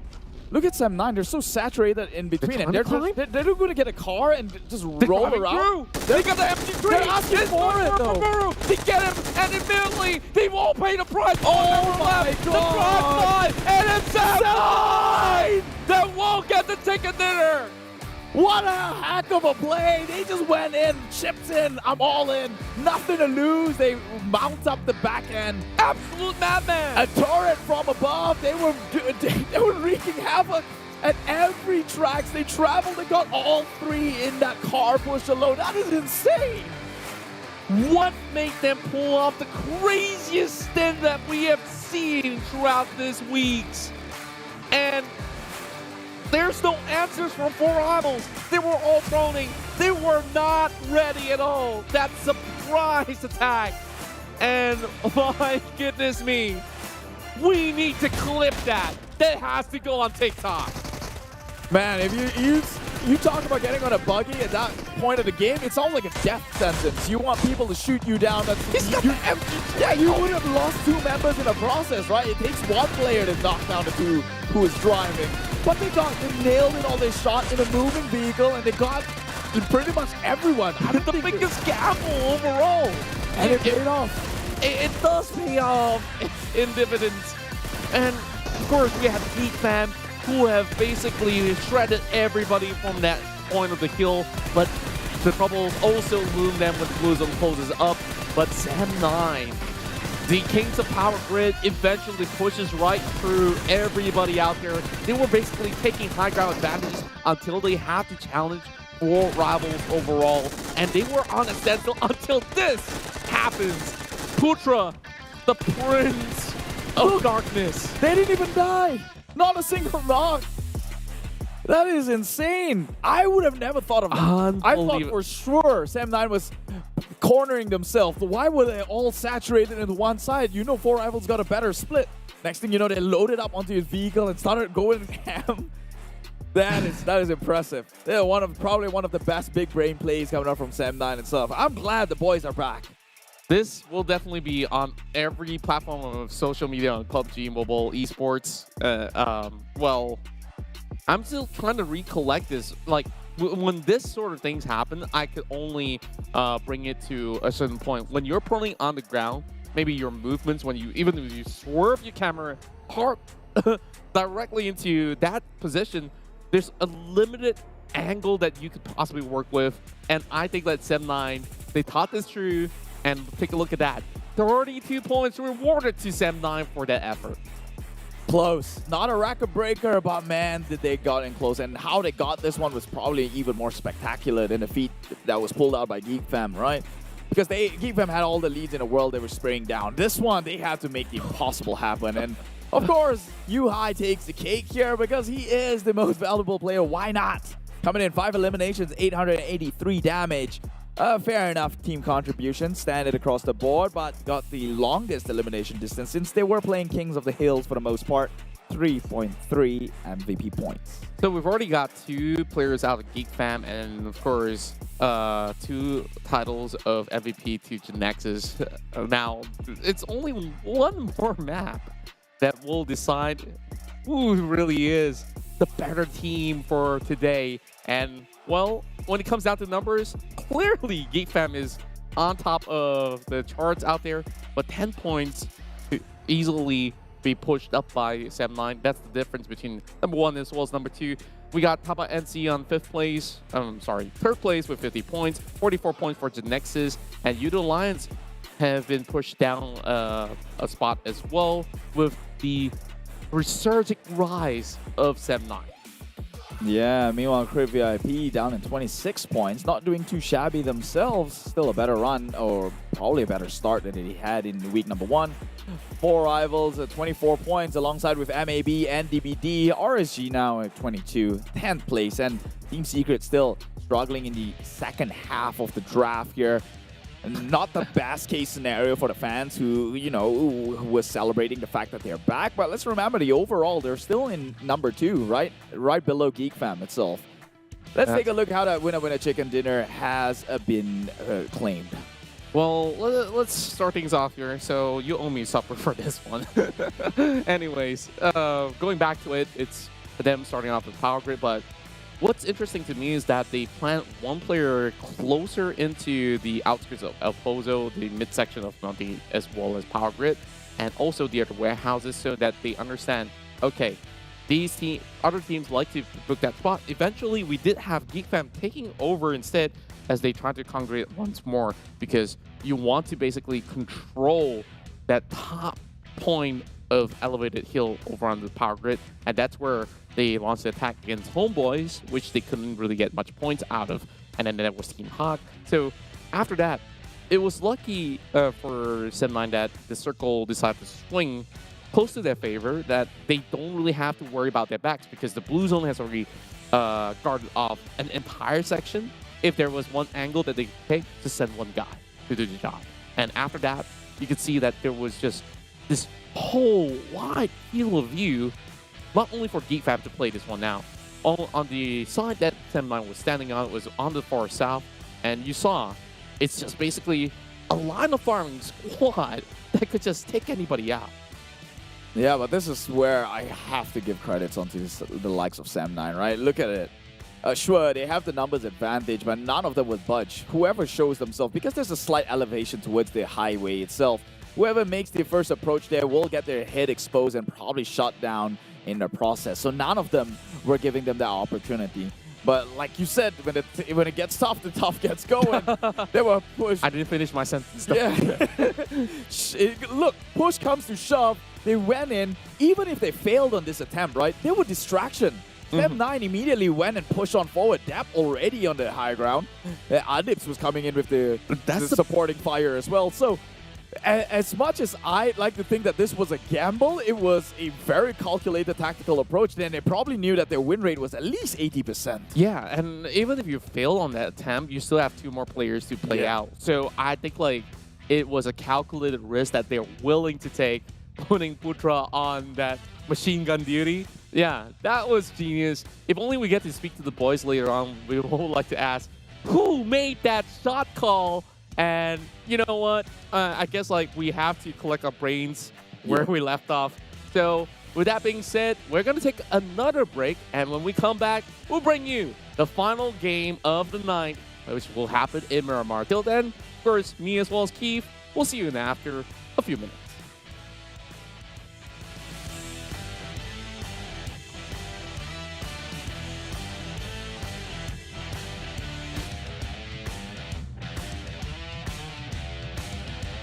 Natin, pero Yoodo Alliance, they start to speed great, pero nga lang meron sa likod.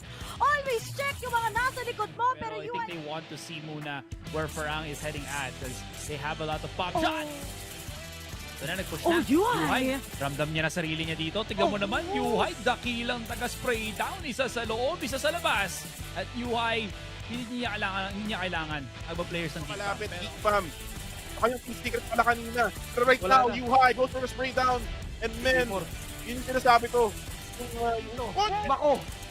Tatlong teams. Great VIP, Dingoz, and Geek Fam. UI managed to pin down Imsomnus. Imsomnus is now out of the question. To work this out, it's Kido. Managed to cripple down one. Nasa na yung kalaban? It's Kido.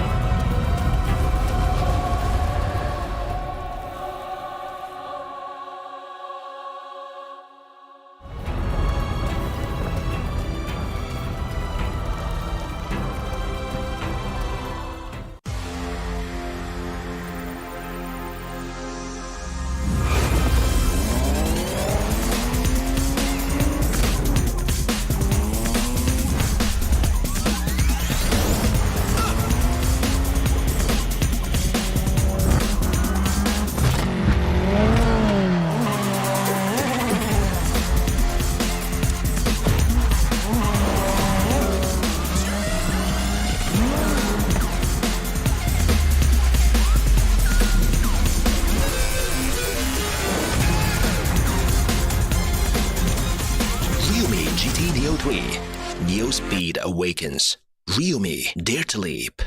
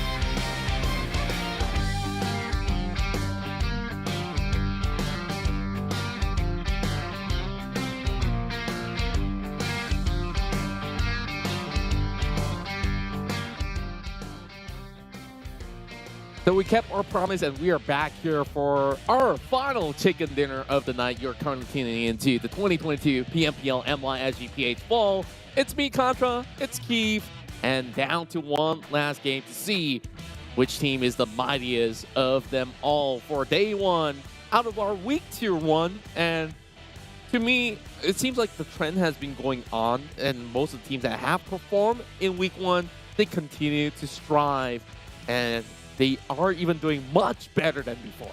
Yeah, I mean, GEEK fam just hands down. I think everyone's expecting them to perform. The one time they get a bad game is when everyone's going to give them hell for it, right? Yeah. Because you're coming in with that sort of star-studded roster. Can't say the same for Four Rivals. They got in close this time around, trying to turn the tides on their favor, but of course bested by the likes of Sem9, who is also one of those teams who's made a comeback alongside with Team Secret, who this week doesn't seem to be getting off from a good start. That's right. And before we get into our final game, let's bring you some of the stats that we have from our fifth matchup. And in our first run in Miramar, the Twin Towers this time will be rewarded to M9. I feel like every single chicken dinner that we've gotten today was sort of crazy.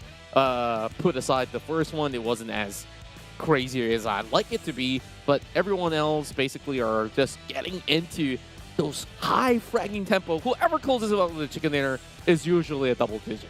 Yeah, but Sem9 ones definitely take the cake for the day. Hands down, easily top one highlights here, and I'm saying that even before the next match began. But take a look at the most eliminations. Yuhai at second place with 5, Putra coming in with 9, and again, Sem9 depth this time around with his own filling up the third slot. Meanwhile, take a look at the match that we have going on. Well, for this matchup, we have Group A, B, D, as well as E. So Group C, take a break. That will be us missing out on Yoodo Alliance, RSG, Tabah NSEA, as well as Crit VIP, as they'll take an early rest for the night, while we will have all these amazing gentlemen that will be playing out the very final match of Miramar for this evening. So with that being said, of course, there's so many things that we have expected out of the top teams out there. But if there's one team that is not showing up, that you want to see show up, other than Four Rivals, which we predicted well, they went in number 2. But is there other names that we should be looking out on? I want to look at MUGEN pop off. I think they have what it takes. They're one of those teams that are consistently in here, right? But before we get on into that one, Bramble Overlord said, the one heck of a skin for you to own. It's a definite flex here if you could win the compound and teabag wearing this outstanding outfit. Chapter 3, protecting the world's gate. Make sure you get it. while it lasts here. From a thorny kingdom, that is where Bramble Overlord originates. And, well, he is up and ready for you to pick him up. It's available now on PUBG Mobile. That's right, and of course, there's a lot of all these amazing stuff to check out, the Royal Pass as well. Make sure you don't miss out on the virtual concert by that thing, because that doesn't happen just any other day, and it's absolutely for free for you guys. All you have to do is log into the client itself. Now, it's going to be predictions out there. The reason why I asked you that question, because we saw maybe some stroke of brilliances from Team Secret, but they have yet to win a chicken dinner today, and they are further placed into the second half of the chart. I want to see them bounce back up. Kid has been phenomenal, like you said. Genexus, I think that you just want them to get more than this, huh? I gotta be honest, I turned into a fan the moment they made their secondary debut, I guess. A rebirth of Genexus in last season. Long Loyu, come on, they're my boys. Yeah. You forgot about You forgot about Xiao Boy? Hey, let's be honest. I said I was a fan after the rebirth. So whatever BB's contribution you were back fan then, of so many I'm teams. chucking that one out to the side, right? You're basically the caster version of Jumper. You're jumping ships every single... I'll take that. Hey, Jumper's a great player, although not performing in 4 Rivals, but I'll take it. You're comparing me with the likes of the greats. So are you saying you're not performing here on the desk with me, though? Okay, to each their own, but I think you're doing great overall. Oh, okay, so there's still more shenanigans that we're going to be up to here on our 5th matchup of the evening.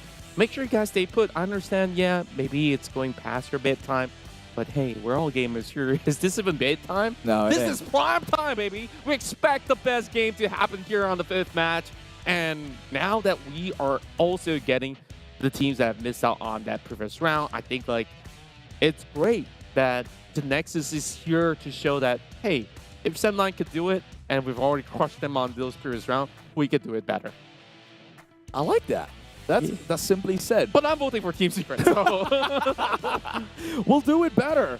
It's like, it's so simple, yet so hard. Yeah. Like, what am I supposed to do? Do better. Yeah. What else?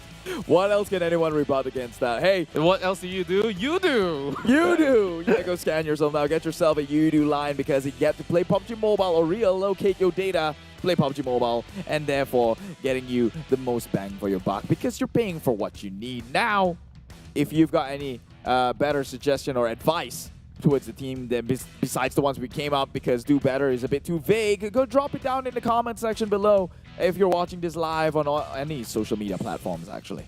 That's right, and with that being said, I think that we are giving them a little bit of time to recuperate from all these heavy rounds, because, man, it looks fun for us, but if you are in the field with these top fragmenting teams out there, yeah, it's dreadful. So, like, teams that are not really on the higher end of the spectrum, they're still struggling, and I can understand why. Yeah. Because some of these teams just literally had everything going that it's just hard stopping them. Because, yeah, you have your own drop locations. You may not be able to go into that favored spot because it's being booked by other teams out there. Now, I guess, like, where if we look through the list of teams, Farang is another interesting one where, you know, they were previously Farang Guerilla on that previous run of the past season. They were also matching up to their brothers, who are now known as Yoodo Alliance. But now, brothers no more. They are the ones carrying the flag. We have not seen them go into top 3. Yeah, and it's quite of a pain as well, right? Like the flag of Farang, it's so synonymous with the community. They're like the people's people. And for them to actually have like Bravo coming in onto the team, yeah, you figure that they at least, you know, be up there in the top 5. Yeah, I feel like this is a huge transfer for Farang Guerilla overall, but like, I'm not too sure. Does that mean that he's relegated into this position, or is he there to really send them up the charts this time? Like, but I haven't seen results from them, and it's starting to concern me that this team has deeper underlying issues that they have not solved. I actually have a theory. Some of these Better? teams are just playing to be in the top 16, but when comes the final country finals, that's when they suddenly pop off. And well, The secret sauce. we are down to the last game of the day, up onto the desert dunes. Ow! That's the sound of a hawk, in case you're wondering.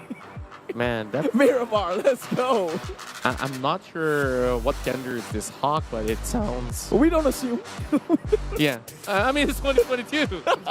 You could be any gender. No, let's not post propaganda right now. Okay, rub that aside. Like, I'm happy being myself. Be yourself is what we want you to be, and be the one to take home the glory.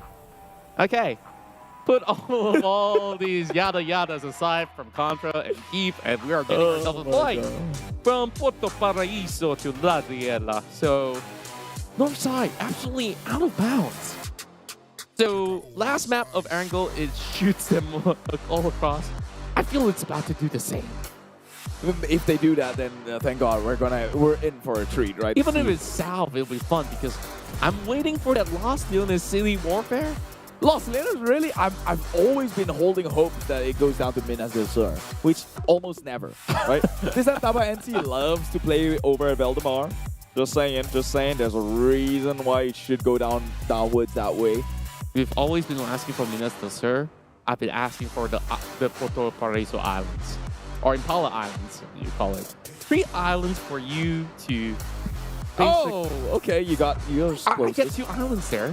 Yeah. I don't think my odds are that great, but no I way. think that Los Leones is the perfect spot. What was the theory again? If the circle opens to X amount of radius, it can only close within it. And also, the likelihood to close against on top of water is relatively low in all these new patches. Why? Well, we Fair had play. circles that literally end up in water and nobody can do anything, and you're just waiting on time. And that is no fun for us, no fun for them. But let me ask you this. Did that make it in highlights, though? Did people talk about it more often than not? It did get, all the clips Exactly. online, but like... Exactly. Do you get a deserving victor out of that? Of course not. I mean, we're not here to win. We're here to talk about the most momentous moment. It's just hilarious highlights, right? And I guess we love a bunch of those. Why is he crawling in the middle of nowhere? Oh, Blanks is right there. He's got an idea, rough idea. I guess he saw the parachute. But he's wearing green in such a, dried out, grassy... Bright mango. I lost my train of thought. Okay. I'll let you recuperate. No, it was not anything significant anyway. It's probably just as bad. You can take over now. Oh, excuse us for a little bit. We're having a little bit of fun here on the desk. HYVE International on their first run in Miramar, 14th place finish. So today they managed to accumulate a total of 10 points. And whereas they're also chasing up against Farang as well as Axis, right? Now, the disparity of points is so skewed to the top 4 teams that we have to take a look at this. This is the mayhem that they bring. Round in, round out. And that was M9 closing out. Past round's chicken dinner. Thank you for the highlights. And yeah, we just have to bring up Ultra stats after that. 31 eliminations. Okay, you divide it by... How many days of play are we in? Wait, is this only accumulative of this week or the entirety of the run? Then that means that's 5 plus today, right? 5 times 5? Yeah. Then that's 25. You just take a look at his average plus stat, 4. Right? Yeah. 258 per round is an average for him. That's insane. Yeah. I mean, the kid's insane. He's done so much for the org. He's put them on the virality map now, even with that play. It happened before, right? With the whole pan knock thing. Yeah. Sometimes just across the board, winning or losing. you just see the brand out there. Yeah, overall, I guess like Step9 remains to be the powerhouse of the Malaysian region. And it's great to see them back on their glorious form because past season, I mean, community has split thoughts on like, oh, why they're performing, why they're not performing, and things goes on. Like, I guess every season we get new chapters of things. And to me, Geek Fam, especially on the earlier seasons of PMPL, they've always been sidelined. They're always the number 4, number 5 team, and they climb up to top 3. And like people, even with those sort of glory that you get to represent in the C level, they haven't been remarked as one of the best out there. But overall, with the addition of HYVE, like this immediately changes everything. It changes the outlook of the team, the confidence of the team, and if this team ever goes to C level, you expect them to basically crush in terms of numbers. Oh yeah, I'm already expecting that. Like I said, the expectations are high for Geek Fam. Like even without HYVE alone, right? Geek Fam has got the track record, a clean track record of actually, you know, having what it takes since last year, right? That's the day I started casting for PUBG Mobile. That was probably the time they won as well, and that trails on until like this very day. Run-ins. Top contenders. Meanwhile, well, run-ins is just a high and buy, not really here to mingle. Edo 10 not really in for high fives because he prefers to HYVE fives. High fives. Okay, I'm done. Now you know what it feels like, huh? Dried mango. Yeah, pull that one up again. It's okay. We start off a blanks state here on the final match.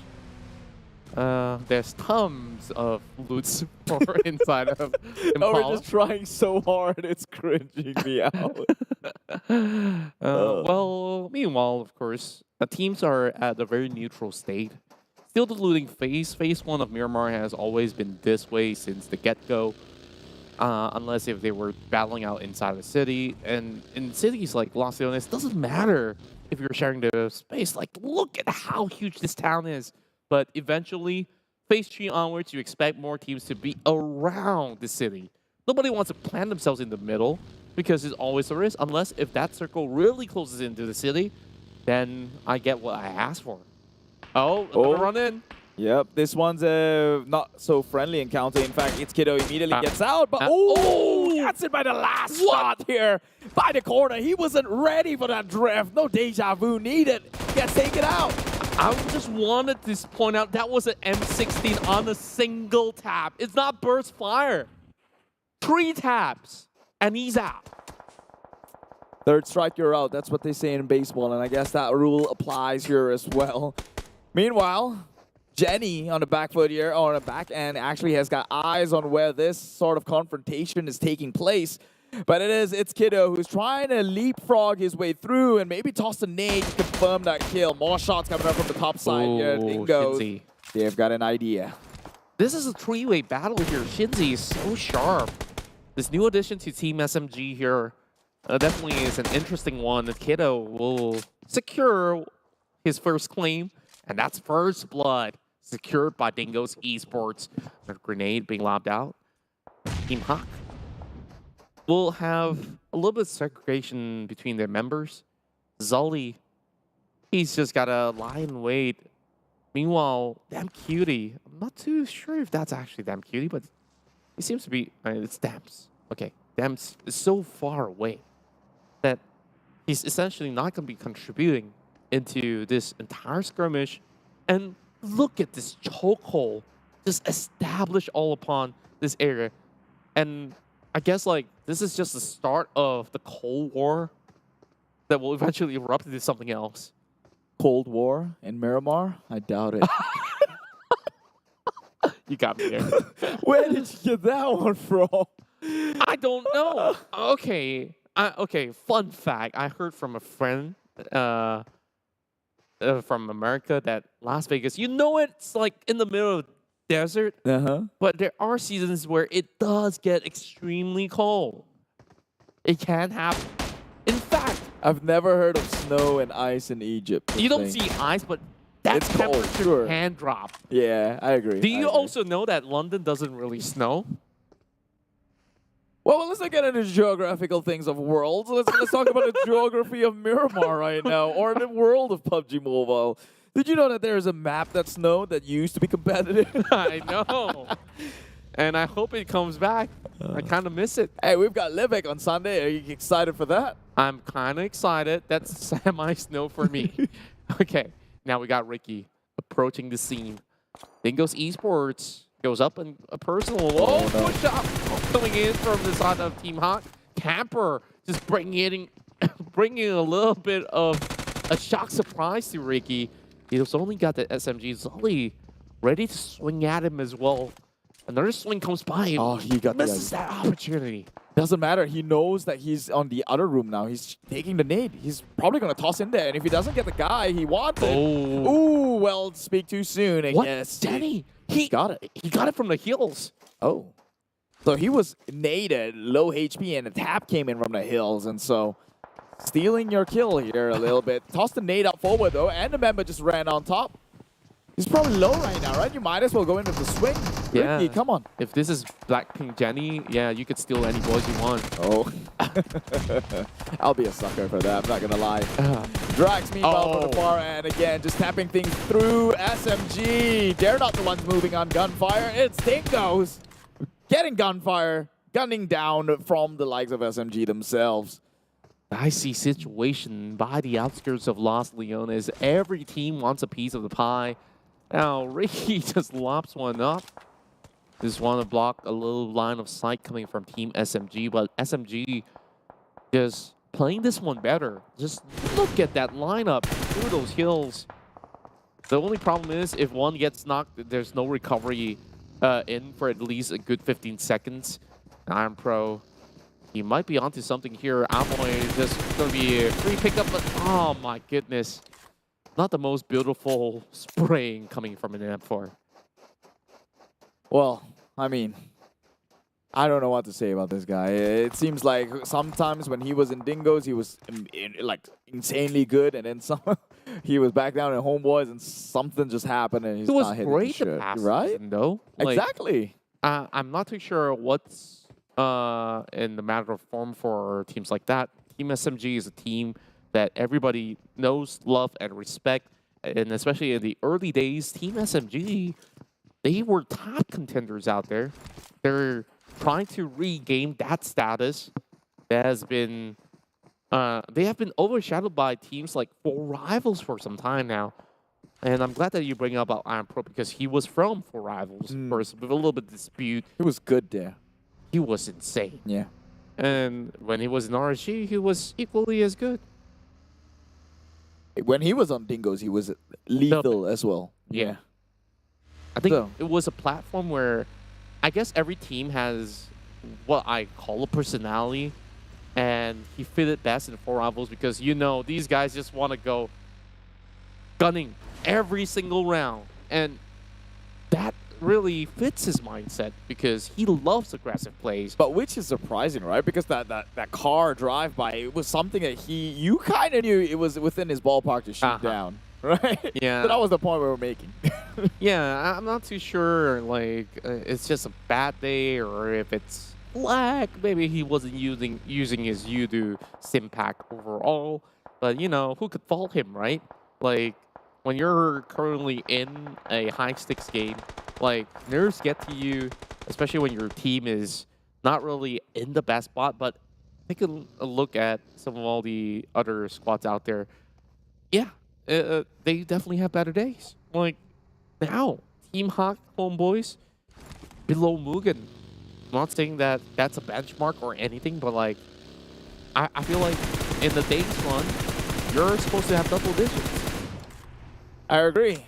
Oh, well, speaking of like one of those teams, a teammate in their roster, 6 is also insane.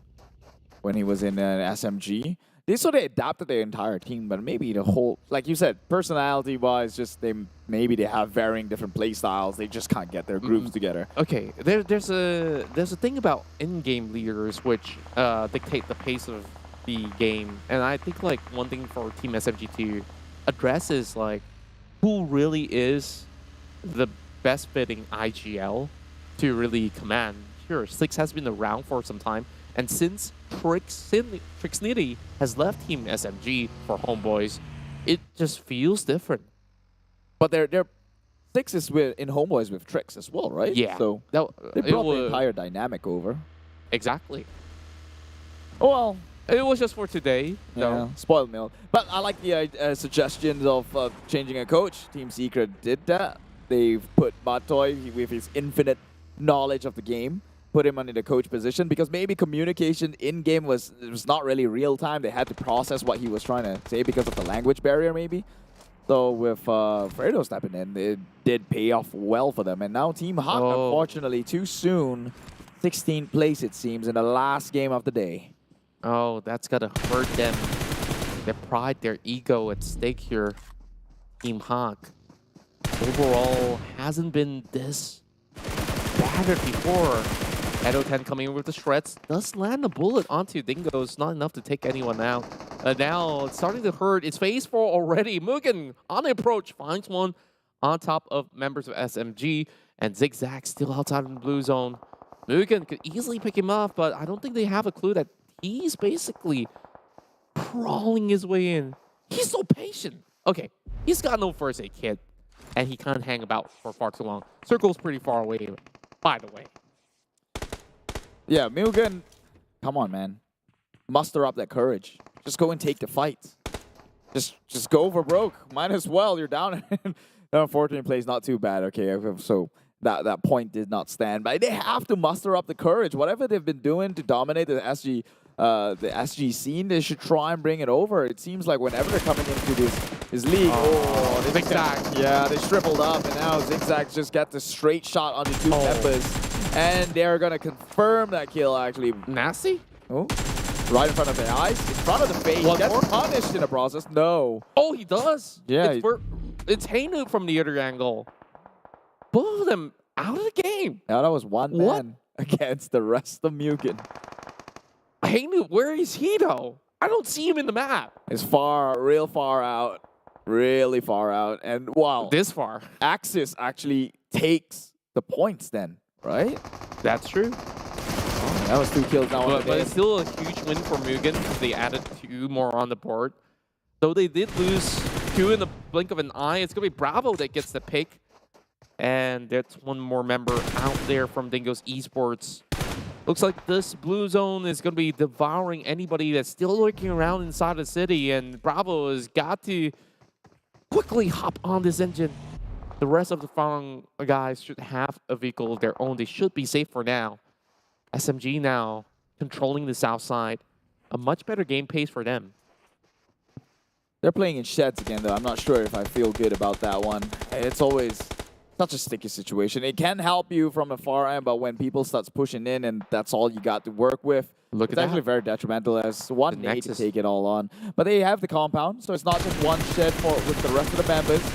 They'll be spraying down onto the likes of Axis nearby. And overall, just taking a look at the mini-map, majority of the teams are indoors. So anyone moving out of Los Angeles is currently in the pickle. Farang taking on MAB, where we still see some of these guys just struggling to catch a breath. MAB Esports, they find a few pickoffs here from the likes of Farang, but it doesn't seem like they'll be able to go in for any sort of revival. Mango's going to be dried out once again. Bravo didn't really seem to see that trio over around the other corner. Now it's between SMG versus Axis Esports.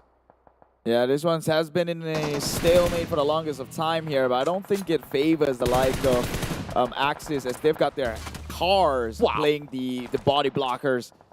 Keep them out of harm's way here, but they will sacrifice this sort of transport vehicle through. Oh, Jumper getting shot from Team Secret. That's what you get from leaving the team. Well, he's probably the scouts of it all. We know he does that.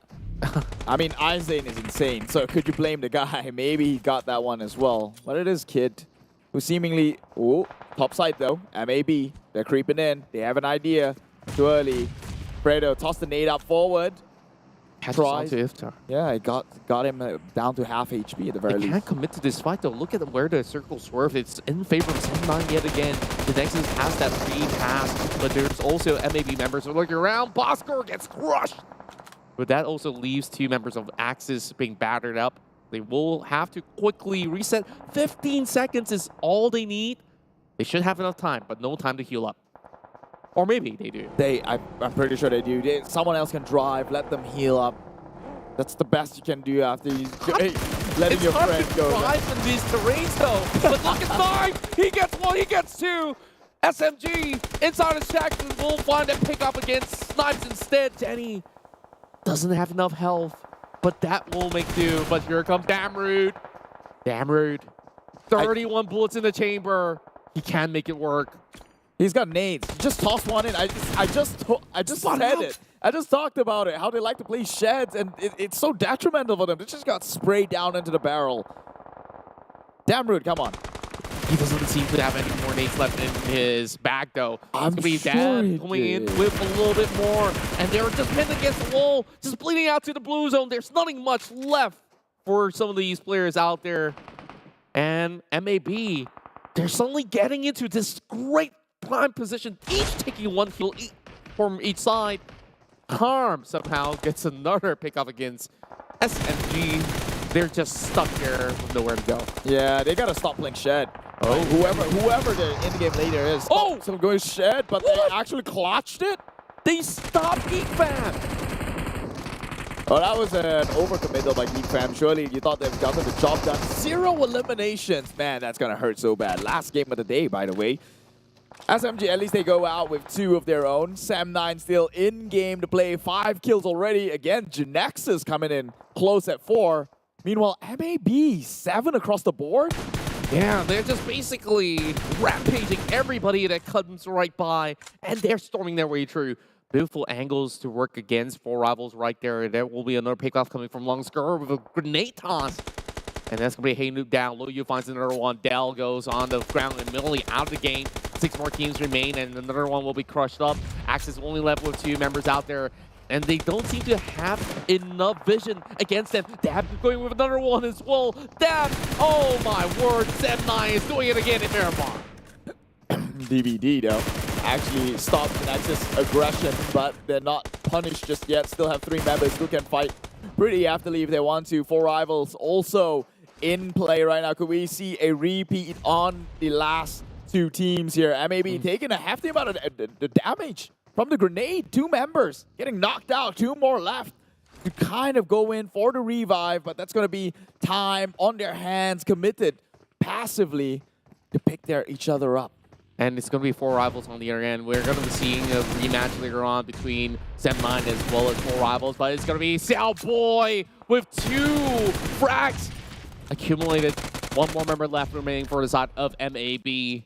He's just basically crushing these numbers all the way up. People now being spotted up. Oh, 1 HP left. Quick snap with the trigger fingers out there. DBD having Jimmy to try to stop the rest of Axis redONE. It's not going to be enough. DBD will have Jimmy OP eliminated out of the game. Now that leaves us to our top 5 scenario. Where's our boss music, by the way? Yeah, we don't have it this time around. But Genexus, though, seemingly bleak. Only 1 member left to play, but 4 rivals finally has an opportunity. Looking second to Sam9, who has all members up across the board here. More kills. Go to the side of 4 rivals as Epi secures them. Genexus now goes in for the push. Takes down another member.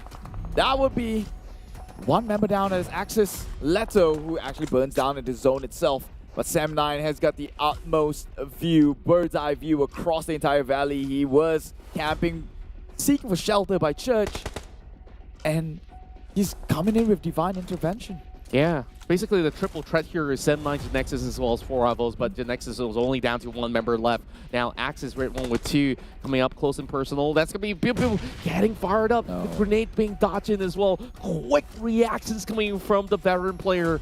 Hey Noob, though he's going to be around. He's just going to push right in. It will be numbered up. And it's the Dab. He finds 1 pickoff. He just needs another one against Riv. And it's just down to this 1v1 between Sam9's very own Dab against Riv.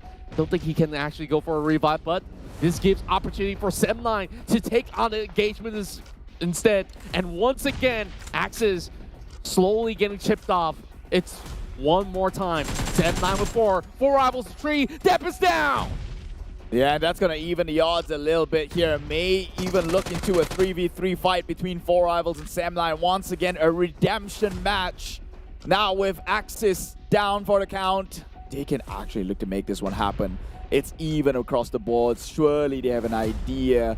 3 3 members alive with the remaining 7, and they can kind of guess the players that are left standing from the side of Sem9. They've already conquered half the map already. Sem9 is just wrapping 4 rivals around, and for Buru, all he has to do is please get one pickup. Deb gets to heal up as well. Boki with only 1 smoke left, he's just gonna prime it up. And with all this sort of intel being gathered up by Sem9, they're just taking a slow approach. The problem is not everybody's inside the circle. Eventually, Adits will have to chime in as well. Else you'll have to play by the edge of the blue zone, which you can't heal up. They're creeping in though.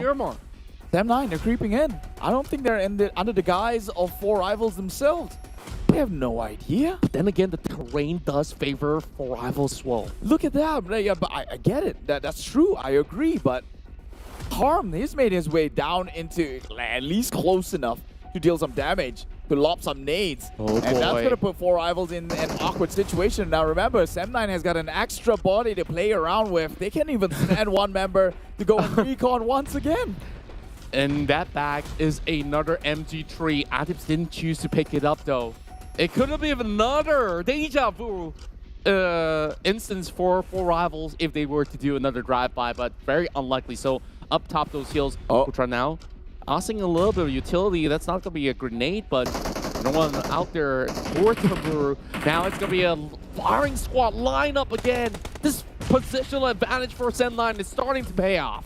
Yeah, they made the creep on forward. Thankfully, with the gradient, they have made their way through.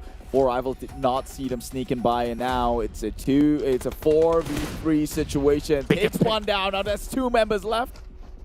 For the very least, Sem9, they are going in balls blazing right now. They don't care. They've been through this before. Might as well go in and clean up, will you? Pushing straight in 4 rivals. He has got eyes on the member of Sem9. Goes in for the trade. Trade 1, 2. Takes 2 down. It is winnable for the likes of 4 rivals. Redemption match that they've all been waiting for. Dancing around the tree lines, but they will. Sem9 eventually ends up victorious in this last match. It is a back-to-back chicken for Sem9. 2 chicken dinners in a row for Sem9, the best performing team by the end of the night. Of course, they will rival against Genexus, GEEK Fam, and so many others. But is this enough to top the charts? We'll have to tablet and see. And that rematch, once again, didn't favor any members of 4 rivals. And that is all that we do have here. Sem9 here to close it out on a high note. My God, high is an understatement. The way they did it, it was a redemption match for the likes of 4 rivals, but unfortunately, even when you could turn back time, things just don't favor your way. It is almost fated that 4 rivals are bound to fall for the likes of Sem9. It's kryptonite to them right now. My God. But still respectable, because you talk about how poorly they performed back in week 1, and now 2 matches they ended up on top 2 with decent number of points. At least they have chased up in terms of eliminations, and they're starting to regain that sort of power. But take a look, right?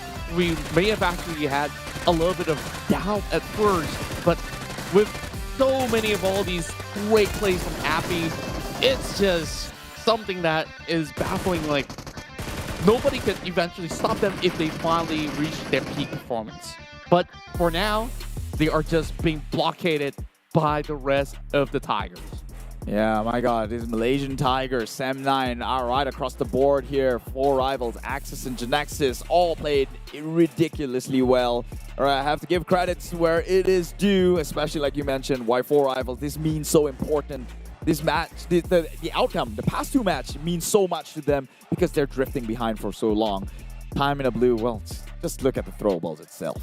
Yeah, let's take a look at the overall match rankings. This will not add into the points just yet, but with 28 points, does this rival the likes of GEEK Fam? I do wonder, but no. 4 rivals, 19.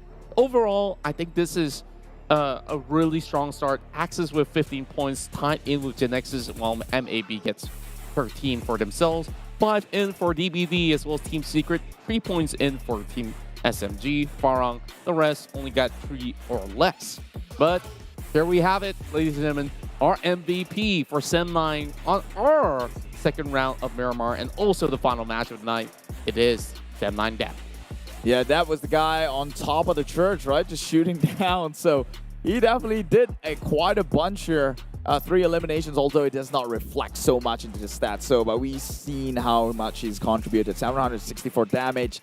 They all pulled their weight. That's one thing great I can say about Sem9. It's been a while since we've seen them so oiled in together, like a well-oiled machine.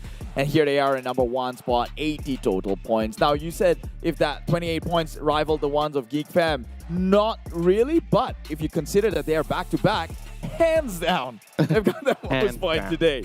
It's towering the likes of GEEK Fam, at least 15 points apart. Yeah, GEEK Fam definitely struggled on this final round right here, where we saw they were also put into a really tough position, especially in those sort of terrains where we saw close into that far southern side of that map. Like, it's really hard for them to really play it out in general. But by the end of the closing round, we see first the top 5 definitely deserve to be where they are. We've seen a lot of rising teams also moving into the first page, and HYVE will now claim the title as a top 3 eliminator out here to play out week 2.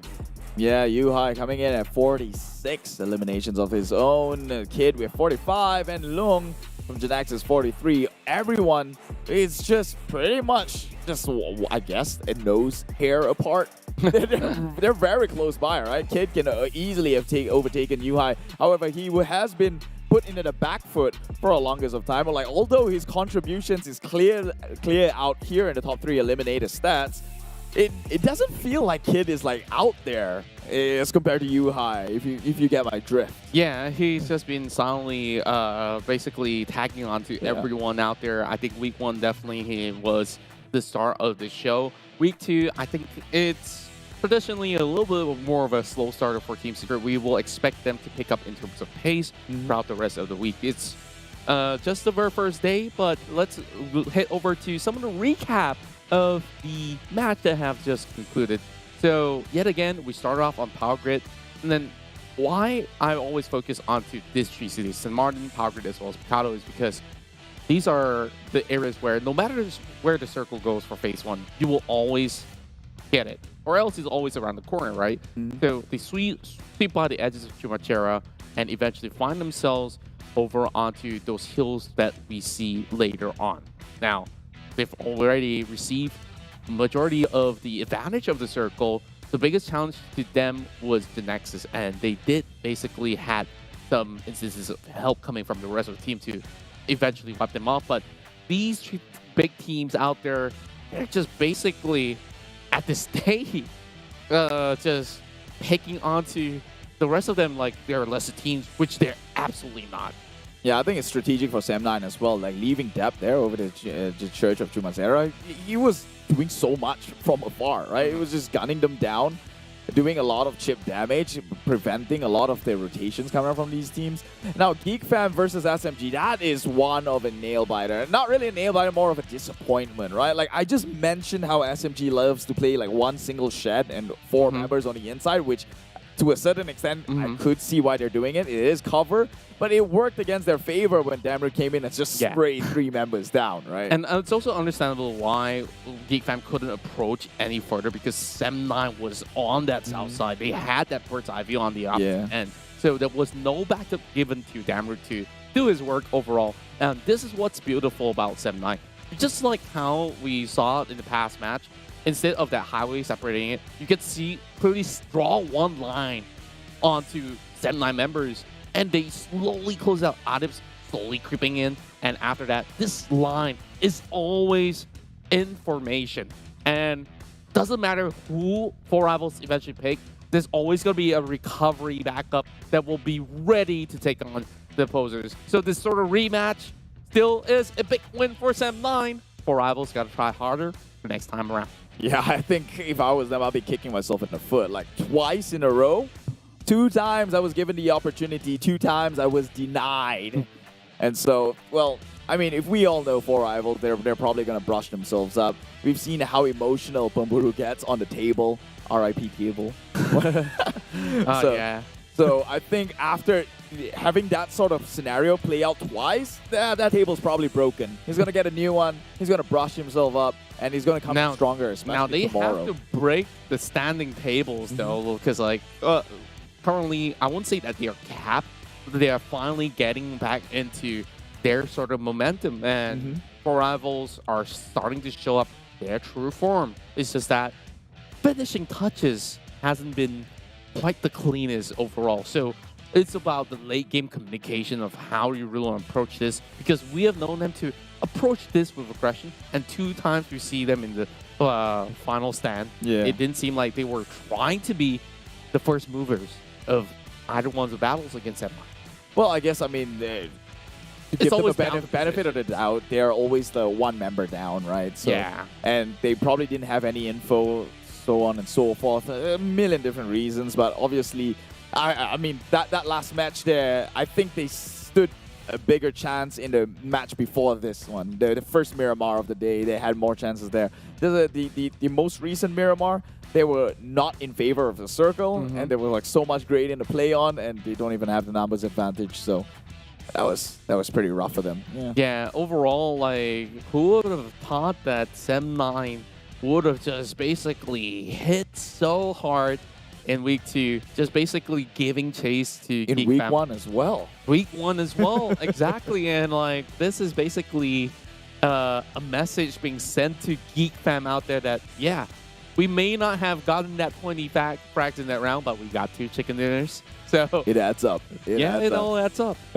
Yeah, Geek Fam got like 35 points in that one round. And I think they got about 50 for Sem9. Yeah, it's just crazy how one round could change everything overall. And, well, lo and behold, we're just going to get ourselves into a really, really tight race throughout the course of the season. So make sure you guys don't miss out on all these action. It will always happen from Wednesday, 6 p.m. GMT onwards till late night. Just like we're still talking right now. And eventually, of course, we'll have to close out the night, but make sure you don't leave yet, because later on we'll be speaking to some of all these amazing players which you guys don't want to miss out, and hopefully we got some special news for you too.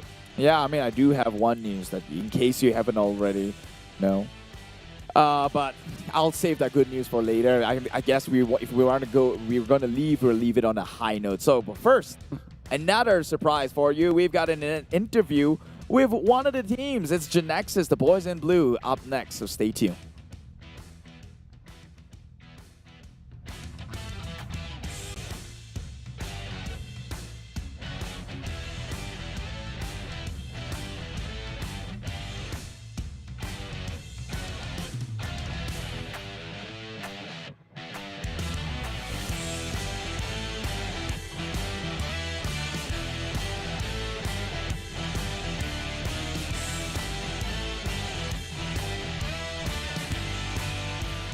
Please welcome on board Team Genexus' very own BuBu. It's great to have you back here. And of course, these are some really crazy rounds for today. So I just want to check in on you. How are you feeling, BuBu? Feeling great. All right, awesome. So of course, throughout the first half of the rounds, you guys have been looking incredible, and you guys have all these amazing frags. Like, this new roster has been looking amazing for Genexus overall. And of course, by the end of the round, there was also some struggles. Could you elaborate on, some of the matches in Miramar? What are the challenges that you guys face? You mean the last game? Yeah. The last game we got the circle. The late game we got the circle, but there's just too many teams around. There are too many directions that we have to look at. So eventually, we didn't manage to get a chicken dinner, but it was still a good run. Yeah. All right, a good run indeed. I mean, to still get points, as I'd say, probably doing better than half the teams that played that map itself. Now, I have a question for you, BuBu. So I became a fan ever since in the last season when you guys reintroduced yourself as Genexus once again. But where did you find Lo Yu and Long? Well, like, these two kids are like gifted beyond beliefs. Where did they approach? You approach them? They approach you? How does this go? So firstly, thank you for your support. And about Long and Loyu, I approached them. They didn't come to me. It was when I decided to come back to the competition scene. Then I started looking out for players, potential young, talented players. And then that's how I found them. It took a long time, like 8 months to really build the whole team. Yeah. That's great. And also with the new addition of Xiaoboy back into the roster as well. So how are you feeling about staying in the same gaming house with him? Has he still been eating a lot of the food around? Like, are you guys feeling good together? How's the dynamics like in the team? Yeah, the team dynamic is very good. And yeah, ever since Boy has joined the team, coming into the gaming house, Loyu is no longer the biggest eater. Yeah. So you guys will fight for food from here on, right? I guess they'll be fighting for the chicken dinner, right? That makes sense. Yeah. Now, just before we let you off the interview here, Biu, you gotta give me a refresher course on Genexus here. Is there a cheer you guys do that the fans recognize and know and love? You mean a slogan? Yeah, something like it. We do have a new slogan. Okay, let us hear it. 一起喊. Yes. So I'm gonna say Genexus, and then they are gonna shout. Okay. All right. Make sure it gets into the mic. All right. 要很大声一点. Okay, no problem. Okay. Talk louder, boy. All right. Ready? All right. Genexus. All the way up! Woo! Hey, boy, why you didn't shout? I saw it. Not I enough saw it food, right is there. it? No dinner for him. No dinner for him.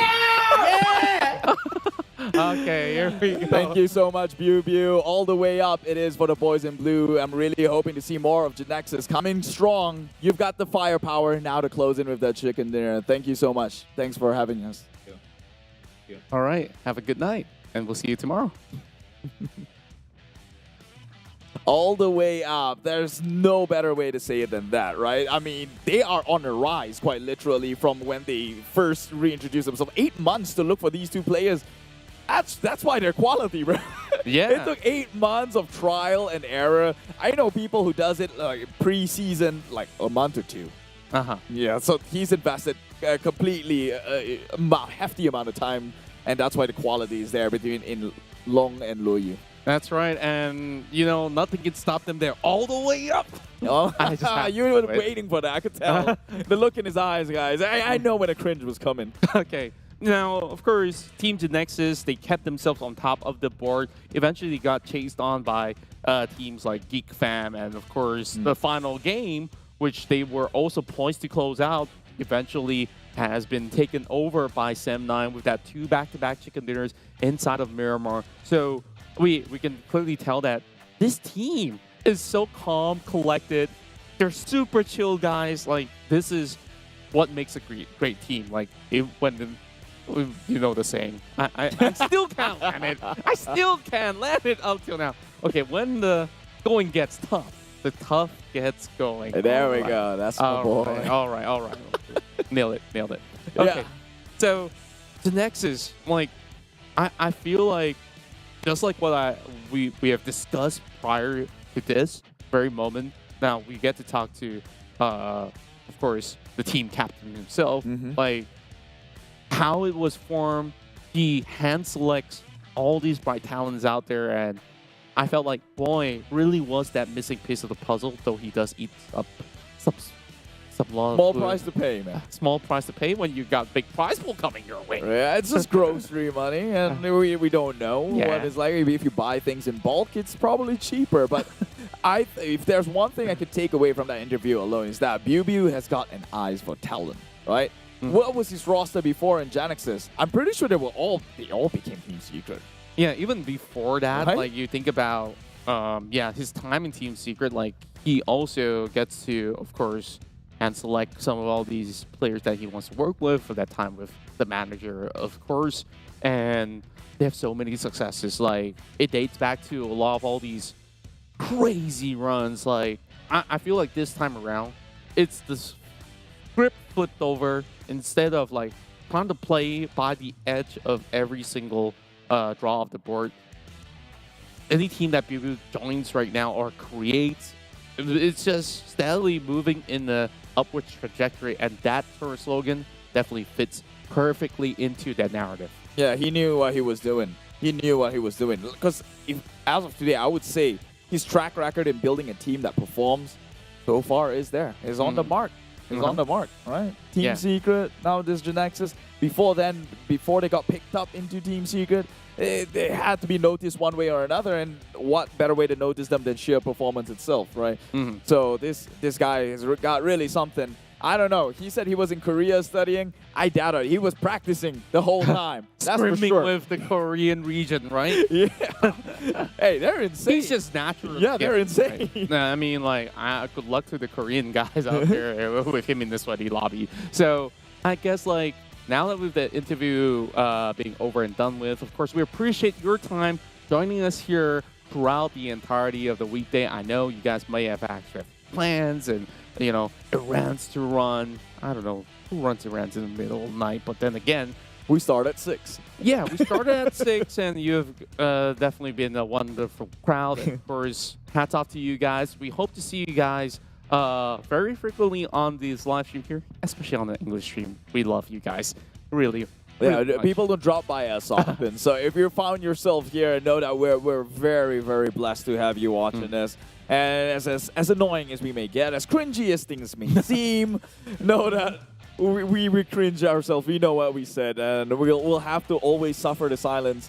Suffer in silence. You don't have what to you said. sweat on it, man. Yeah, because it's there. Keep it going. It's out in the web. It's out in the metaverse. The people can hit replay or clip cringe moments now, and we just deliberately put ourselves out there. That's right. And of course, we also have to thank our official smartphone partners, Realme, because without them, this cannot happen. And they are the world's fastest growing smartphone brand out there, which introduced its latest gaming powerhouse with great technology on the GT Neo 3 right before your eyes right here. Yes, it looks sick. And, you know, if you're a fan of like all these turbo racing mode, this is basically as turbo as you could possibly get. The dual chip gaming level flagship boasts its outstanding power efficiency with its dual chipset itself with the MediaTek Dimensity 8100 5G and dedicated display chipset, promising user seamless gaming with an immersive experience. So you can test it out for yourself when you go to a nearby Realme store, or if you're already convinced, just go ahead, visit the website and order one for yourself. Upgrade your experiences on PUBG Mobile battlefields with the Realme GT Neo 3.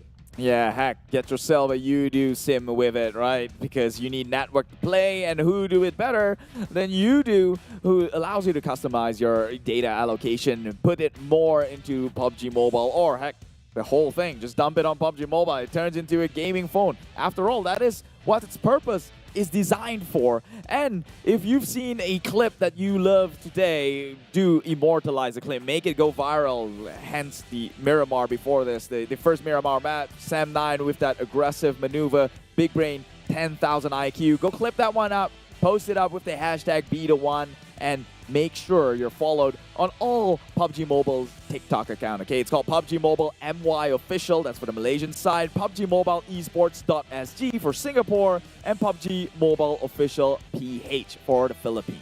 That's right, and you know, there's still a few more news to cover before we're off of our duty, but of course, you guys are still hanging around, so apologize for all the shenanigans that we do pull up from time to time. But remember, always support your favorite team out there. It doesn't matter where they are in the standings. Especially support your homegrown talents as well. If you're from the Philippines, cheer on for HYVE International. I know they're an amazing bunch. And of course, from sunny Singapore, we got MUGEN, who's still working really hard at it. So hopefully, throughout the week, they'll be able to bounce back up. Sunny Singapore. I like how you described that one. What do we call Malaysia? Hazy Malaysia. Just kidding. I think we expect the whole of SEA when that season comes, but it's not going to be hazy for now. Yeah, well, sure. We've got a reputation to uphold. Don't keep my word on it. I like no promises. I'm not the weatherman. I used to be known as the weatherman because I always wear that coat, right? There was a coat. There was a time where Contra was wearing a pea coat.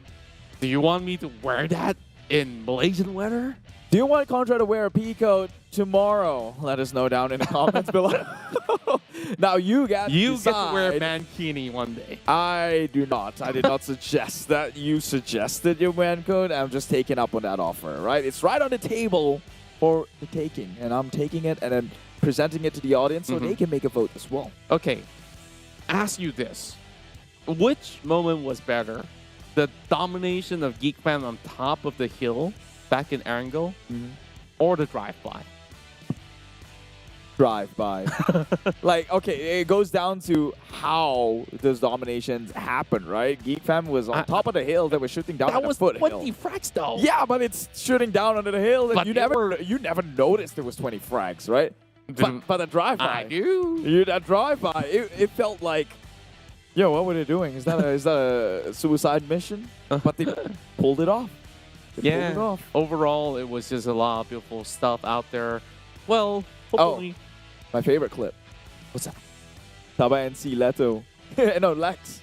Parking in the water. I think that should be the highlight of the evening. And that will be in bloopers, actually. Bloopers is the way to go. So, yeah, other than that, I guess, like, to me, what I really like about this brand new season, the pacing of the game is on another level. Like, if you do notice, all the games close out around 22-minute ratios. Yeah.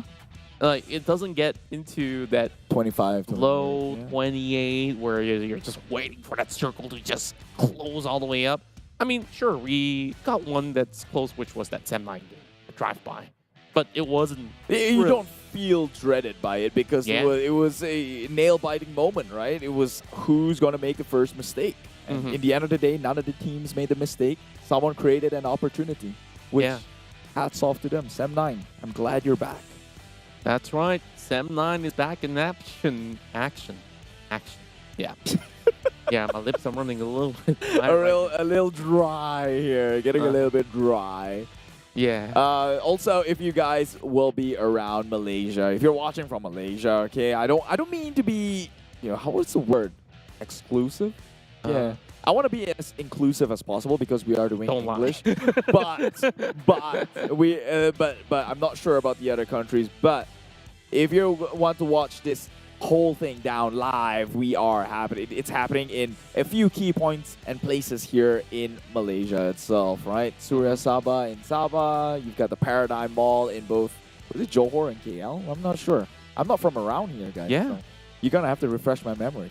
Well, first, more for you guys to participate in. Make sure you guys join in to all these city tournaments around your vicinity, and we're going to see a lot of amazing talents and a lot of familiar faces that are going to be playing in those tournaments, so you don't want to miss out and be a part of all the fun stuff. And, we celebrated the 4th anniversary of PUBG Mobile earlier this year. I'm just glad that so far this year has been quite a blast. We had the C finals in Malaysia, and also there were so many of all these interesting events going out about with, those vans going across cities or tour buses, so that you guys get to enjoy all the greatness that PUBG Mobile has to offer. Of course, thanks to everyone that has been able to make all this possible. Crafton, Lightspeed Quantum Studios, and everything else. And did I miss out anyone that we have not shout out? Yeah, Malek to shout out. and- Oh, sorry. Yeah. Whoa. You don't know that. We haven't talked in months, baby. Okay, fill me in on the live stream if you want. Nah, I'm just kidding. I can't. It's a work in progress. Work in progress. Oh, at did I- least it's progress. Well, true. It still could go sour, go south. I don't know about that one, but we have not thanked Malek and Shark, both the new voice of the voice pack for KL Gangster. But still, okay. No more dilly-dallying. Let's get, I think we have something coming up later on. I believe so, but for now, I guess we'll throw to the break and we'll see you guys.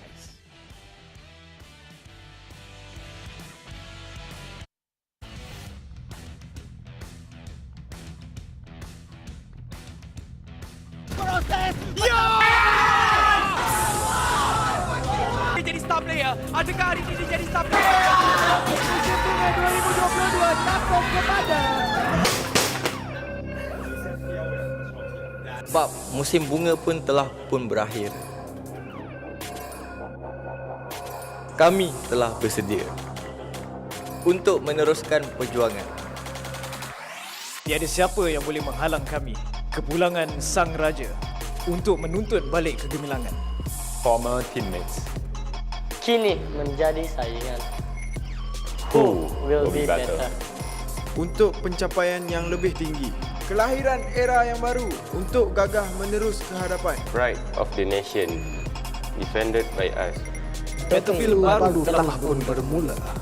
Kali ini 2022 PMPL MYSGPH Fall 20 Julai 2022 redONE.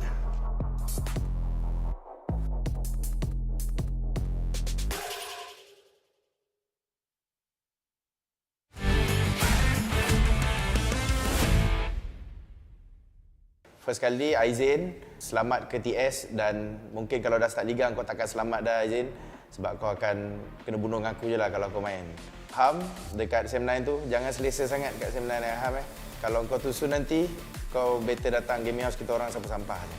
Okey, kepada Bosskurr, terima kasih sebab kau ajak aku masuk sini tiba-tiba untuk aku bantai kau. Kepada Aziz, kita orang dah ambil jumper, so kita orang dah bagi korang rig. So, korang buat yang terbaik dalam season ni, okey? Kepada Forever's, walaupun saya di loan kat Exist, jangan harap saya bagi chance kepada Forever's. Kepada pemburu, jaga-jaga sikit meja kau tu. Man, kenapa nak cakap ni? Kau dah tua dah, Man. Tak payahlah main lagi. Kenapa nak main lagi, Man? Dah tua dah. Jaga anak je. Jadilah yang berguna, Man. Jadi ayah yang berguna, Man. Tolonglah, please lah. Sorry. So untuk Drex, hati-hati, aku akan lebih daripada korang. Korang ingat kau power sangat ke? Dah lah tak power. Okay, kepada tim SEM9, lelaki Iman Farang tu aku harap kau buat yang terbaik lah season ni. Harap kau tak terciduk lagi untuk season ni. Kau buat yang terbaik lah. Sebab dah tukar player kan, takkan duduk top 16 lagi. Team Forever, aka Team 4IGL. So, kepada Dingoz Esports, korang tahu kan kat akad tu kita punya. Korang still lagi nak bagi free point ke? Kan? Kepada IGL Kido pula. Nama saya kan Kid. Kenapa nak Kido lagi? Saya memang anti Kido ni. Season lepas saya jadi coach, saya tengok korang main semua macam sampah. Sekarang korang jaga, the King of Uzi is back. So Insomnus, I received your message. You want to come here, but too bad because you are here. We are here. So maybe Bill is up there right now, but don't let your guard down, Bill. I'm coming for you. Okay, kepada Pasha dan The Jumper, walaupun kita pernah susah sama-sama dekat SEA Games itu, tapi ingat ni kali PMPL kita orang takkan bagi chance lah. Kepada Creed VIP, thank you sebab dapat nombor 16. Start sepertinya tukar nama, korang boleh bantai kita orang dengan firepower baru korang. Orang tua Kuza, jaga-jaga. Kita orang cari kau. Kepada tim VIP Cirit tu, korang yang rasa diri korang hebat nak blok-blok kita orang nanti kita orang akan ajar korang dekat tournament nanti. Jangan sampai korang tercirit-cirit nanti, tak boleh main. Okey, untuk pemburu duduk rumah dan diam. Jangan sampai aku kentik concern kau. Okey? So saya nak tunjuk kepada tim SEM9, kapten dia Man Farang. So Man Farang get ready, saya akan bantai dia dekat musim yang akan datang. So jaga-jaga, hati-hati. I will kill you. 4 tahun bersama-sama. Sebenarnya aku bosan tengok muka kau. So sebab tu aku kick kau. Tak boleh toksi banyak-banyak, nanti kena kecam balik.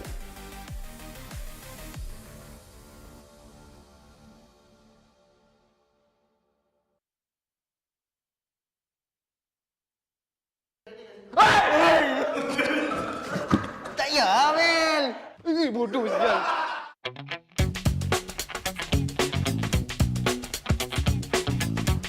Tak nampak ke ni? 10. Brother, is this real or fake? Apa ni? Kau dulu lah. Kau dulu lagi ni. Aku IJL, aku ikut aku. Apa ni? Dia macam binatang. Terasa bodoh apa benda ni?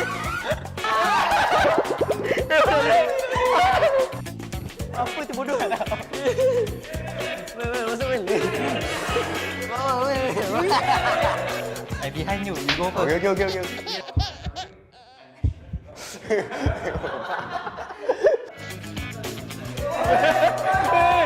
Tapi dia tak hidup lah. Dia macam gerak dia.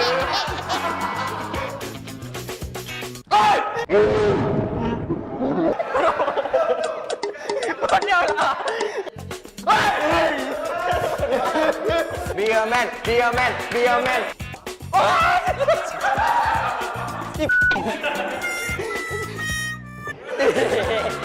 Bro, tak nak tu.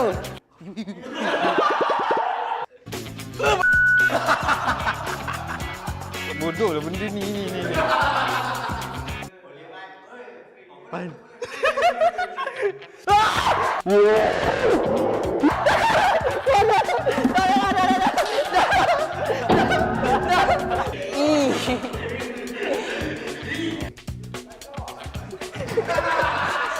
Terus Snack. Buah apple. Rasa macam kertas kot. Kerang. Kaki ayam. Nenas ke? Ada ni glove. Sarung tangan mesti ada air dalam. Glove dalam dia air. Lah. Tajam gila, takut. Can we redo? Okay, 3, 2, 1. Like I'm holding something. Oh wow. What's this?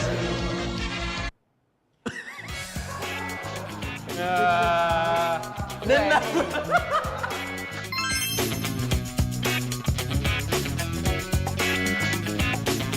Okay guys, itu saja. Jangan lupa saksikan kami dalam 2022 PMPL MYSGPH Fall. Bye-bye. Bye-bye.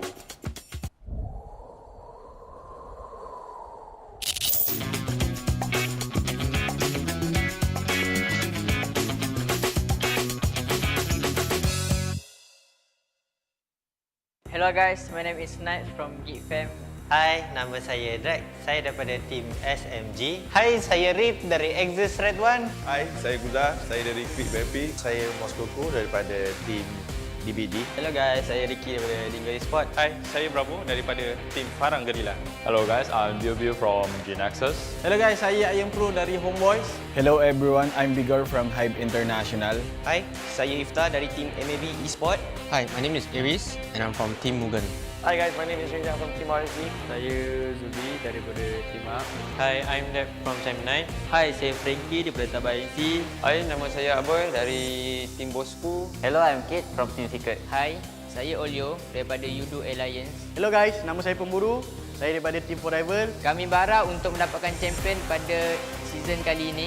For this season, kita orang akan rampas balik piala kita orang dekat Forever. This season, I'm confident that Sam9 will break the curse and play in PMPLC. Untuk season ni, kita orang akan buat yang terbaik. Kita orang akan pegang title champion kita orang. Untuk musim ini, saya akan bawa balik piala untuk tim Farang Guerilla. So our target for next season is to become the champion and to qualify to PMPC. For this upcoming tournament, I'm expecting that my team will perform much better than the last PH representative last season. Untuk season ni, tim Mak akan cuba rebut piala untuk bawa ke Gaming House. For this upcoming PMPL MY Speed, we're gonna bring back our champion trophy back to the Gaming House. We will try to be the first SG team to make it to the C stage. Untuk 2022 PMPL MYSGPH Fall, DBD akan dapatkan piala tu bawa balik. For 2022 PMPL MYSGPH Fall, we will try to get back trophy back in season 3 grand finals. Kami akan cuba untuk membawa balik piala tu ke Gaming House kita orang. Untuk season kali ini, kami nak menang. Untuk season ni, kita orang akan target PMGC sebab kita orang dah yakin dengan line-up kita orang. Untuk season ni, kita orang cuba dapatkan trofi untuk HomeBois. Untuk PMPL season kali ini, kita orang akan cuba bawa trofi dalam rumah MAB Esports. Kami harapkan untuk membawa balik piala PMPL kali ini ke Negeri Sembilan. PMPL kali ini kami akan bawa balik trofi untuk tim Bosskurr. Kali ini korang jangan lupa tengok kita orang merampas takta atau trofi daripada Forever. Long live Alliance. Still moving under gunfire. Secret fighting. Tim Ambil, Tim A. We are the boss. Your game, your play. Sam9 on fire. GG, RC. MUGEN langgar. MAB, bring it on. HomeBois family. Genexus, all the way up. Rise with us. Once a geek, always a fan. Dingoz create to conquer. Exist redONE, kita ganas. Play with pride. Jangan lupa support kita orang di 2022 PMPL MYSGPH Fall. Jangan lupa support kita orang di 2022 PMPL MYSGPH Fall. To all of the HYVE International fans, thank you for the non-stop support and we will do our best to be at least make the Filipinos proud. Jangan lupa saksikan 2022 PMPL MYSGPH Fall. Keep supporting us. We'll see you guys at 2022 PMPL MYSGPH Fall.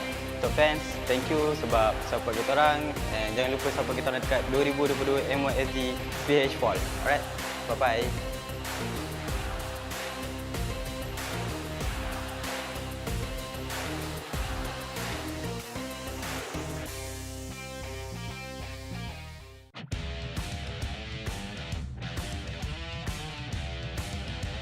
Natin, pero Yoodo Alliance, they started speed great, pero nga lang meron sa likod.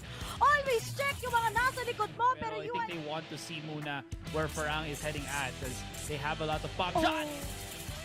So na nag-push na. Yuhai. Ramdam niya na sarili niya dito. Tignan mo naman, Yuhai, dakilang taga-spray down. Isa sa loob, isa sa labas. At Yuhai, hindi niya kailangan ang players ng Geek Malapit, Geek Fam. Kanyang team secret pala kanina. Pero right now, Yuhai goes for the spray down. And men, yun yung sinasabi ko. Mako! Tatlong teams, Great VIP, Dingoz, and GEEK Fam. UI managed to pin down Imsomnus. Imsomnus is now out of the question. To work this out, it's Kido. Managed to cripple down one. Nasa na yung kalaban? It's Kido.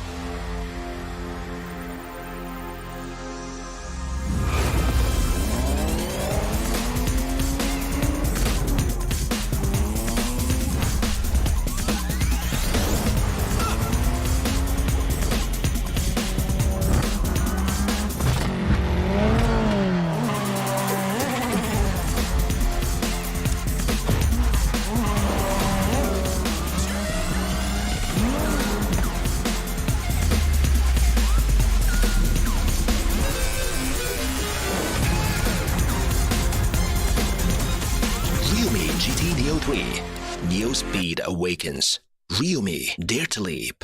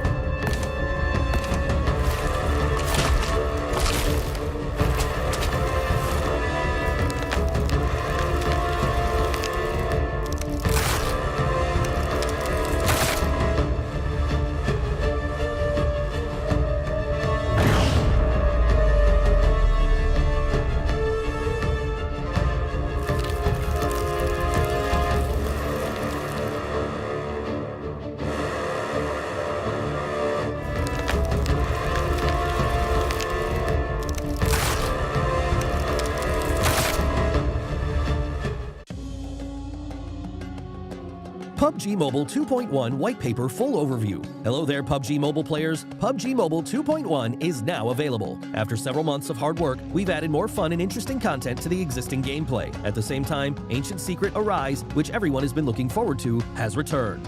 Are you ready? In this video, we will be introducing the exciting new contents of this version. We hope you like them. Themed gameplay, Ancient Secret Arise. In this new version, Ancient Secret Arise has returned with improvements. It'll be launching in Erangel, Miramar, and Livik. Players can choose any of these maps in ranked mode to experience its varied content and unique performances. On Spawn Island, players will be greeted with a spectacular sense of swirling golden sand, as well as a mysterious and breathtaking sand apparition.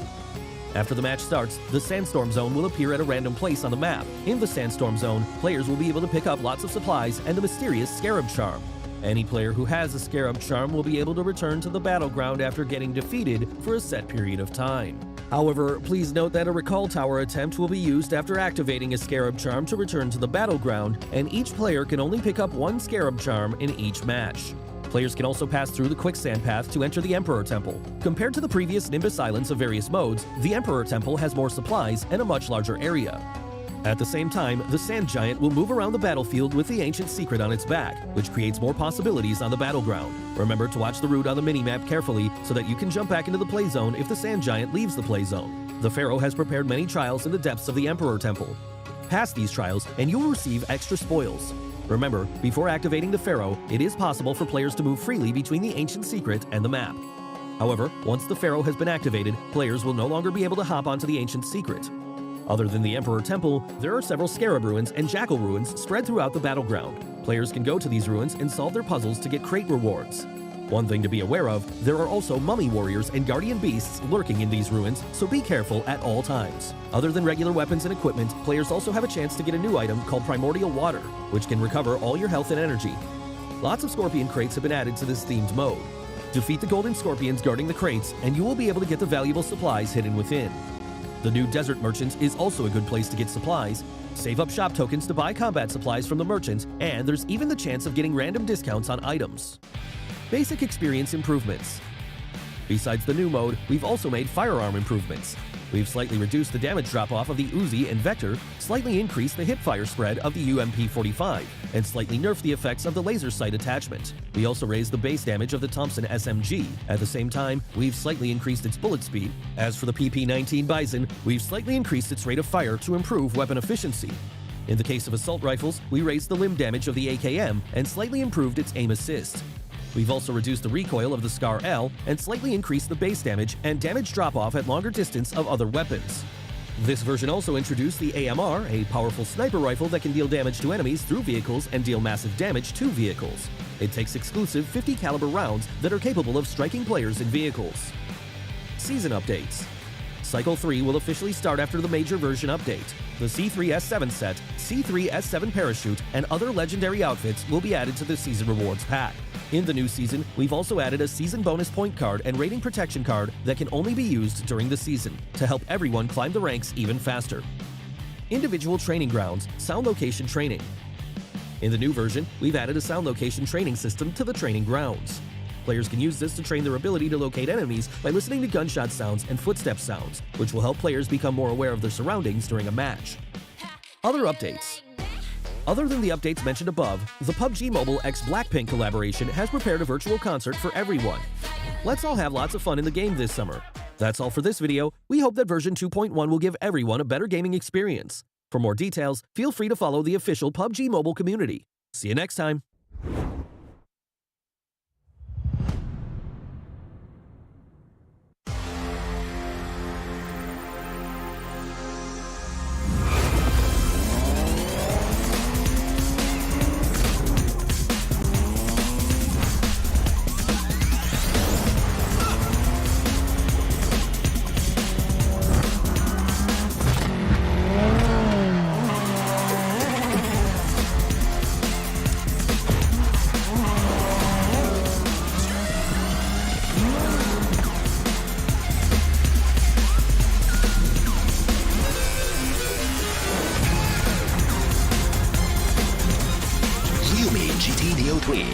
Neo Speed Awakens. Realme, dare to leap.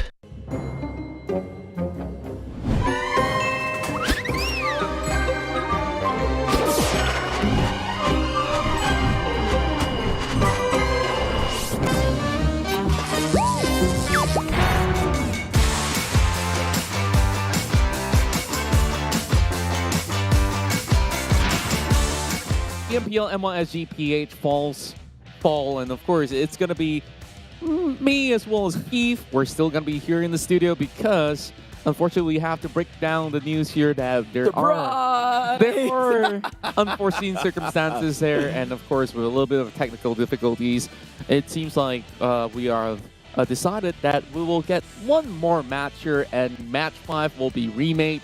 Therefore, unfortunately for Sem 9, all the points accumulated will have to be resetted in that round, so that chicken dinner will not be counted. That's... I don't think there's any other griever way to put it than saying your chicken dinner is not counted now. You went out, you hunted for the spoils of, you know, the hunt is now taken away from you. And now you have to go out and hunt a new one. But hey, that's all part and parcel of life, right? Sometimes you get your meals taken away. Well, or should you say that you were served like a tray of dish that wasn't pleasant, right? And you just have to get the kitchen to make another one. So it was spoiled chicken. Chicken, it was blue. Still chicken, I guess. Well, the only way up is to, I guess, play another game. Get yourself another chicken dinner. Can they, well, finally make things for themselves again? Will we ever see another redemption round for 4 rivals? Or will it be a completely different duo in the top 2 position? Perhaps so, and that also means that this is a brand new chance for every other team on board to stand up against all the teams that have been really showing strides throughout the rest of the day, and hopefully we will see something that's really extraordinary. Yeah, extraordinary indeed. This is your chance to step up. I guess this is message to all the team. You've got what you wanted. You've got your remake. This is another opportunity for the rest of you, for the likes of you, to, well, rise up to the occasion. Take home that chicken dinner. It is now given back by the likes of Sem 9. Now for yours for the taking. And it is going to be a Miramar map. That's right. And of course, with that being said, we shall waste no further time. The match will be coming to you shortly. We still have 1 minute to go, so Keith, I know it's probably your bedtime right now, is it? Yeah, kind of. I'm kind of an old man at this point of life, you know. Don't kid me, man. You're younger than I am. Yeah, but I live older. That's the difference. So you're making me feel bad right now. No, I live older. I live an older life. An older life. Describe your older life to me, and we could see who's worse. I don't even play games anymore, man. I watch people play. You watch people. Well, I talk about people playing. That makes the both of us. You do it full time. That's the difference. Yeah. Oh, god dang. Don't worry. You're just about the same, I guess. And well, tomorrow's gonna be another work day for us as well. So make sure you guys, if you guys are still there, please tell your friends who was watching early on, come back to us because we are about to drop into Miramar. This is gonna be take 3 and action. There we go, flag guns up in the air, and we're about to witness the flight for the very last time for tonight. I feel like deja vu, like we've said that before. I don't know. I'm not too sure about that one. We have jinxed it, right? We said it too much. So let's not recreate that scenario. We will not speak of it from here on. If we say it's the last, then it might just trigger another chain of events. You just said the word. Oh no, it's the butterfly effect. See, it's happening, man. It's happening. Ooh, okay. But at least we are having everyone in the lobby this time. Very similar to our first flight into Miramar with this trajectory, as it's going to be directed into Los Egos. Majority of the teams will get to where they should be, need to be. And of course, it's going to be a little bit of a stretch for HYVE International to get to La Cabrera. I'm wondering if there's going to be a secondary option for the team. Seems like water treatment is going to be left out in the open, and I guess like the groups that wasn't playing in the past match, they're happy to sit out the last one. Yeah, they got lucky. Count your lucky stars. You thought sitting out of Sandhawk was bad? Oh, was a good thing? Yeah, no. It was like, they stunned. And the questions were going on. Now they can study the strats of the other teams coming tomorrow. Yeah.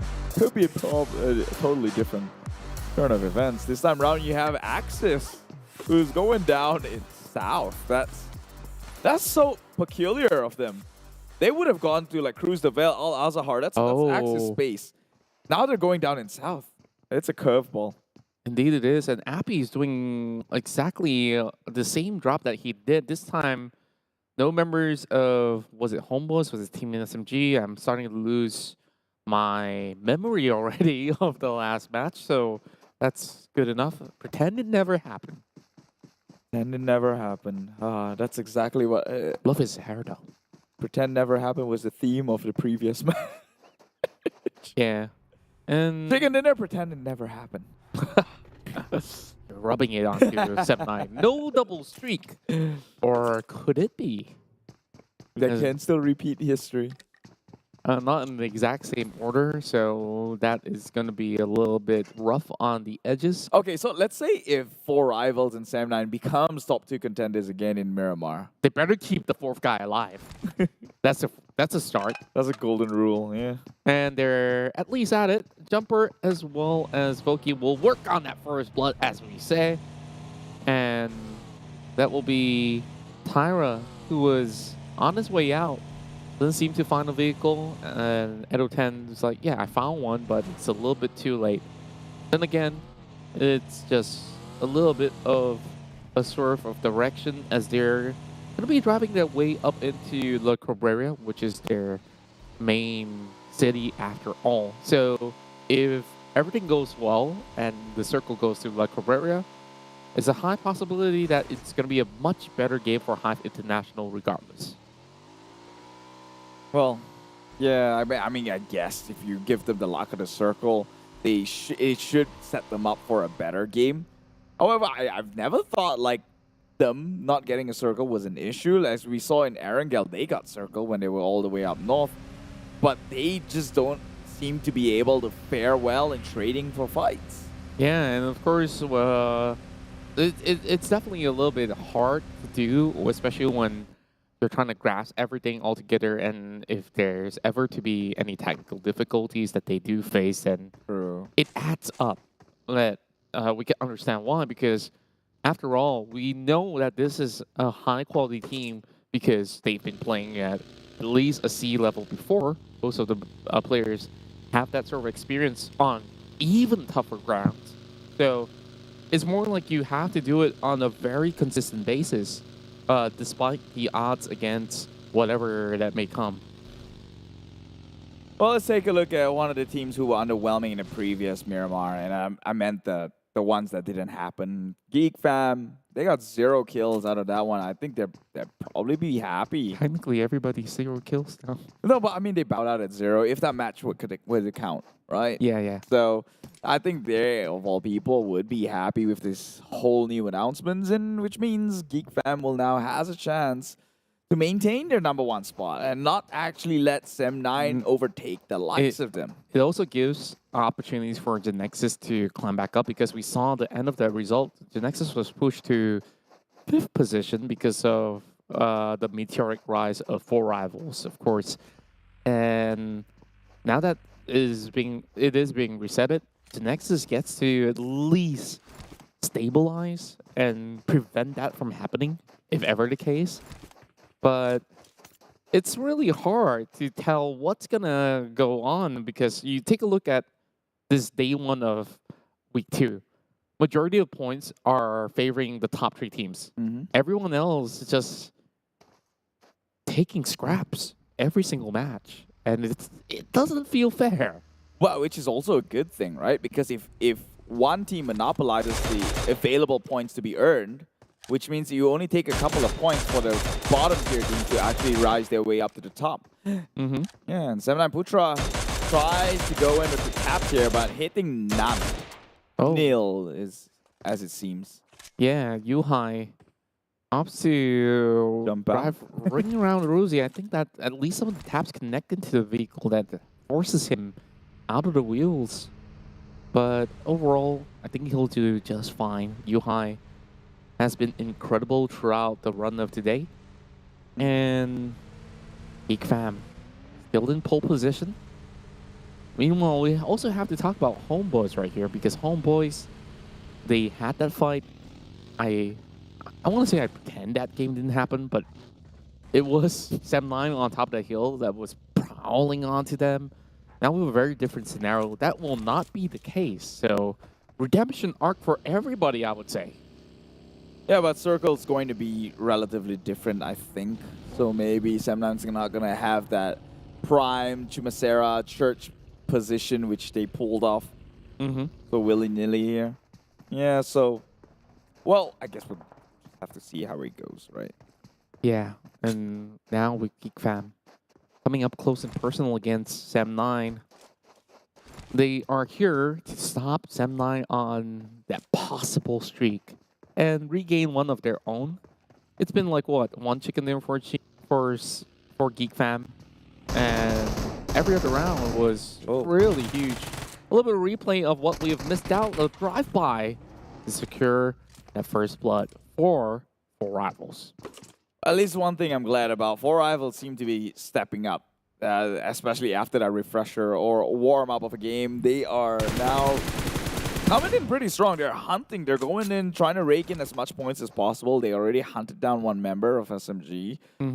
And it's only, I guess, uphill from here on out. The more games they play, the more confident they get. The more they get to gel their brand new star-studded lineup and actually show us what this roster can really do.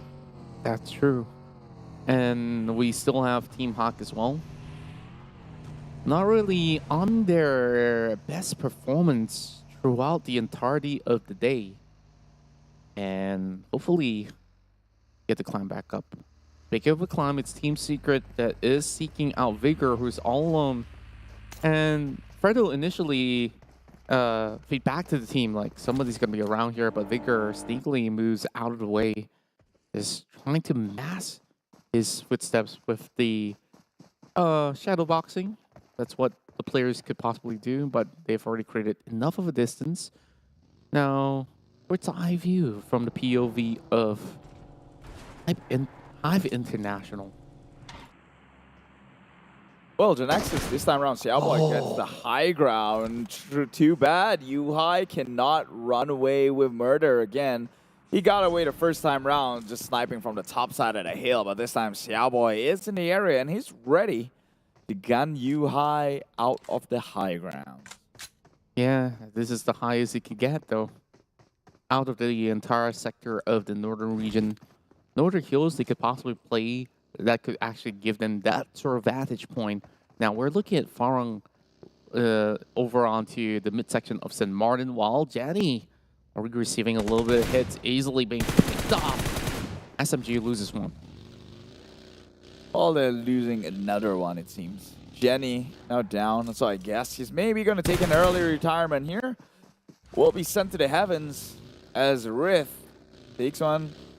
Cures one for his team. One kill already in the bag, but he's taking a hefty amount of damage from that trade itself. Yuhai! Oh, wait a minute. Oh, that's a bad fall. Shouldn't happen. And he only had one first aid kit.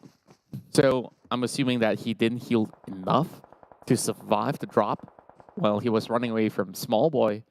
Just assumptions overall, because Yuhai usually would just stay up there if you ask me. Well, I guess it's just all in fate, right? GEEK Fam made a mishap earlier on with the supposedly last Miramar of the day, and now a mishap again, but they this time not so punished. They don't get, it's not so punishable. They did get the revive, maybe even give him a med kit to even aid himself back to health. Meanwhile, our boy's got eyes on a bunch of cars scaling the hill. I don't believe that sort of car are built to do so, but hey, who cares about logic? Well, honestly, any car would have gone up the hills. It's just that how much do you love your vehicle enough? No, some cars are just genuinely underpowered. You cannot go up such a steep hill. Right? That's why we don't have tuk-tuks here, right? And speaking of the devil, he left it right out there. Not just one, but two of these vehicles. That's a turret. Oh boy, Secret's getting pummeled down, and this is not a good sign. Team Secret, having Kid, is hiding under the fog of the smoke. C2K exceeds expectations here. And here comes a flying Mirado, just crashing his way through. But I don't think that he's going to be able to last long in that vehicle. He's got to jump out. Well, Team Secret, worse for wear right now. Yeah, this is probably not the best of start here, seeing as though that they could just very well be the first team out into the lobby. And they will trade it for more here. Team Secret now only one member left. Eliminated, actually, 16th place. Well, what a rough way to go out into the night. They called it quits early. No redemption arc, no nothing. No points. It's tactical. They needed the rest. I guess so, if they put it that way. Well, I guess like teams are just basically struggling for position overall with DVD on Seek Out, Mail on the other side, Mile hiding inside of Shacks is kind of like an SMG thing right now. Yeah.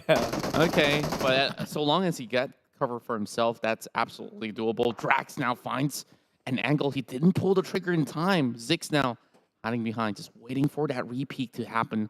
Very cheeky move into this really tight corner of the room. And Genexus, lo and behold, always in the center of tension. Yeah, I don't think Genexus is in a good spot though, because Sam9, they occupy the high hills. Big fam too. Yeah, they have eyes down into the valley, this bowl of disaster, and Genexus is just the main course within it.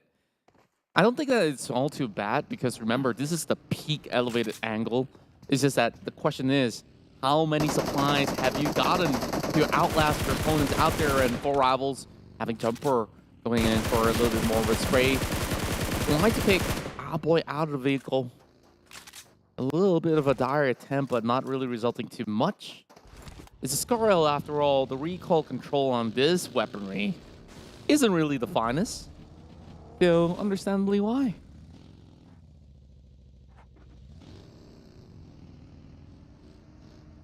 Well, let's take a look at MUGEN. One from Singapore, sunny Singapore. Not so sunny at this time. But weather's supposed to be fine right now. Sunny in Miramar, though, so I guess we could still tag it on that way. Now, they're a team who I would love to see them step up. I think they were in the first season of this whole merger between 3 different nations. I believe that, yeah, MUGEN is a name that has been around Singapore for a while. But some of the members remain intact. Some of them are from Almighty, after all. Oh, that's true, that's true. So here goes Bamburu, and down goes Bamburu. The hunter has been hunted, they say, and now he's about to show him who's boss. And that's Abby Riz with a perfectly lopped-on nade. Like, he didn't even get to see it. He's from the lower side of the hill. Great form of communication coming out of Team Bosskurr right now. And once again, 4 rivals down to 3 men. That seems to be the theme of the curse, though. Every Miramar match, right? It has to be Miramar and nowhere else. They had 1 win condition. Keep the 4th guy alive, and they failed to do even so. Yeah, Blanks now getting shot wide out in the open. He should have at least drove off. Just give him a little bit more time. Blank should not be hiding any further in there, but he couldn't really approach the dire situation as well. Look at that circle closing into Genexus once more. And there's no way to go. HYVE International, if they go further down, it's going to be Sam9 as well as SMG's territory overall. Well, meanwhile, at least HomeBois are getting a better run over onto the eastern side. So does Genexus. Well, I predicted Genexus to at least get the chicken dinner for the last map. Well, since this one is substituted with this final map, this could very well just prove me wrong. Man, you're predicting the future, so I can fault you for that remake. You could. I guess you could, as long as I'm proven right. What did I predict it again? Team Secret. Oh, too bad. Oh, you rigged it. You rigged it for me, right? Okay, I see where we're going with this, but it's going to be MUGEN taking on to Team Hawk. Loses one member throughout. Nasty can be safe right here, right now. No problem whatsoever. And pow. Pow. The sound of doom and freaking DVS. Can you imagine like the world ends tomorrow and the sound like DVS? I would be deliberately afraid. I'm sad. Like that flashes by so quickly, and like you don't even get to react and say goodbye to your loved ones. Worst way to go, but there's more to come here. Dingoz on the approach, attacking onto Team Hawk. Well, they're gonna try. Team Hawk isn't really on fire these few days here. Eita Ate takes one out. That's Zali to follow on with. Secures the kill. Damas playing by the corner. He's got 4 eyes, but he's not the courage of a lion here.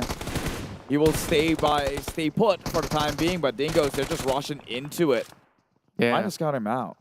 It's going to be a really tough scenario for Team Hawk, but they do get the drop onto Ate though, but blind sprays into the smoke.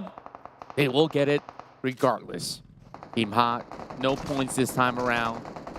Same closure for them, despite having another take. Wow, that's a huge grenade coming out of Farang Guerilla.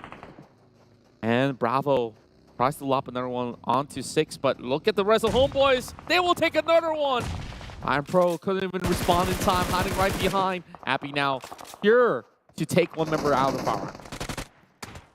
Well, one member out, but Farang, they are popping off just fine in this. After the remake, it seems like they stand a chance right now. I'm up the aggression, but they will fall on. Molix lost in that trade there, trying to place the jiggle. Where was the support fire coming from the B line? Yeah, I'm pretty sure that 6 was actually hit right there, but only somehow survives. Oh, they're going for the pickup too. This is going to be a great recovery and response. HomeBois safe by the bell, I would say. Especially with 4 rivals also cleaning up the rest of the crew from the other side of the hill. It's going to be Axis this time. On the hill of their own. But look at Genexus. They're playing turret defense. Well, you know what they say about first mover's advantage. You have a head start for the rest of the pack here, and you can just make sure no one comes in to build a taller tower. Meanwhile, Funky 2, whatever it is, will be playing behind the rocks. He kind of does have eyes on where the members of HomeBois is, and they will blow up the cart in the time being, but that kind of reveals his location. It's Kiddo. Has got the correct general vicinity, but not specifically pinpointing his location. Meanwhile, GEEK fam losing 2 members in this count. So despite the remake, they do get maybe 1 point if they can steer this one off. Micah might be more. Trying to play it 1v1, but he loses the trade. Loses it. HYVE, he's low, but still alive. Dabber will also be compromised right here. Iman lost his helmet. Going in for the save. Team Bosskurr only left with 2 guys out there. 1 member left, and at least it's going to be HYVE with that ample firepower that he has. He spots one out, not enough to trade right back. A grenade flies into his way. He'll be able to save Micah at the very least. What are they doing in the middle of the road? Well, MUGEN finally trying to go in for some aggressive maneuvers here, already losing 3 in the process. Actually 2, but that 1 member on the back end, Nasty, is in nasty shape right now. Don't think he can come in to support his members who's right by the doorstep, and it seems like they're just going to pick them off one by one, and that is MUGEN out in 11th. Now, 20 minutes of play, we already lost a lot of teams. 6 teams already out for the count. 5 kills and dominating. That's going to be some teams out there just out for blood. It's MAB that has been able to shred everybody else. HYVE still struggling to stay alive. He doesn't really have all the right gears. His helmet, his vest, all torn up. But HYVE still pushing on. There's still many of these teams left. Luyu finds another one in the form of Dingoz. Mel is already on his knees. Meanwhile, Kiddo dropping those frag grenades onto the entrance, but not going to be finding anything as of yet. Kiddo still trying to brute force his way against 4 rivals who has a 3 stack in there. HYVE now cornering them over onto the shack. And this might just be their demise with 2 players pushing right in. It's going to be GEEK fam that will step on them. That looks familiar. They went against a shed earlier on. It was SMG, but they got punished this time round. They secured that kill, so 4 points on the side of GEEK already. But MAB, 5 kills alongside with 4 rivals. Also, 6 kills actually, leading the pack in terms of elimination points, right next to Dingoz. 4 rivals still in good shape. 3 members on the table. 7-9 as well, 3 members. So they do not have the 4th member's blessing in this match alone. And they're up against MAB, who's got a 5-kill streak.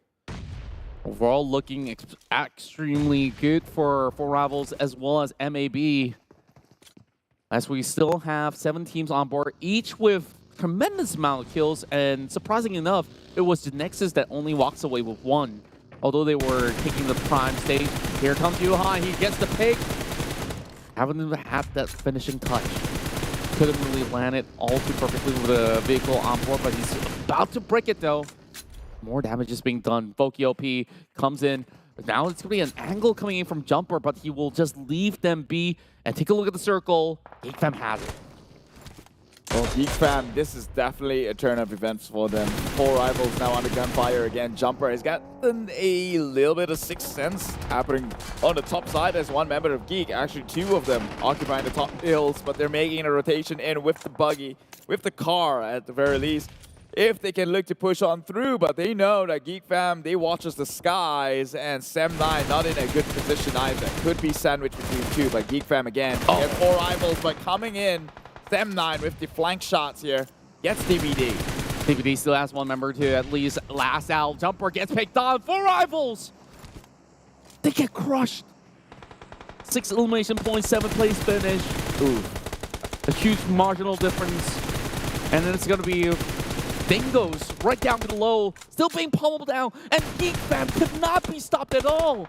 2 members versus so many other players right down the hill, and yet again, they press on the attack. Genexus steals 1 away, not really getting in the back though.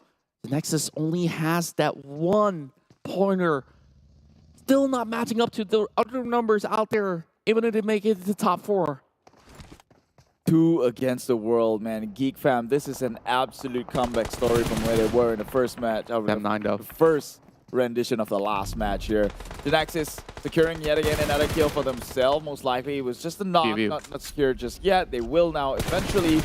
View just peering down, seeing all these pickoffs, taking it fun for themselves. Sem9 in such a sticky situation. They will take out the people who is pressing them hard on top. This could be MAB's chicken dinner as well. Just look at how well they're playing out over the hills that Genexus was dominating much early on. Once they've given up the hill, it doesn't seem like the advantage is there for Genexus anymore, even though they do have 3 members still left intact. And it's so hard for anybody to even find angles against MAB Esports. The only one that can do that right now is Sem9. But Sem9, they're too distracted by the fact that Genexus is still approaching. But the good news is now it's going to be a neutral state. That circle is in the middle of the hill, which not everybody gets access to. Actually, hold that thought, because GEEK Fam can come in from the flank side of MAB. They were already trying to make advancements towards creeping in from the side, and I think Maki kind of have got an idea that they might do so, but GEEK... Yuhai's heal again. Yeah, 10 steps ahead. He thinks he knows that MAB might expect him from the B-line, so he goes all the way on top,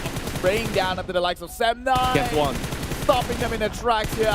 They're going down. Oh, Yuhai has got to be careful with his discipline, though. He's over-peaking a little bit, taking a little bit more than he could chew. Thankfully, he does have some bad kits. 3 more in the bag to be exact. They just Maika, OP, and Yuhai now. They can even play it defensively and just get out with, like, without murder, but with a chicken dinner. Now, Genexus, they find it hard to even climb. Yuhai this time gets picked, but thankfully, Maika is going to be on the block.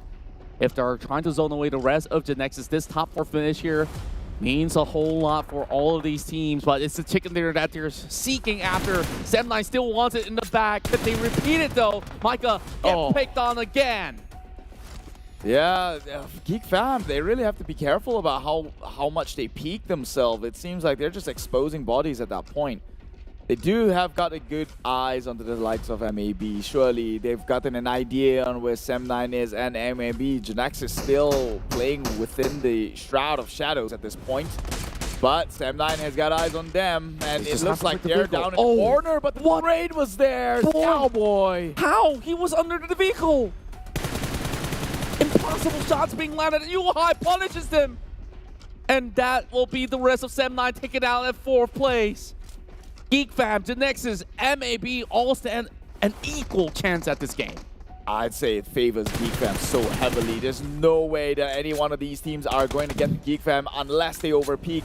They have to fight each other out. They need specifically a buggy, and a buggy just doesn't pop out of nowhere. Yeah, but they're not gonna. Yeah, exactly. So they're people down the foot. There's a buggy for they're playing for 2nd place. They're playing for 2nd place. There's just no way Genexus and MAB are looking to contest the likes of GEEK way on top. Well, Yuhai, he's about to drop it to his brother. Trajectory Micah's is doing exactly great. the same. Oh boy, thankfully that went short. Oh, but he does clip Iftar a little bit though. It didn't kill him that much, but now pops down to Molotov. They kind of have an idea. They can play the hills, but the circle did drift away from GEEK, but still they have eyes on the circle. So if they were to make a movement in it, GEEK fam is just a spray away. They can spray them down. Yeah, and it's just crazy how GEEK fam, only left with 2 players, have done crazy measures to get to this point and redeem themselves with a possible chicken dinner, and now everybody right down below the hills are just struggling to make ends meet. They're just basically hugging until Kingdom comes.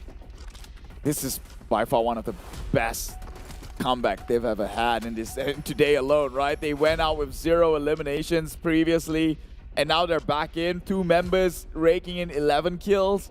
And this is on top of the 35 points they got in their first Erangel map, I believe. Oh boy. This Nexus getting picked on. Oh, Micah! And leap of faith coming in from Micah just to get so much closer.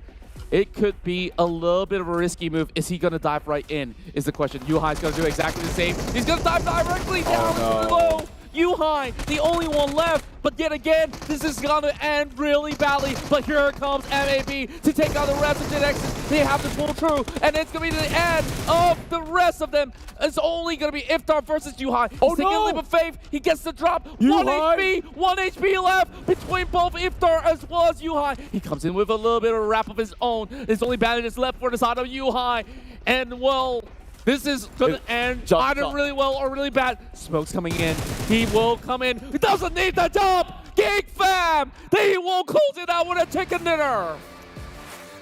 My God, what a comeback coming up from this team. This duo itself, Yuhai, Micah, OP. We know that these two are one of the best pickup GEEK fam has ever done for themselves in a single season. Coupled out with Damroot and an entire team who has been spectacularly performing. GEEK fam, they're getting away with cold-blooded murder.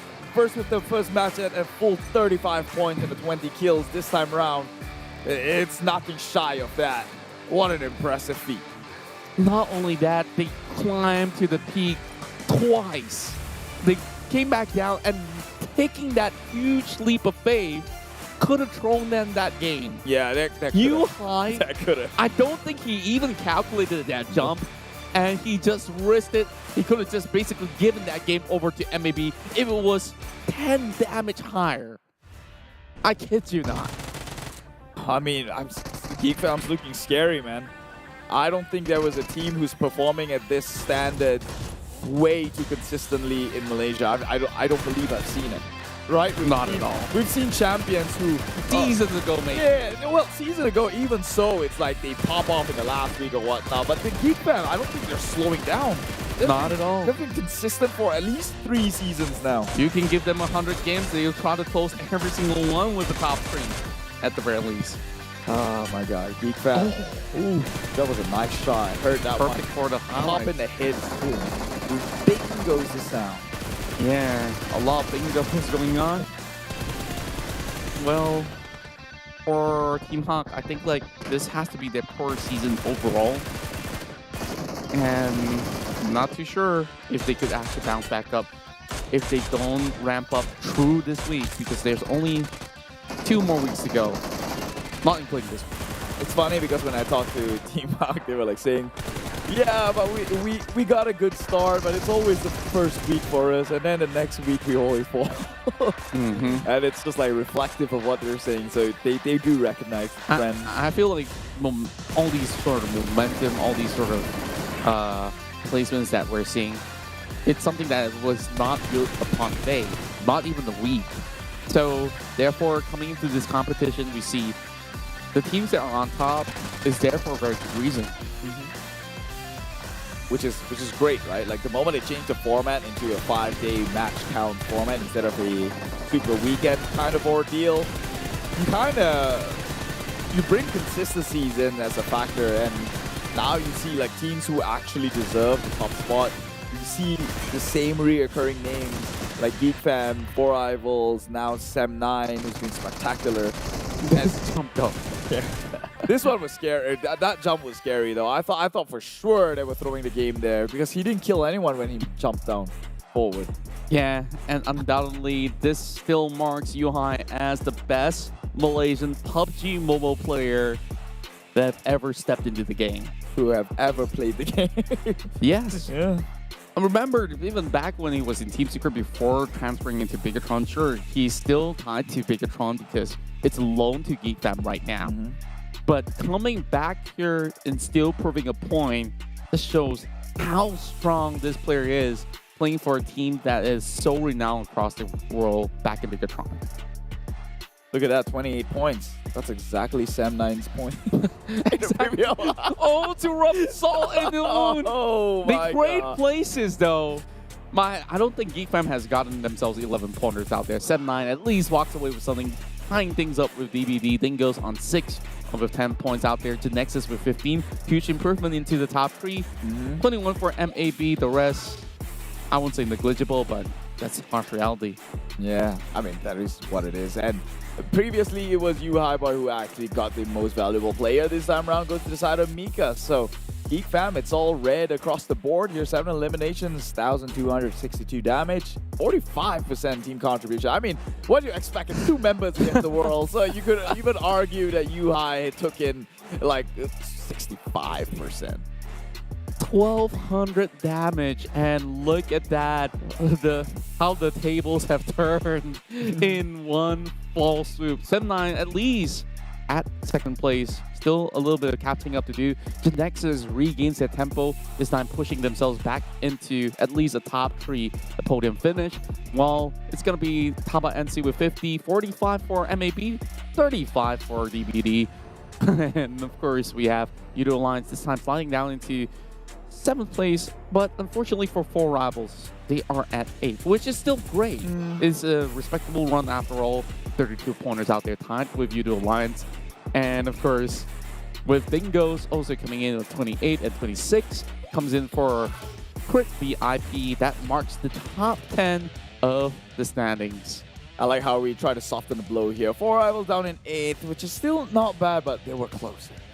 They were so much closer, indeed. They were in like 4th place earlier on, man, before this whole thing. Well, so that kind of stings a little bit, but man, all hats off to GEEK Fam. All odds were against them. I have to give them that. 2 members only left alive to play. HYVE actually clutched things up for his entire team. Got in with the res, make sure that Mika OP went online, and actually wiped out the team. I believe it was Bosskurr they were up against. Yeah, and on top of it all, just look at how much you have grown so far, not only in terms of size and, of course, age, but like... Oh, his size didn't change one bit. His hair did, at the very least, right? But overall, just look at his growth. Back then, HYVE was, sure, he was basically a machine, just instructed to order things. But when it comes down to that 2-man scenario, you kind of know that sort of experience and the frequency that he was working with Micah on, they really do go in tandem, especially, sure, whether he's IGL material or not, that is still yet to be told, but you know that he's so reliable to a point that it's just another fun day in the park. I wouldn't call that a fun day. I think it was stressful. I'm It was pretty stressful, sure not gonna lie. he was sweating when he pulled that clutch off. Especially when bullets came flying in, he got knocked as well. It's Micah twice, saved right? it. And like when he lost his 2 members. No, the second time was on Micah. I did remember he did get knocked another time. No. So it was way before that when he first lost the 2 members, right? But it's okay. It's been a long day. Why don't we just watch the replay? So that was it. Congratulations, GEEK Fam. And, well, once again, you're watching the 2022 PMPL MYSGPH Fall. Did you like how it ended for the day? Did you not? Well, let us know down in the comments. Once again, my name is Keith. This is Contra. I think we're just going to call this evening quits, right? I think so. Not too sure. So, of course, we'll just have to wait and see how everything goes about. Yeah. So, if you wouldn't like it or not, this is the way. It is a rematch, so I understand. We apologize on that behalf, but we're gonna end the evening tonight. Tomorrow, more games to look out for. Well, once again, this is the 2022 PMPL MYSGPH Fall. I'll see you with Contra 6 p.m. onwards, tomorrow onwards, for the rest of the week. Bye-bye.